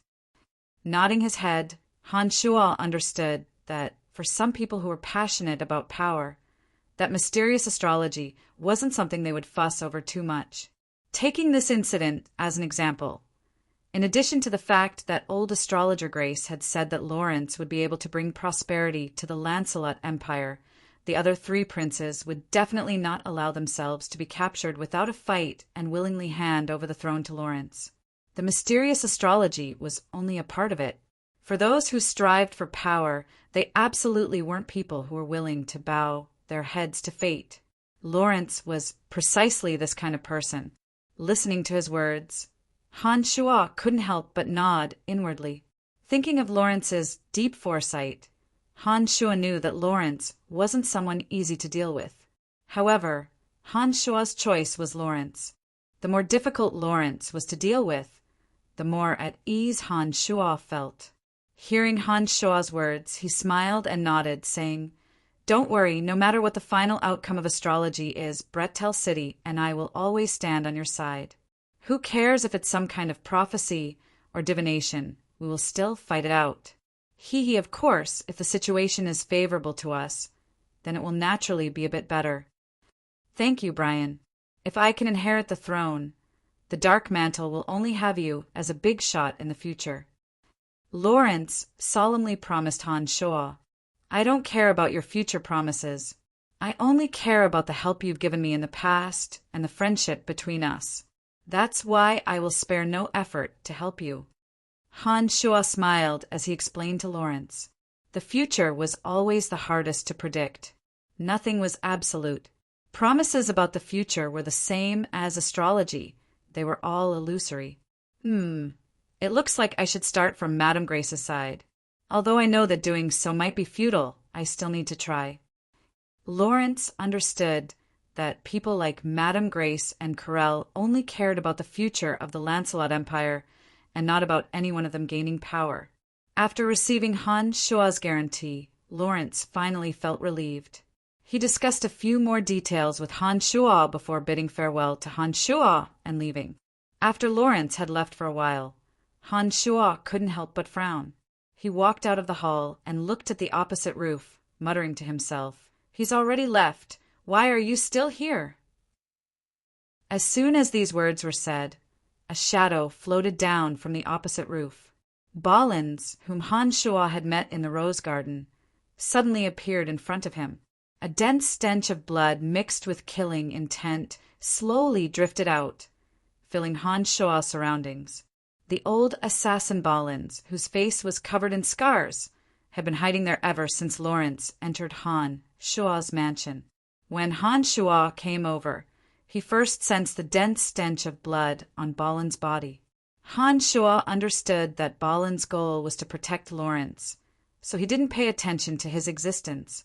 However, after Lawrence and Han Shua had finished their conversation, Han Shua discovered that Ballins hadn't left with Lawrence when Han Shua should have left. That was why he walked out and questioned Ballins, as if he was talking to himself. "How were you able to discover my exact location?" Ballins' eyes focused on Han Shua's body. A murderous aura emanated from his body as he questioned Han Shuo with some doubt.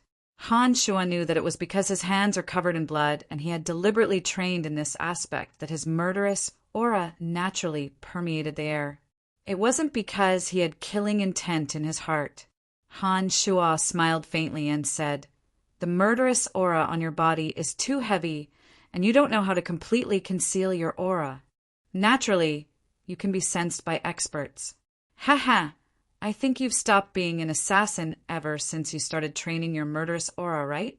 A top-notch assassin had to be able to completely conceal their murderous aura.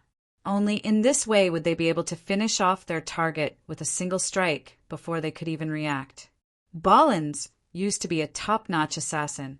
However, it was obvious that he had focused on researching how to use his murderous aura. Slowly, his murderous aura became uncontrollable and the smell of blood on his body became heavier and heavier. For a top-notch assassin, this was a flaw. Ballins couldn't help but stare blankly when he heard Han Shuo's words. He then replied, "That's right.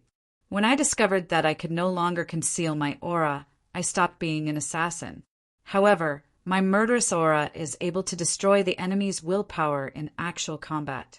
In a real battle, I have the absolute advantage. Even two people may not be my match." This person was actually a good seedling. With his current physical condition, he would be able to cultivate demonic arts with twice the effort and half the result. If Han Shuo was to guide him carefully and specialize in a demonic art of the god-slaying path, he would definitely become an extraordinary figure. His strength would also improve by leaps and bounds. Actually, I have a method to conceal the murderous aura on your body, as well as a method to better control and utilize it. Hee. This kind of path that you're exploring on your own has some similarities with the martial technique that I cultivate. If you cultivate according to my method, you will definitely be able to greatly increase your strength in a short period of time. In addition, you will also have unlimited potential to expand. Han Shuo suddenly recalled that Uhtred had once told him to spread the martial technique. This Ballins was indeed a suitable candidate. However, the only thing that made Han Shuo somewhat apprehensive was the relationship between Ballins and sacred swordmaster Corel. As long as Ballins cultivated the god-slaying path that Han Shuo had taught him, Han Shuo had full confidence that he would be able to control Ballins. In the future, he would be able to make Ballins his loyal lackey. Therefore, Han Shuo began to probe. Chapter 382. After hearing Han Shuo's words, the earthworm-like scars on Ballins' face seemed to have come alive due to his excitement, giving off a frightening feeling as though one had seen a ghost in broad daylight. Even sacred swordmaster Corel, Ballins' current master, didn't have a way to control the murderous aura all over his body.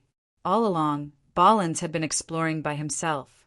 His exploration of unknown territories was filled with confusion and danger. Sacred Swordmaster Corel was unable to provide him with any help. To Sacred Swordmaster Corel, Ballins' research on murderous aura was simply unorthodox. He disdained to waste time on this aspect and had once advised Ballins to return to the orthodox realm of fighting aura cultivation. Unfortunately, Ballins had sunk deeper and deeper, gradually becoming addicted to it and unable to extricate himself. Corel was unable to persuade Ballins, and with his heart filled with disdain, he naturally wouldn't provide any help to Ballins on this unorthodox path. Now that he heard that Han Shuo possessed a martial technique that could conceal and control this kind of murderous aura, to Ballins, who had been wandering alone in unfamiliar territories for a long time, Han Shuo's words were like the sound of heaven to him. It tore open a deep hole in Ballins' many years of solitude. Ballins immediately became unable to control himself. You're speaking the truth?" Ballins' face trembled even more due to his excitement. His tone was filled with disbelief. Previously, Ballins had seen Han Shuo's battle with Brute Merchant Alliance's Liu Kane, including the miraculous performance he had when he first met Han Shuo. It gave Ballins a pleasantly surprised feeling as though he had met a soulmate. Otherwise, he wouldn't have stayed for so long after Lawrence left. attempting to have a detailed discussion with Han Shuo to see if he could obtain something he was looking forward to from Han Shuo. Nodding affirmatively, Han Shuo confidently said, "Not only do I use my own killing intent, I also have a way to absorb the killing intent of soldiers on the battlefield. Hee. I believe that I am the only one in the entire profound continent who is proficient in this kind of martial technique." As soon as he finished speaking, the murderous aura around Han Shuo's body abruptly overflowed. Clouds of blood-red mist suddenly overflowed from Han Shuo's body. The blood-red mist contained a ruthless, murderous aura of despair and endless resentment, causing one's soul to tremble. Under the control of Han Shuo's mind, the balls of murderous aura turned into sharp blades. With Han Shuo as the center, a blood-red flower of evil bloomed as if it was real. Balanz's pupils bulged as he stared fixedly at Han Shuo. The crisscrossing scars on his face were like earthworms wriggling on his face. The thick smell of blood on Balanz's body uncontrollably spread out. However, he would never be able to skillfully manipulate this bizarre aura like Han Shuo could.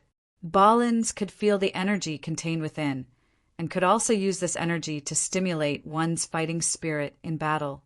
However, he had never dared to imagine that Han Shuo's incomparably exquisite manipulation could be done. It was also from Han Shuo's display that Balanz understood that once this domain was extended, it would blossom with light and destructive power that was even more terrifying than fighting aura. "Boo, Earl Brian, can I learn this martial technique from you?" Logically speaking, with Balanz's status and experience, he shouldn't be so rude. However, after so many years of lonely exploration, he had endured that kind of helplessness and bewilderment for far too long. Now that he saw a resplendent path paved in front of him, this old man who had always been exploring the unknown by himself could no longer control himself. Han Shuo laughed involuntarily. He shook his head and said to Balanz apologetically, "Hee, old Mr. Balanz, you must be joking. Not to mention this kind of miraculous martial technique. Even the most widespread fighting aura in the profound continent isn't that easy for an ordinary person to cultivate." Balanz's eyes were filled with unconcealable sadness. Sighing, Balanz said in a bitter voice, "I'm sorry I was too abrupt. However, I really hope to be able to cultivate this martial technique, no matter how great the price I have to pay. In this world, perhaps you are the only one who can give me pointers on this lonely path. I have experienced too much the dangers and pain of exploring helplessly by myself." Han Shuo, who was staring at the old man's eyes, could clearly see every trace of emotion flowing through his pupils. After Balanz's heartfelt words, Han Shuo knitted his brows and thought hard for a while.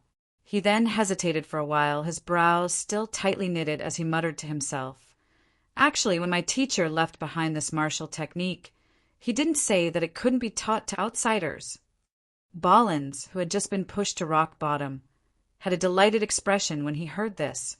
He looked at Han Shuo excitedly and probed, "Boo, Brian, you—" Balanz was somewhat incoherent in his shock. However, Han Shuo knew what he wanted to express.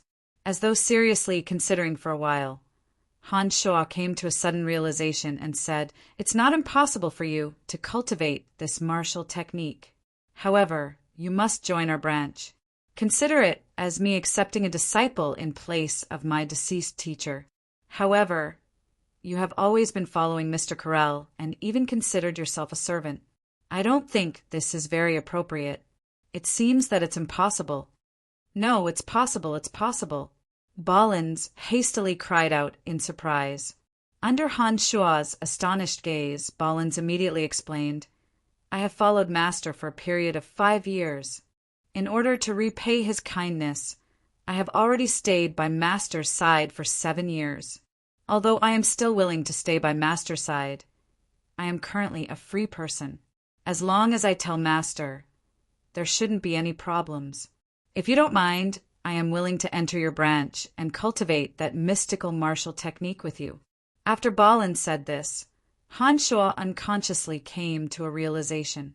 He didn't expect that this Bolins would still be willing to stay by sacred Swordmaster Carol's side, even though he was already free. It seemed that this person was a very suitable lackey for Han Shuo. According to logic, there shouldn't be any problems with this matter. However, Han Shuo still had some misgivings about sacred Swordmaster Carel. He was somewhat worried that he would become enemies with Carel because of this matter. However, Han Shuo believed that with his current strength, he didn't need to fear that sacred Swordmaster Carel.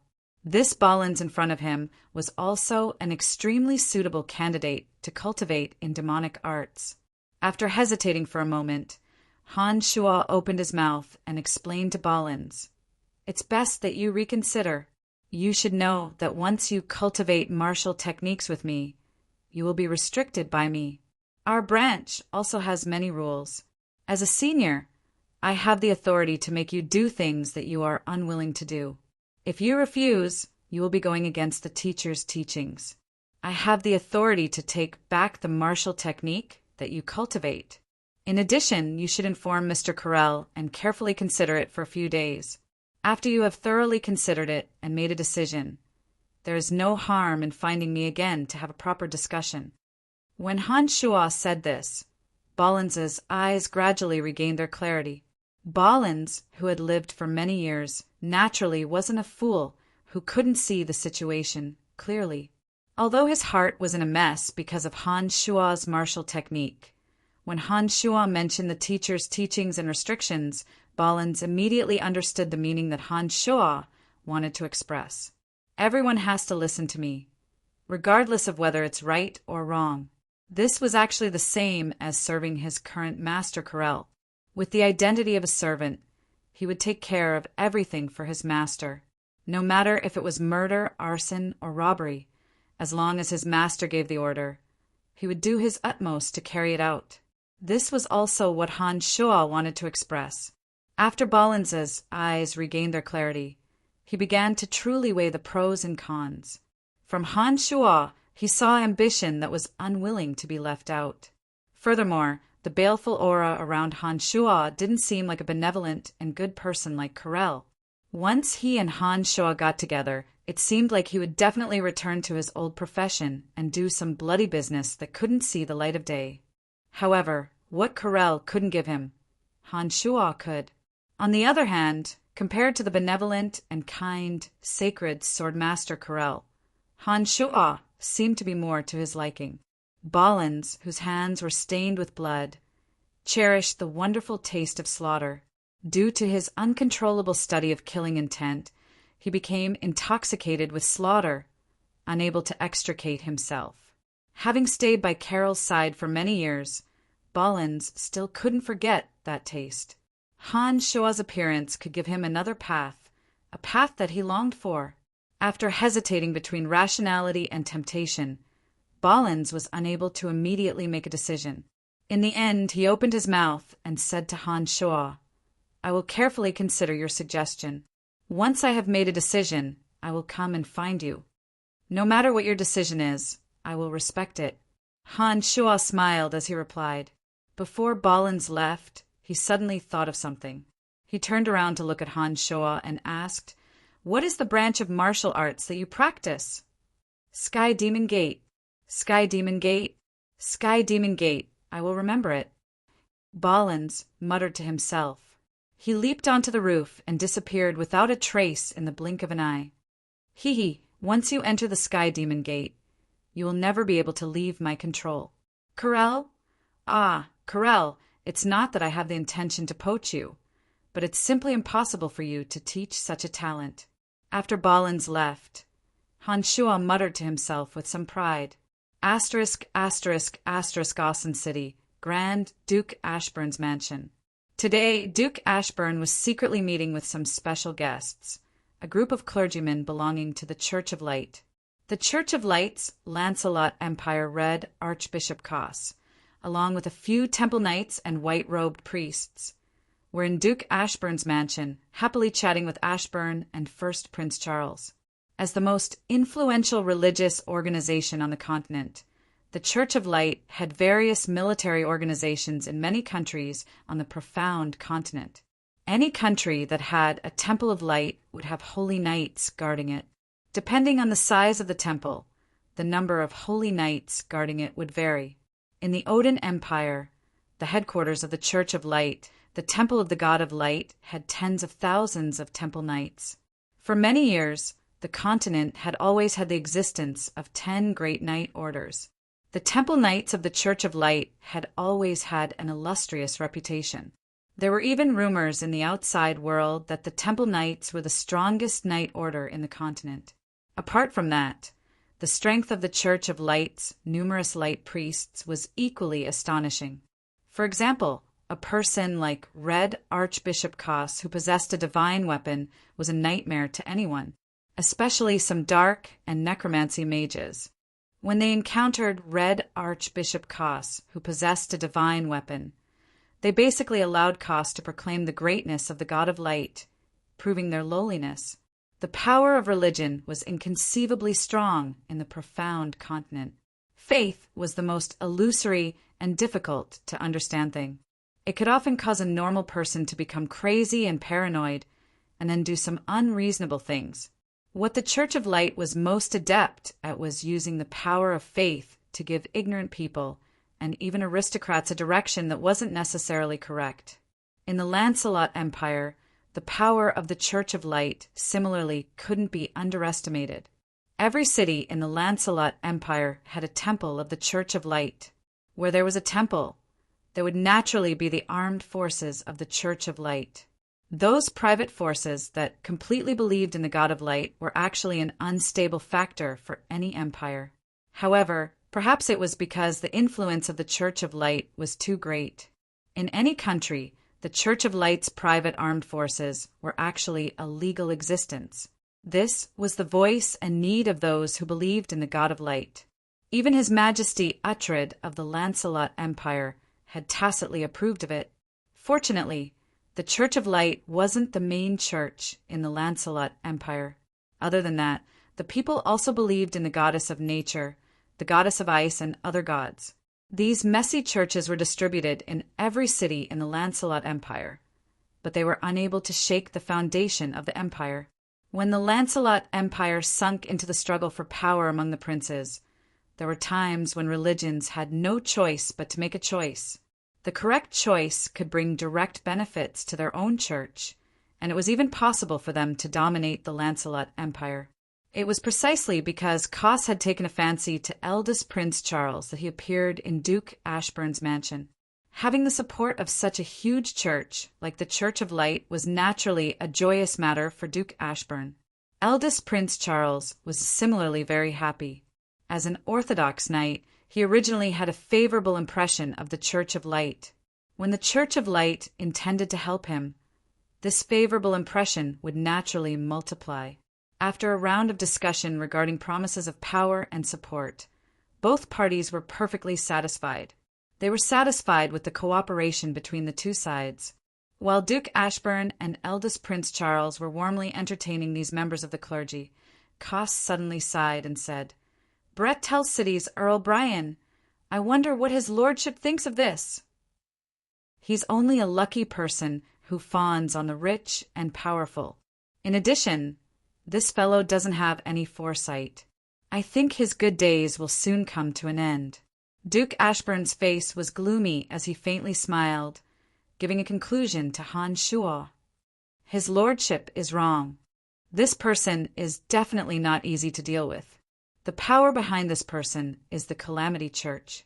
As an old enemy of our Church of Light that has been secretly fighting for hundreds of years, we're fully aware of how terrifying the Calamity Church is.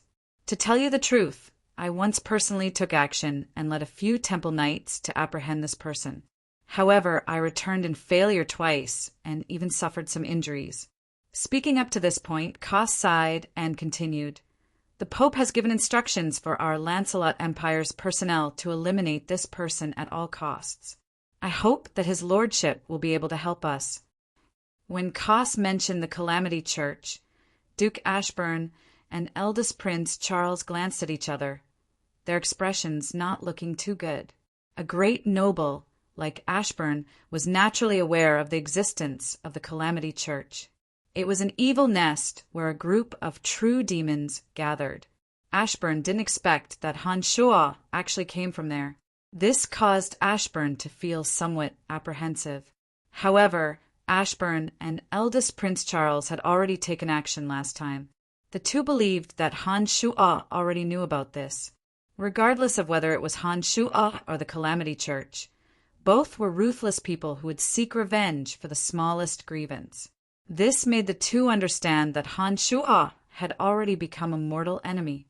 Although the Calamity Church had an illustrious reputation, the fact that the Church of Light was able to suppress the Calamity Church for hundreds of years amply proved that the Church of Light was similarly a powerful religious organization.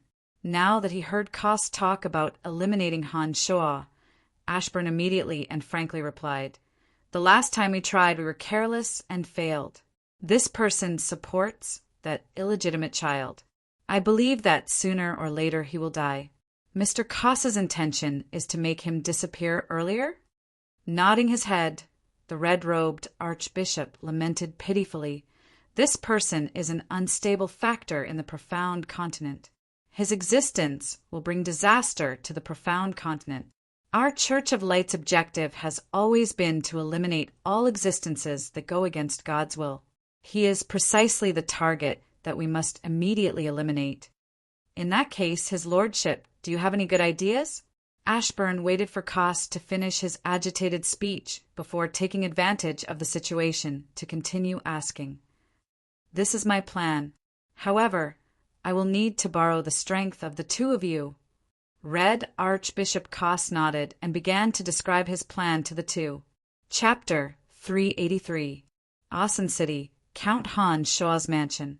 In a secret room, Han Shuo held the white bone staff and chanted a necromancy incantation. After a long and tedious incantation, a mummy lord stood in front of Han Shuo. The mummy lord stared at Han Shuo in a stupefied manner. The entire secret room was suddenly shrouded with a dense aura of death overflowing from his body.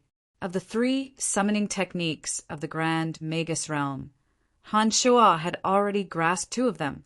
He could skillfully summon both the old Fei Fei and the Mummy Lord. Only the Bone Demon summoning technique. Due to his lack of understanding of the Bone Demon's body structure and habits, Han Shuo was temporarily unable to successfully summon it into this world. After an order was issued, the Mummy Lord unwillingly brandished the corpse ribbons that had been wrapped around its body for who knows how many years. It moved its body in front of Han Shuo according to Han Shuo's command. Nodding his head, Han Shuo knew that he had completely grasped the Mummy Lord's summoning technique. With a wave of the white bone staff in his hand, the Mummy Lord returned to the necromancy paradise under Han Shuo's incantation. Putting away the white bone staff, Han Shuo took out the white bone staff he had obtained from the cemetery of death. After fiddling with the white bone staff for a while, Han Shuo hesitated for a moment and decided to use the skeletal staff to summon the old Fei Fei and the Mummy Lord. This skeletal staff wasn't quite the same as the white bone staff. Chanting the necromancy summoning technique while holding the skeletal staff could often double the power of the summoning technique. Han Shuo could only save some mental strength by holding the white bone staff, but he was unable to summon the 2 old Fei Fei to the profound continent. However, if he chanted the necromancy incantation through the skeletal staff, he should be able to instantly search for the 2 old Fei Fei. Han Shuo had the experience of using the skeletal staff to summon an evil knight.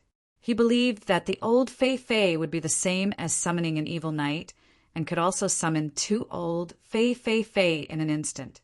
Han Shuo hesitated for a while, then began to chant the necromancy incantation to summon the old Fei demon.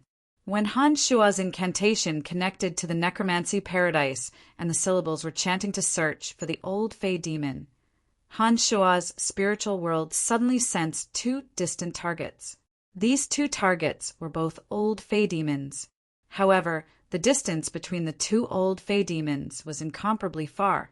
In a split second, the 2 old Fei demons simultaneously sensed the existence of Han Shuo. That aura that threatened their freedom poured into their souls, causing the two old Fey demons to instinctively struggle. Han Shuo was terrified. He first focused his mental strength on one old Fey demon to suppress it. As the other old Fey demon was too far away, Han Shuo's mental strength couldn't focus on it at the same time. He was somewhat dizzy from the other old Fey demon's frantic resistance. It was precisely because of this that Han Shuo's suppression became somewhat strenuous. At this moment, Han Shuo realized that he had overlooked a crucial problem. The temperament of the old Fey demons was vastly different from that of the evil knights. Although the evil knights were similarly high-ranked undead creatures, they were extremely numerous in the netherworld. In addition, the evil knights were considered to prefer to live in groups. When Han Shuo used the skeletal staff to summon the evil knights, he would often find 2 or 3 evil knights at the same location and summon them to the profound continent. However, the old Fey demons, which were even higher ranked existences, weren't as common in the netherworld as the evil knights. In addition, the old Fey demons, which were such high ranked existences, all lived in one area and became the master of that area. Basically, it was very rare for 2 old Fey demons to live together in the same area. Han Shuo had overlooked this point. When the skeletal staff's incantation was launched, it immediately sensed the 2 old Fey demons that were separated by thousands of miles. As the distance between the 2 old Fey demons was too great, Han Shuo simply couldn't attend to both of them at the same time.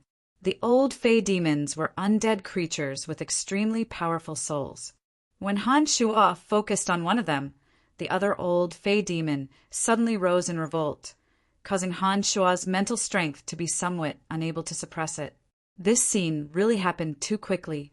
The time it took for the necromancy summoning to end was too short. Because Han Shuo hadn't anticipated the current situation, he simply didn't have a way to deal with it in a short period of time. When the 2 old Fey demons sensed that Han Shuo's mental strength was somewhat chaotic, they even more frantically rose in revolt. His mind suddenly felt a sharp pain. In a daze, Han Shuo's consciousness was somewhat scattered. He felt that he had instead become a strand of a peculiar existence. Guided by the souls of the 2 old Fey demons, he passed through the space-time tunnel and descended into the unknown undead world. Han Shuo had experienced the same experience once. When it happened a second time, Han Shuo immediately reacted. His mental strength tightly wrapped around that strand of consciousness, preventing it from being invaded by the harmful substances of the space-time tunnel. He couldn't help but descend into that deathly still and mysterious world.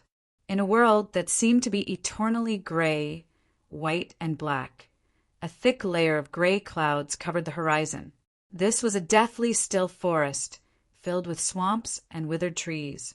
Those withered trees seemed to have experienced the merciless metamorphosis of tens of thousands of years. They had long since lost a trace of moisture and nutrients. Grayish-white spider webs hung on the tree trunks. One after another, bizarre miniature undead creatures were wriggling on the spider webs. In the swamps that covered the ground, the aura of death pervaded everywhere. Strange bubbles gurgled from within the swamps. From time to time, 1 or 2 zombies would stiffly crawl out from the swamps, aimlessly wandering around the empty and silent netherworld. The netherworld paradise was the home of the undead. The eternal aura of death had always been tirelessly nurturing all kinds of undead creatures. After every undead creature disappeared, the aura of death on their bodies would return to this world. After experiencing thousands of years of bizarre evolution, they would once again become other undead creatures. Han Shuo's consciousness gradually recovered. Slowly, Han Shuo looked around the deathly still scene that covered the swamps. During this process, Han Shuo tried to absorb the aura of death from the cemetery of death, condensing a corporeal body for himself. However, Han Shuo's entire body was floating in the air. Suddenly, Han Shuo sensed the existence of Little Skull and the others. God knows how far away from here, Han Shua could clearly sense the existence of Little Skull, the Earth Elite zombie, and the others. However, he could only sense the aura of the 3 evil knights that he had refined later on. Hell, lowly existence, you trespassed into my world without permission. I want you to suffer the burning of my wrath. Suddenly, an incomparably angry and shrill voice sounded in Han Shua's ears. This roar was filled with anger, giving Han Shua a big fright. Using his consciousness, Han Shua discovered a shadow rapidly approaching from the left.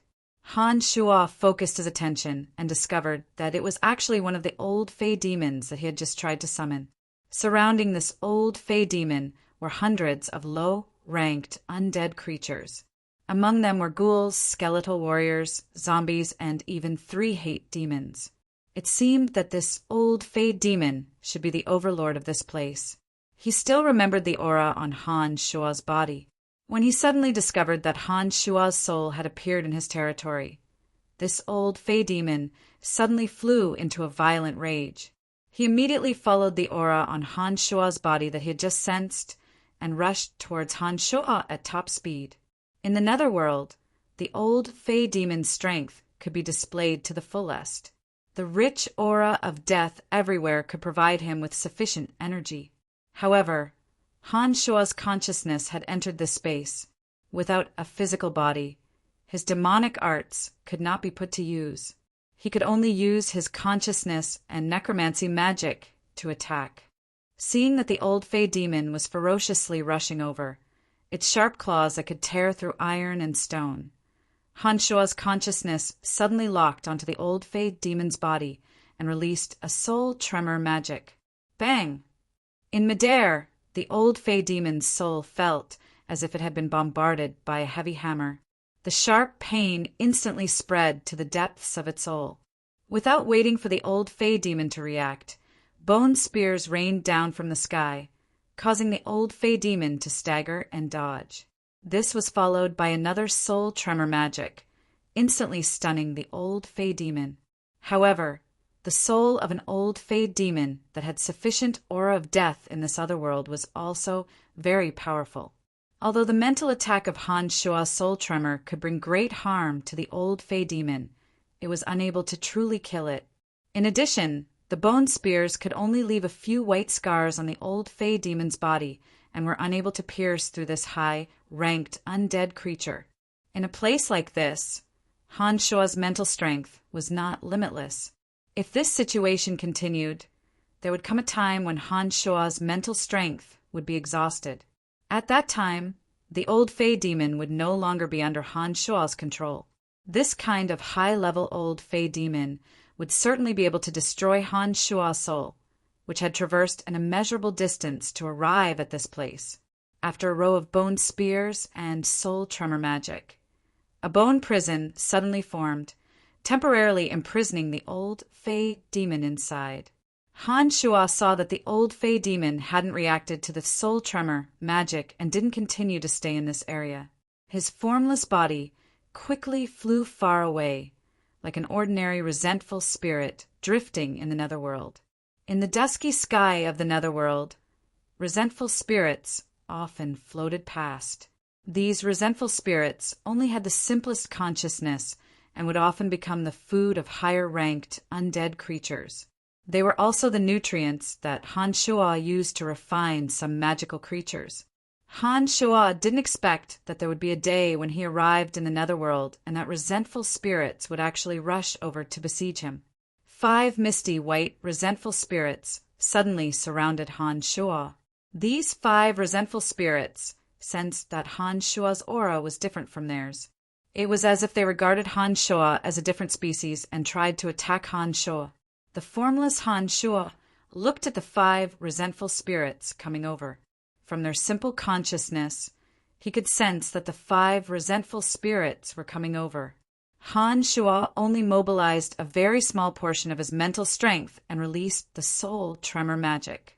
The 5 resentful spirits all turned into gray smoke with a poo sound, turning into a deathly aura and returning to the earth. The rows of resentful spirits further away sensed the powerful energy that instantly erupted from Han Shua's body and immediately classified Han Shua as a higher-ranked undead creature. Each and every one of them avoided Han Shua from afar. Not a single resentful spirit dared to approach Han Shua anymore. On the peak of a towering dead mountain, who knew how far away from Han Shua, was a majestic undead palace. Within a tall palace with a strict hierarchy on the highest flight of stairs, Little Skull sat upright on an incomparably huge throne covered in spikes. Beside Little Skull were the earth, fire, and wood elite zombies, as well as a somewhat timid water elite zombie. Extending below Little Skull's feet were 6 evil knights and 2 bone devils, including the mummy lord that Han Shua had subdued last time. They all knelt on one knee and lowered their heads to face Little Skull. On the ice-cold walls of the palace, the flying bone devil that Little Skull had modified hung upside down in a corner. Many gargoyles curled up their bodies and remained motionless. Behind the evil knights were a few numb-hate warriors and zombie warriors. They were like dutiful guards, standing ramrod straight with unwavering loyalty, as if they were ready to serve the little skeleton at any time. "My lord, why do you have to leave?" the mummy lord that he had subdued last time asked humbly with his head lowered. "You all look after this place well. I will return soon." Little Skull did not reply. He only gave an order as a superior.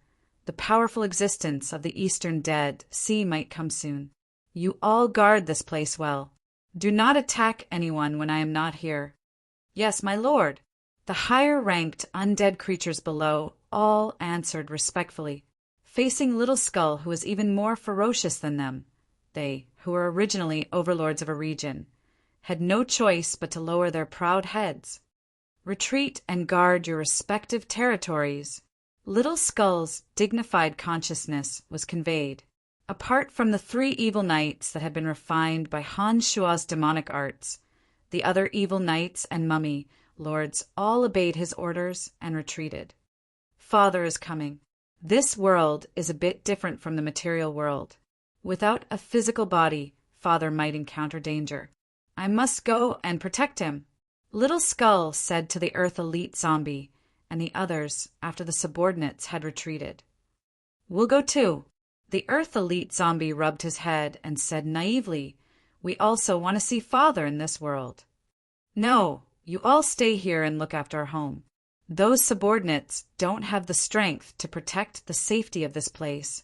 I can only trust you all, because we all have the same bloodline." Little Skull instructed and said, "Don't worry. After I find Father, I will bring him back."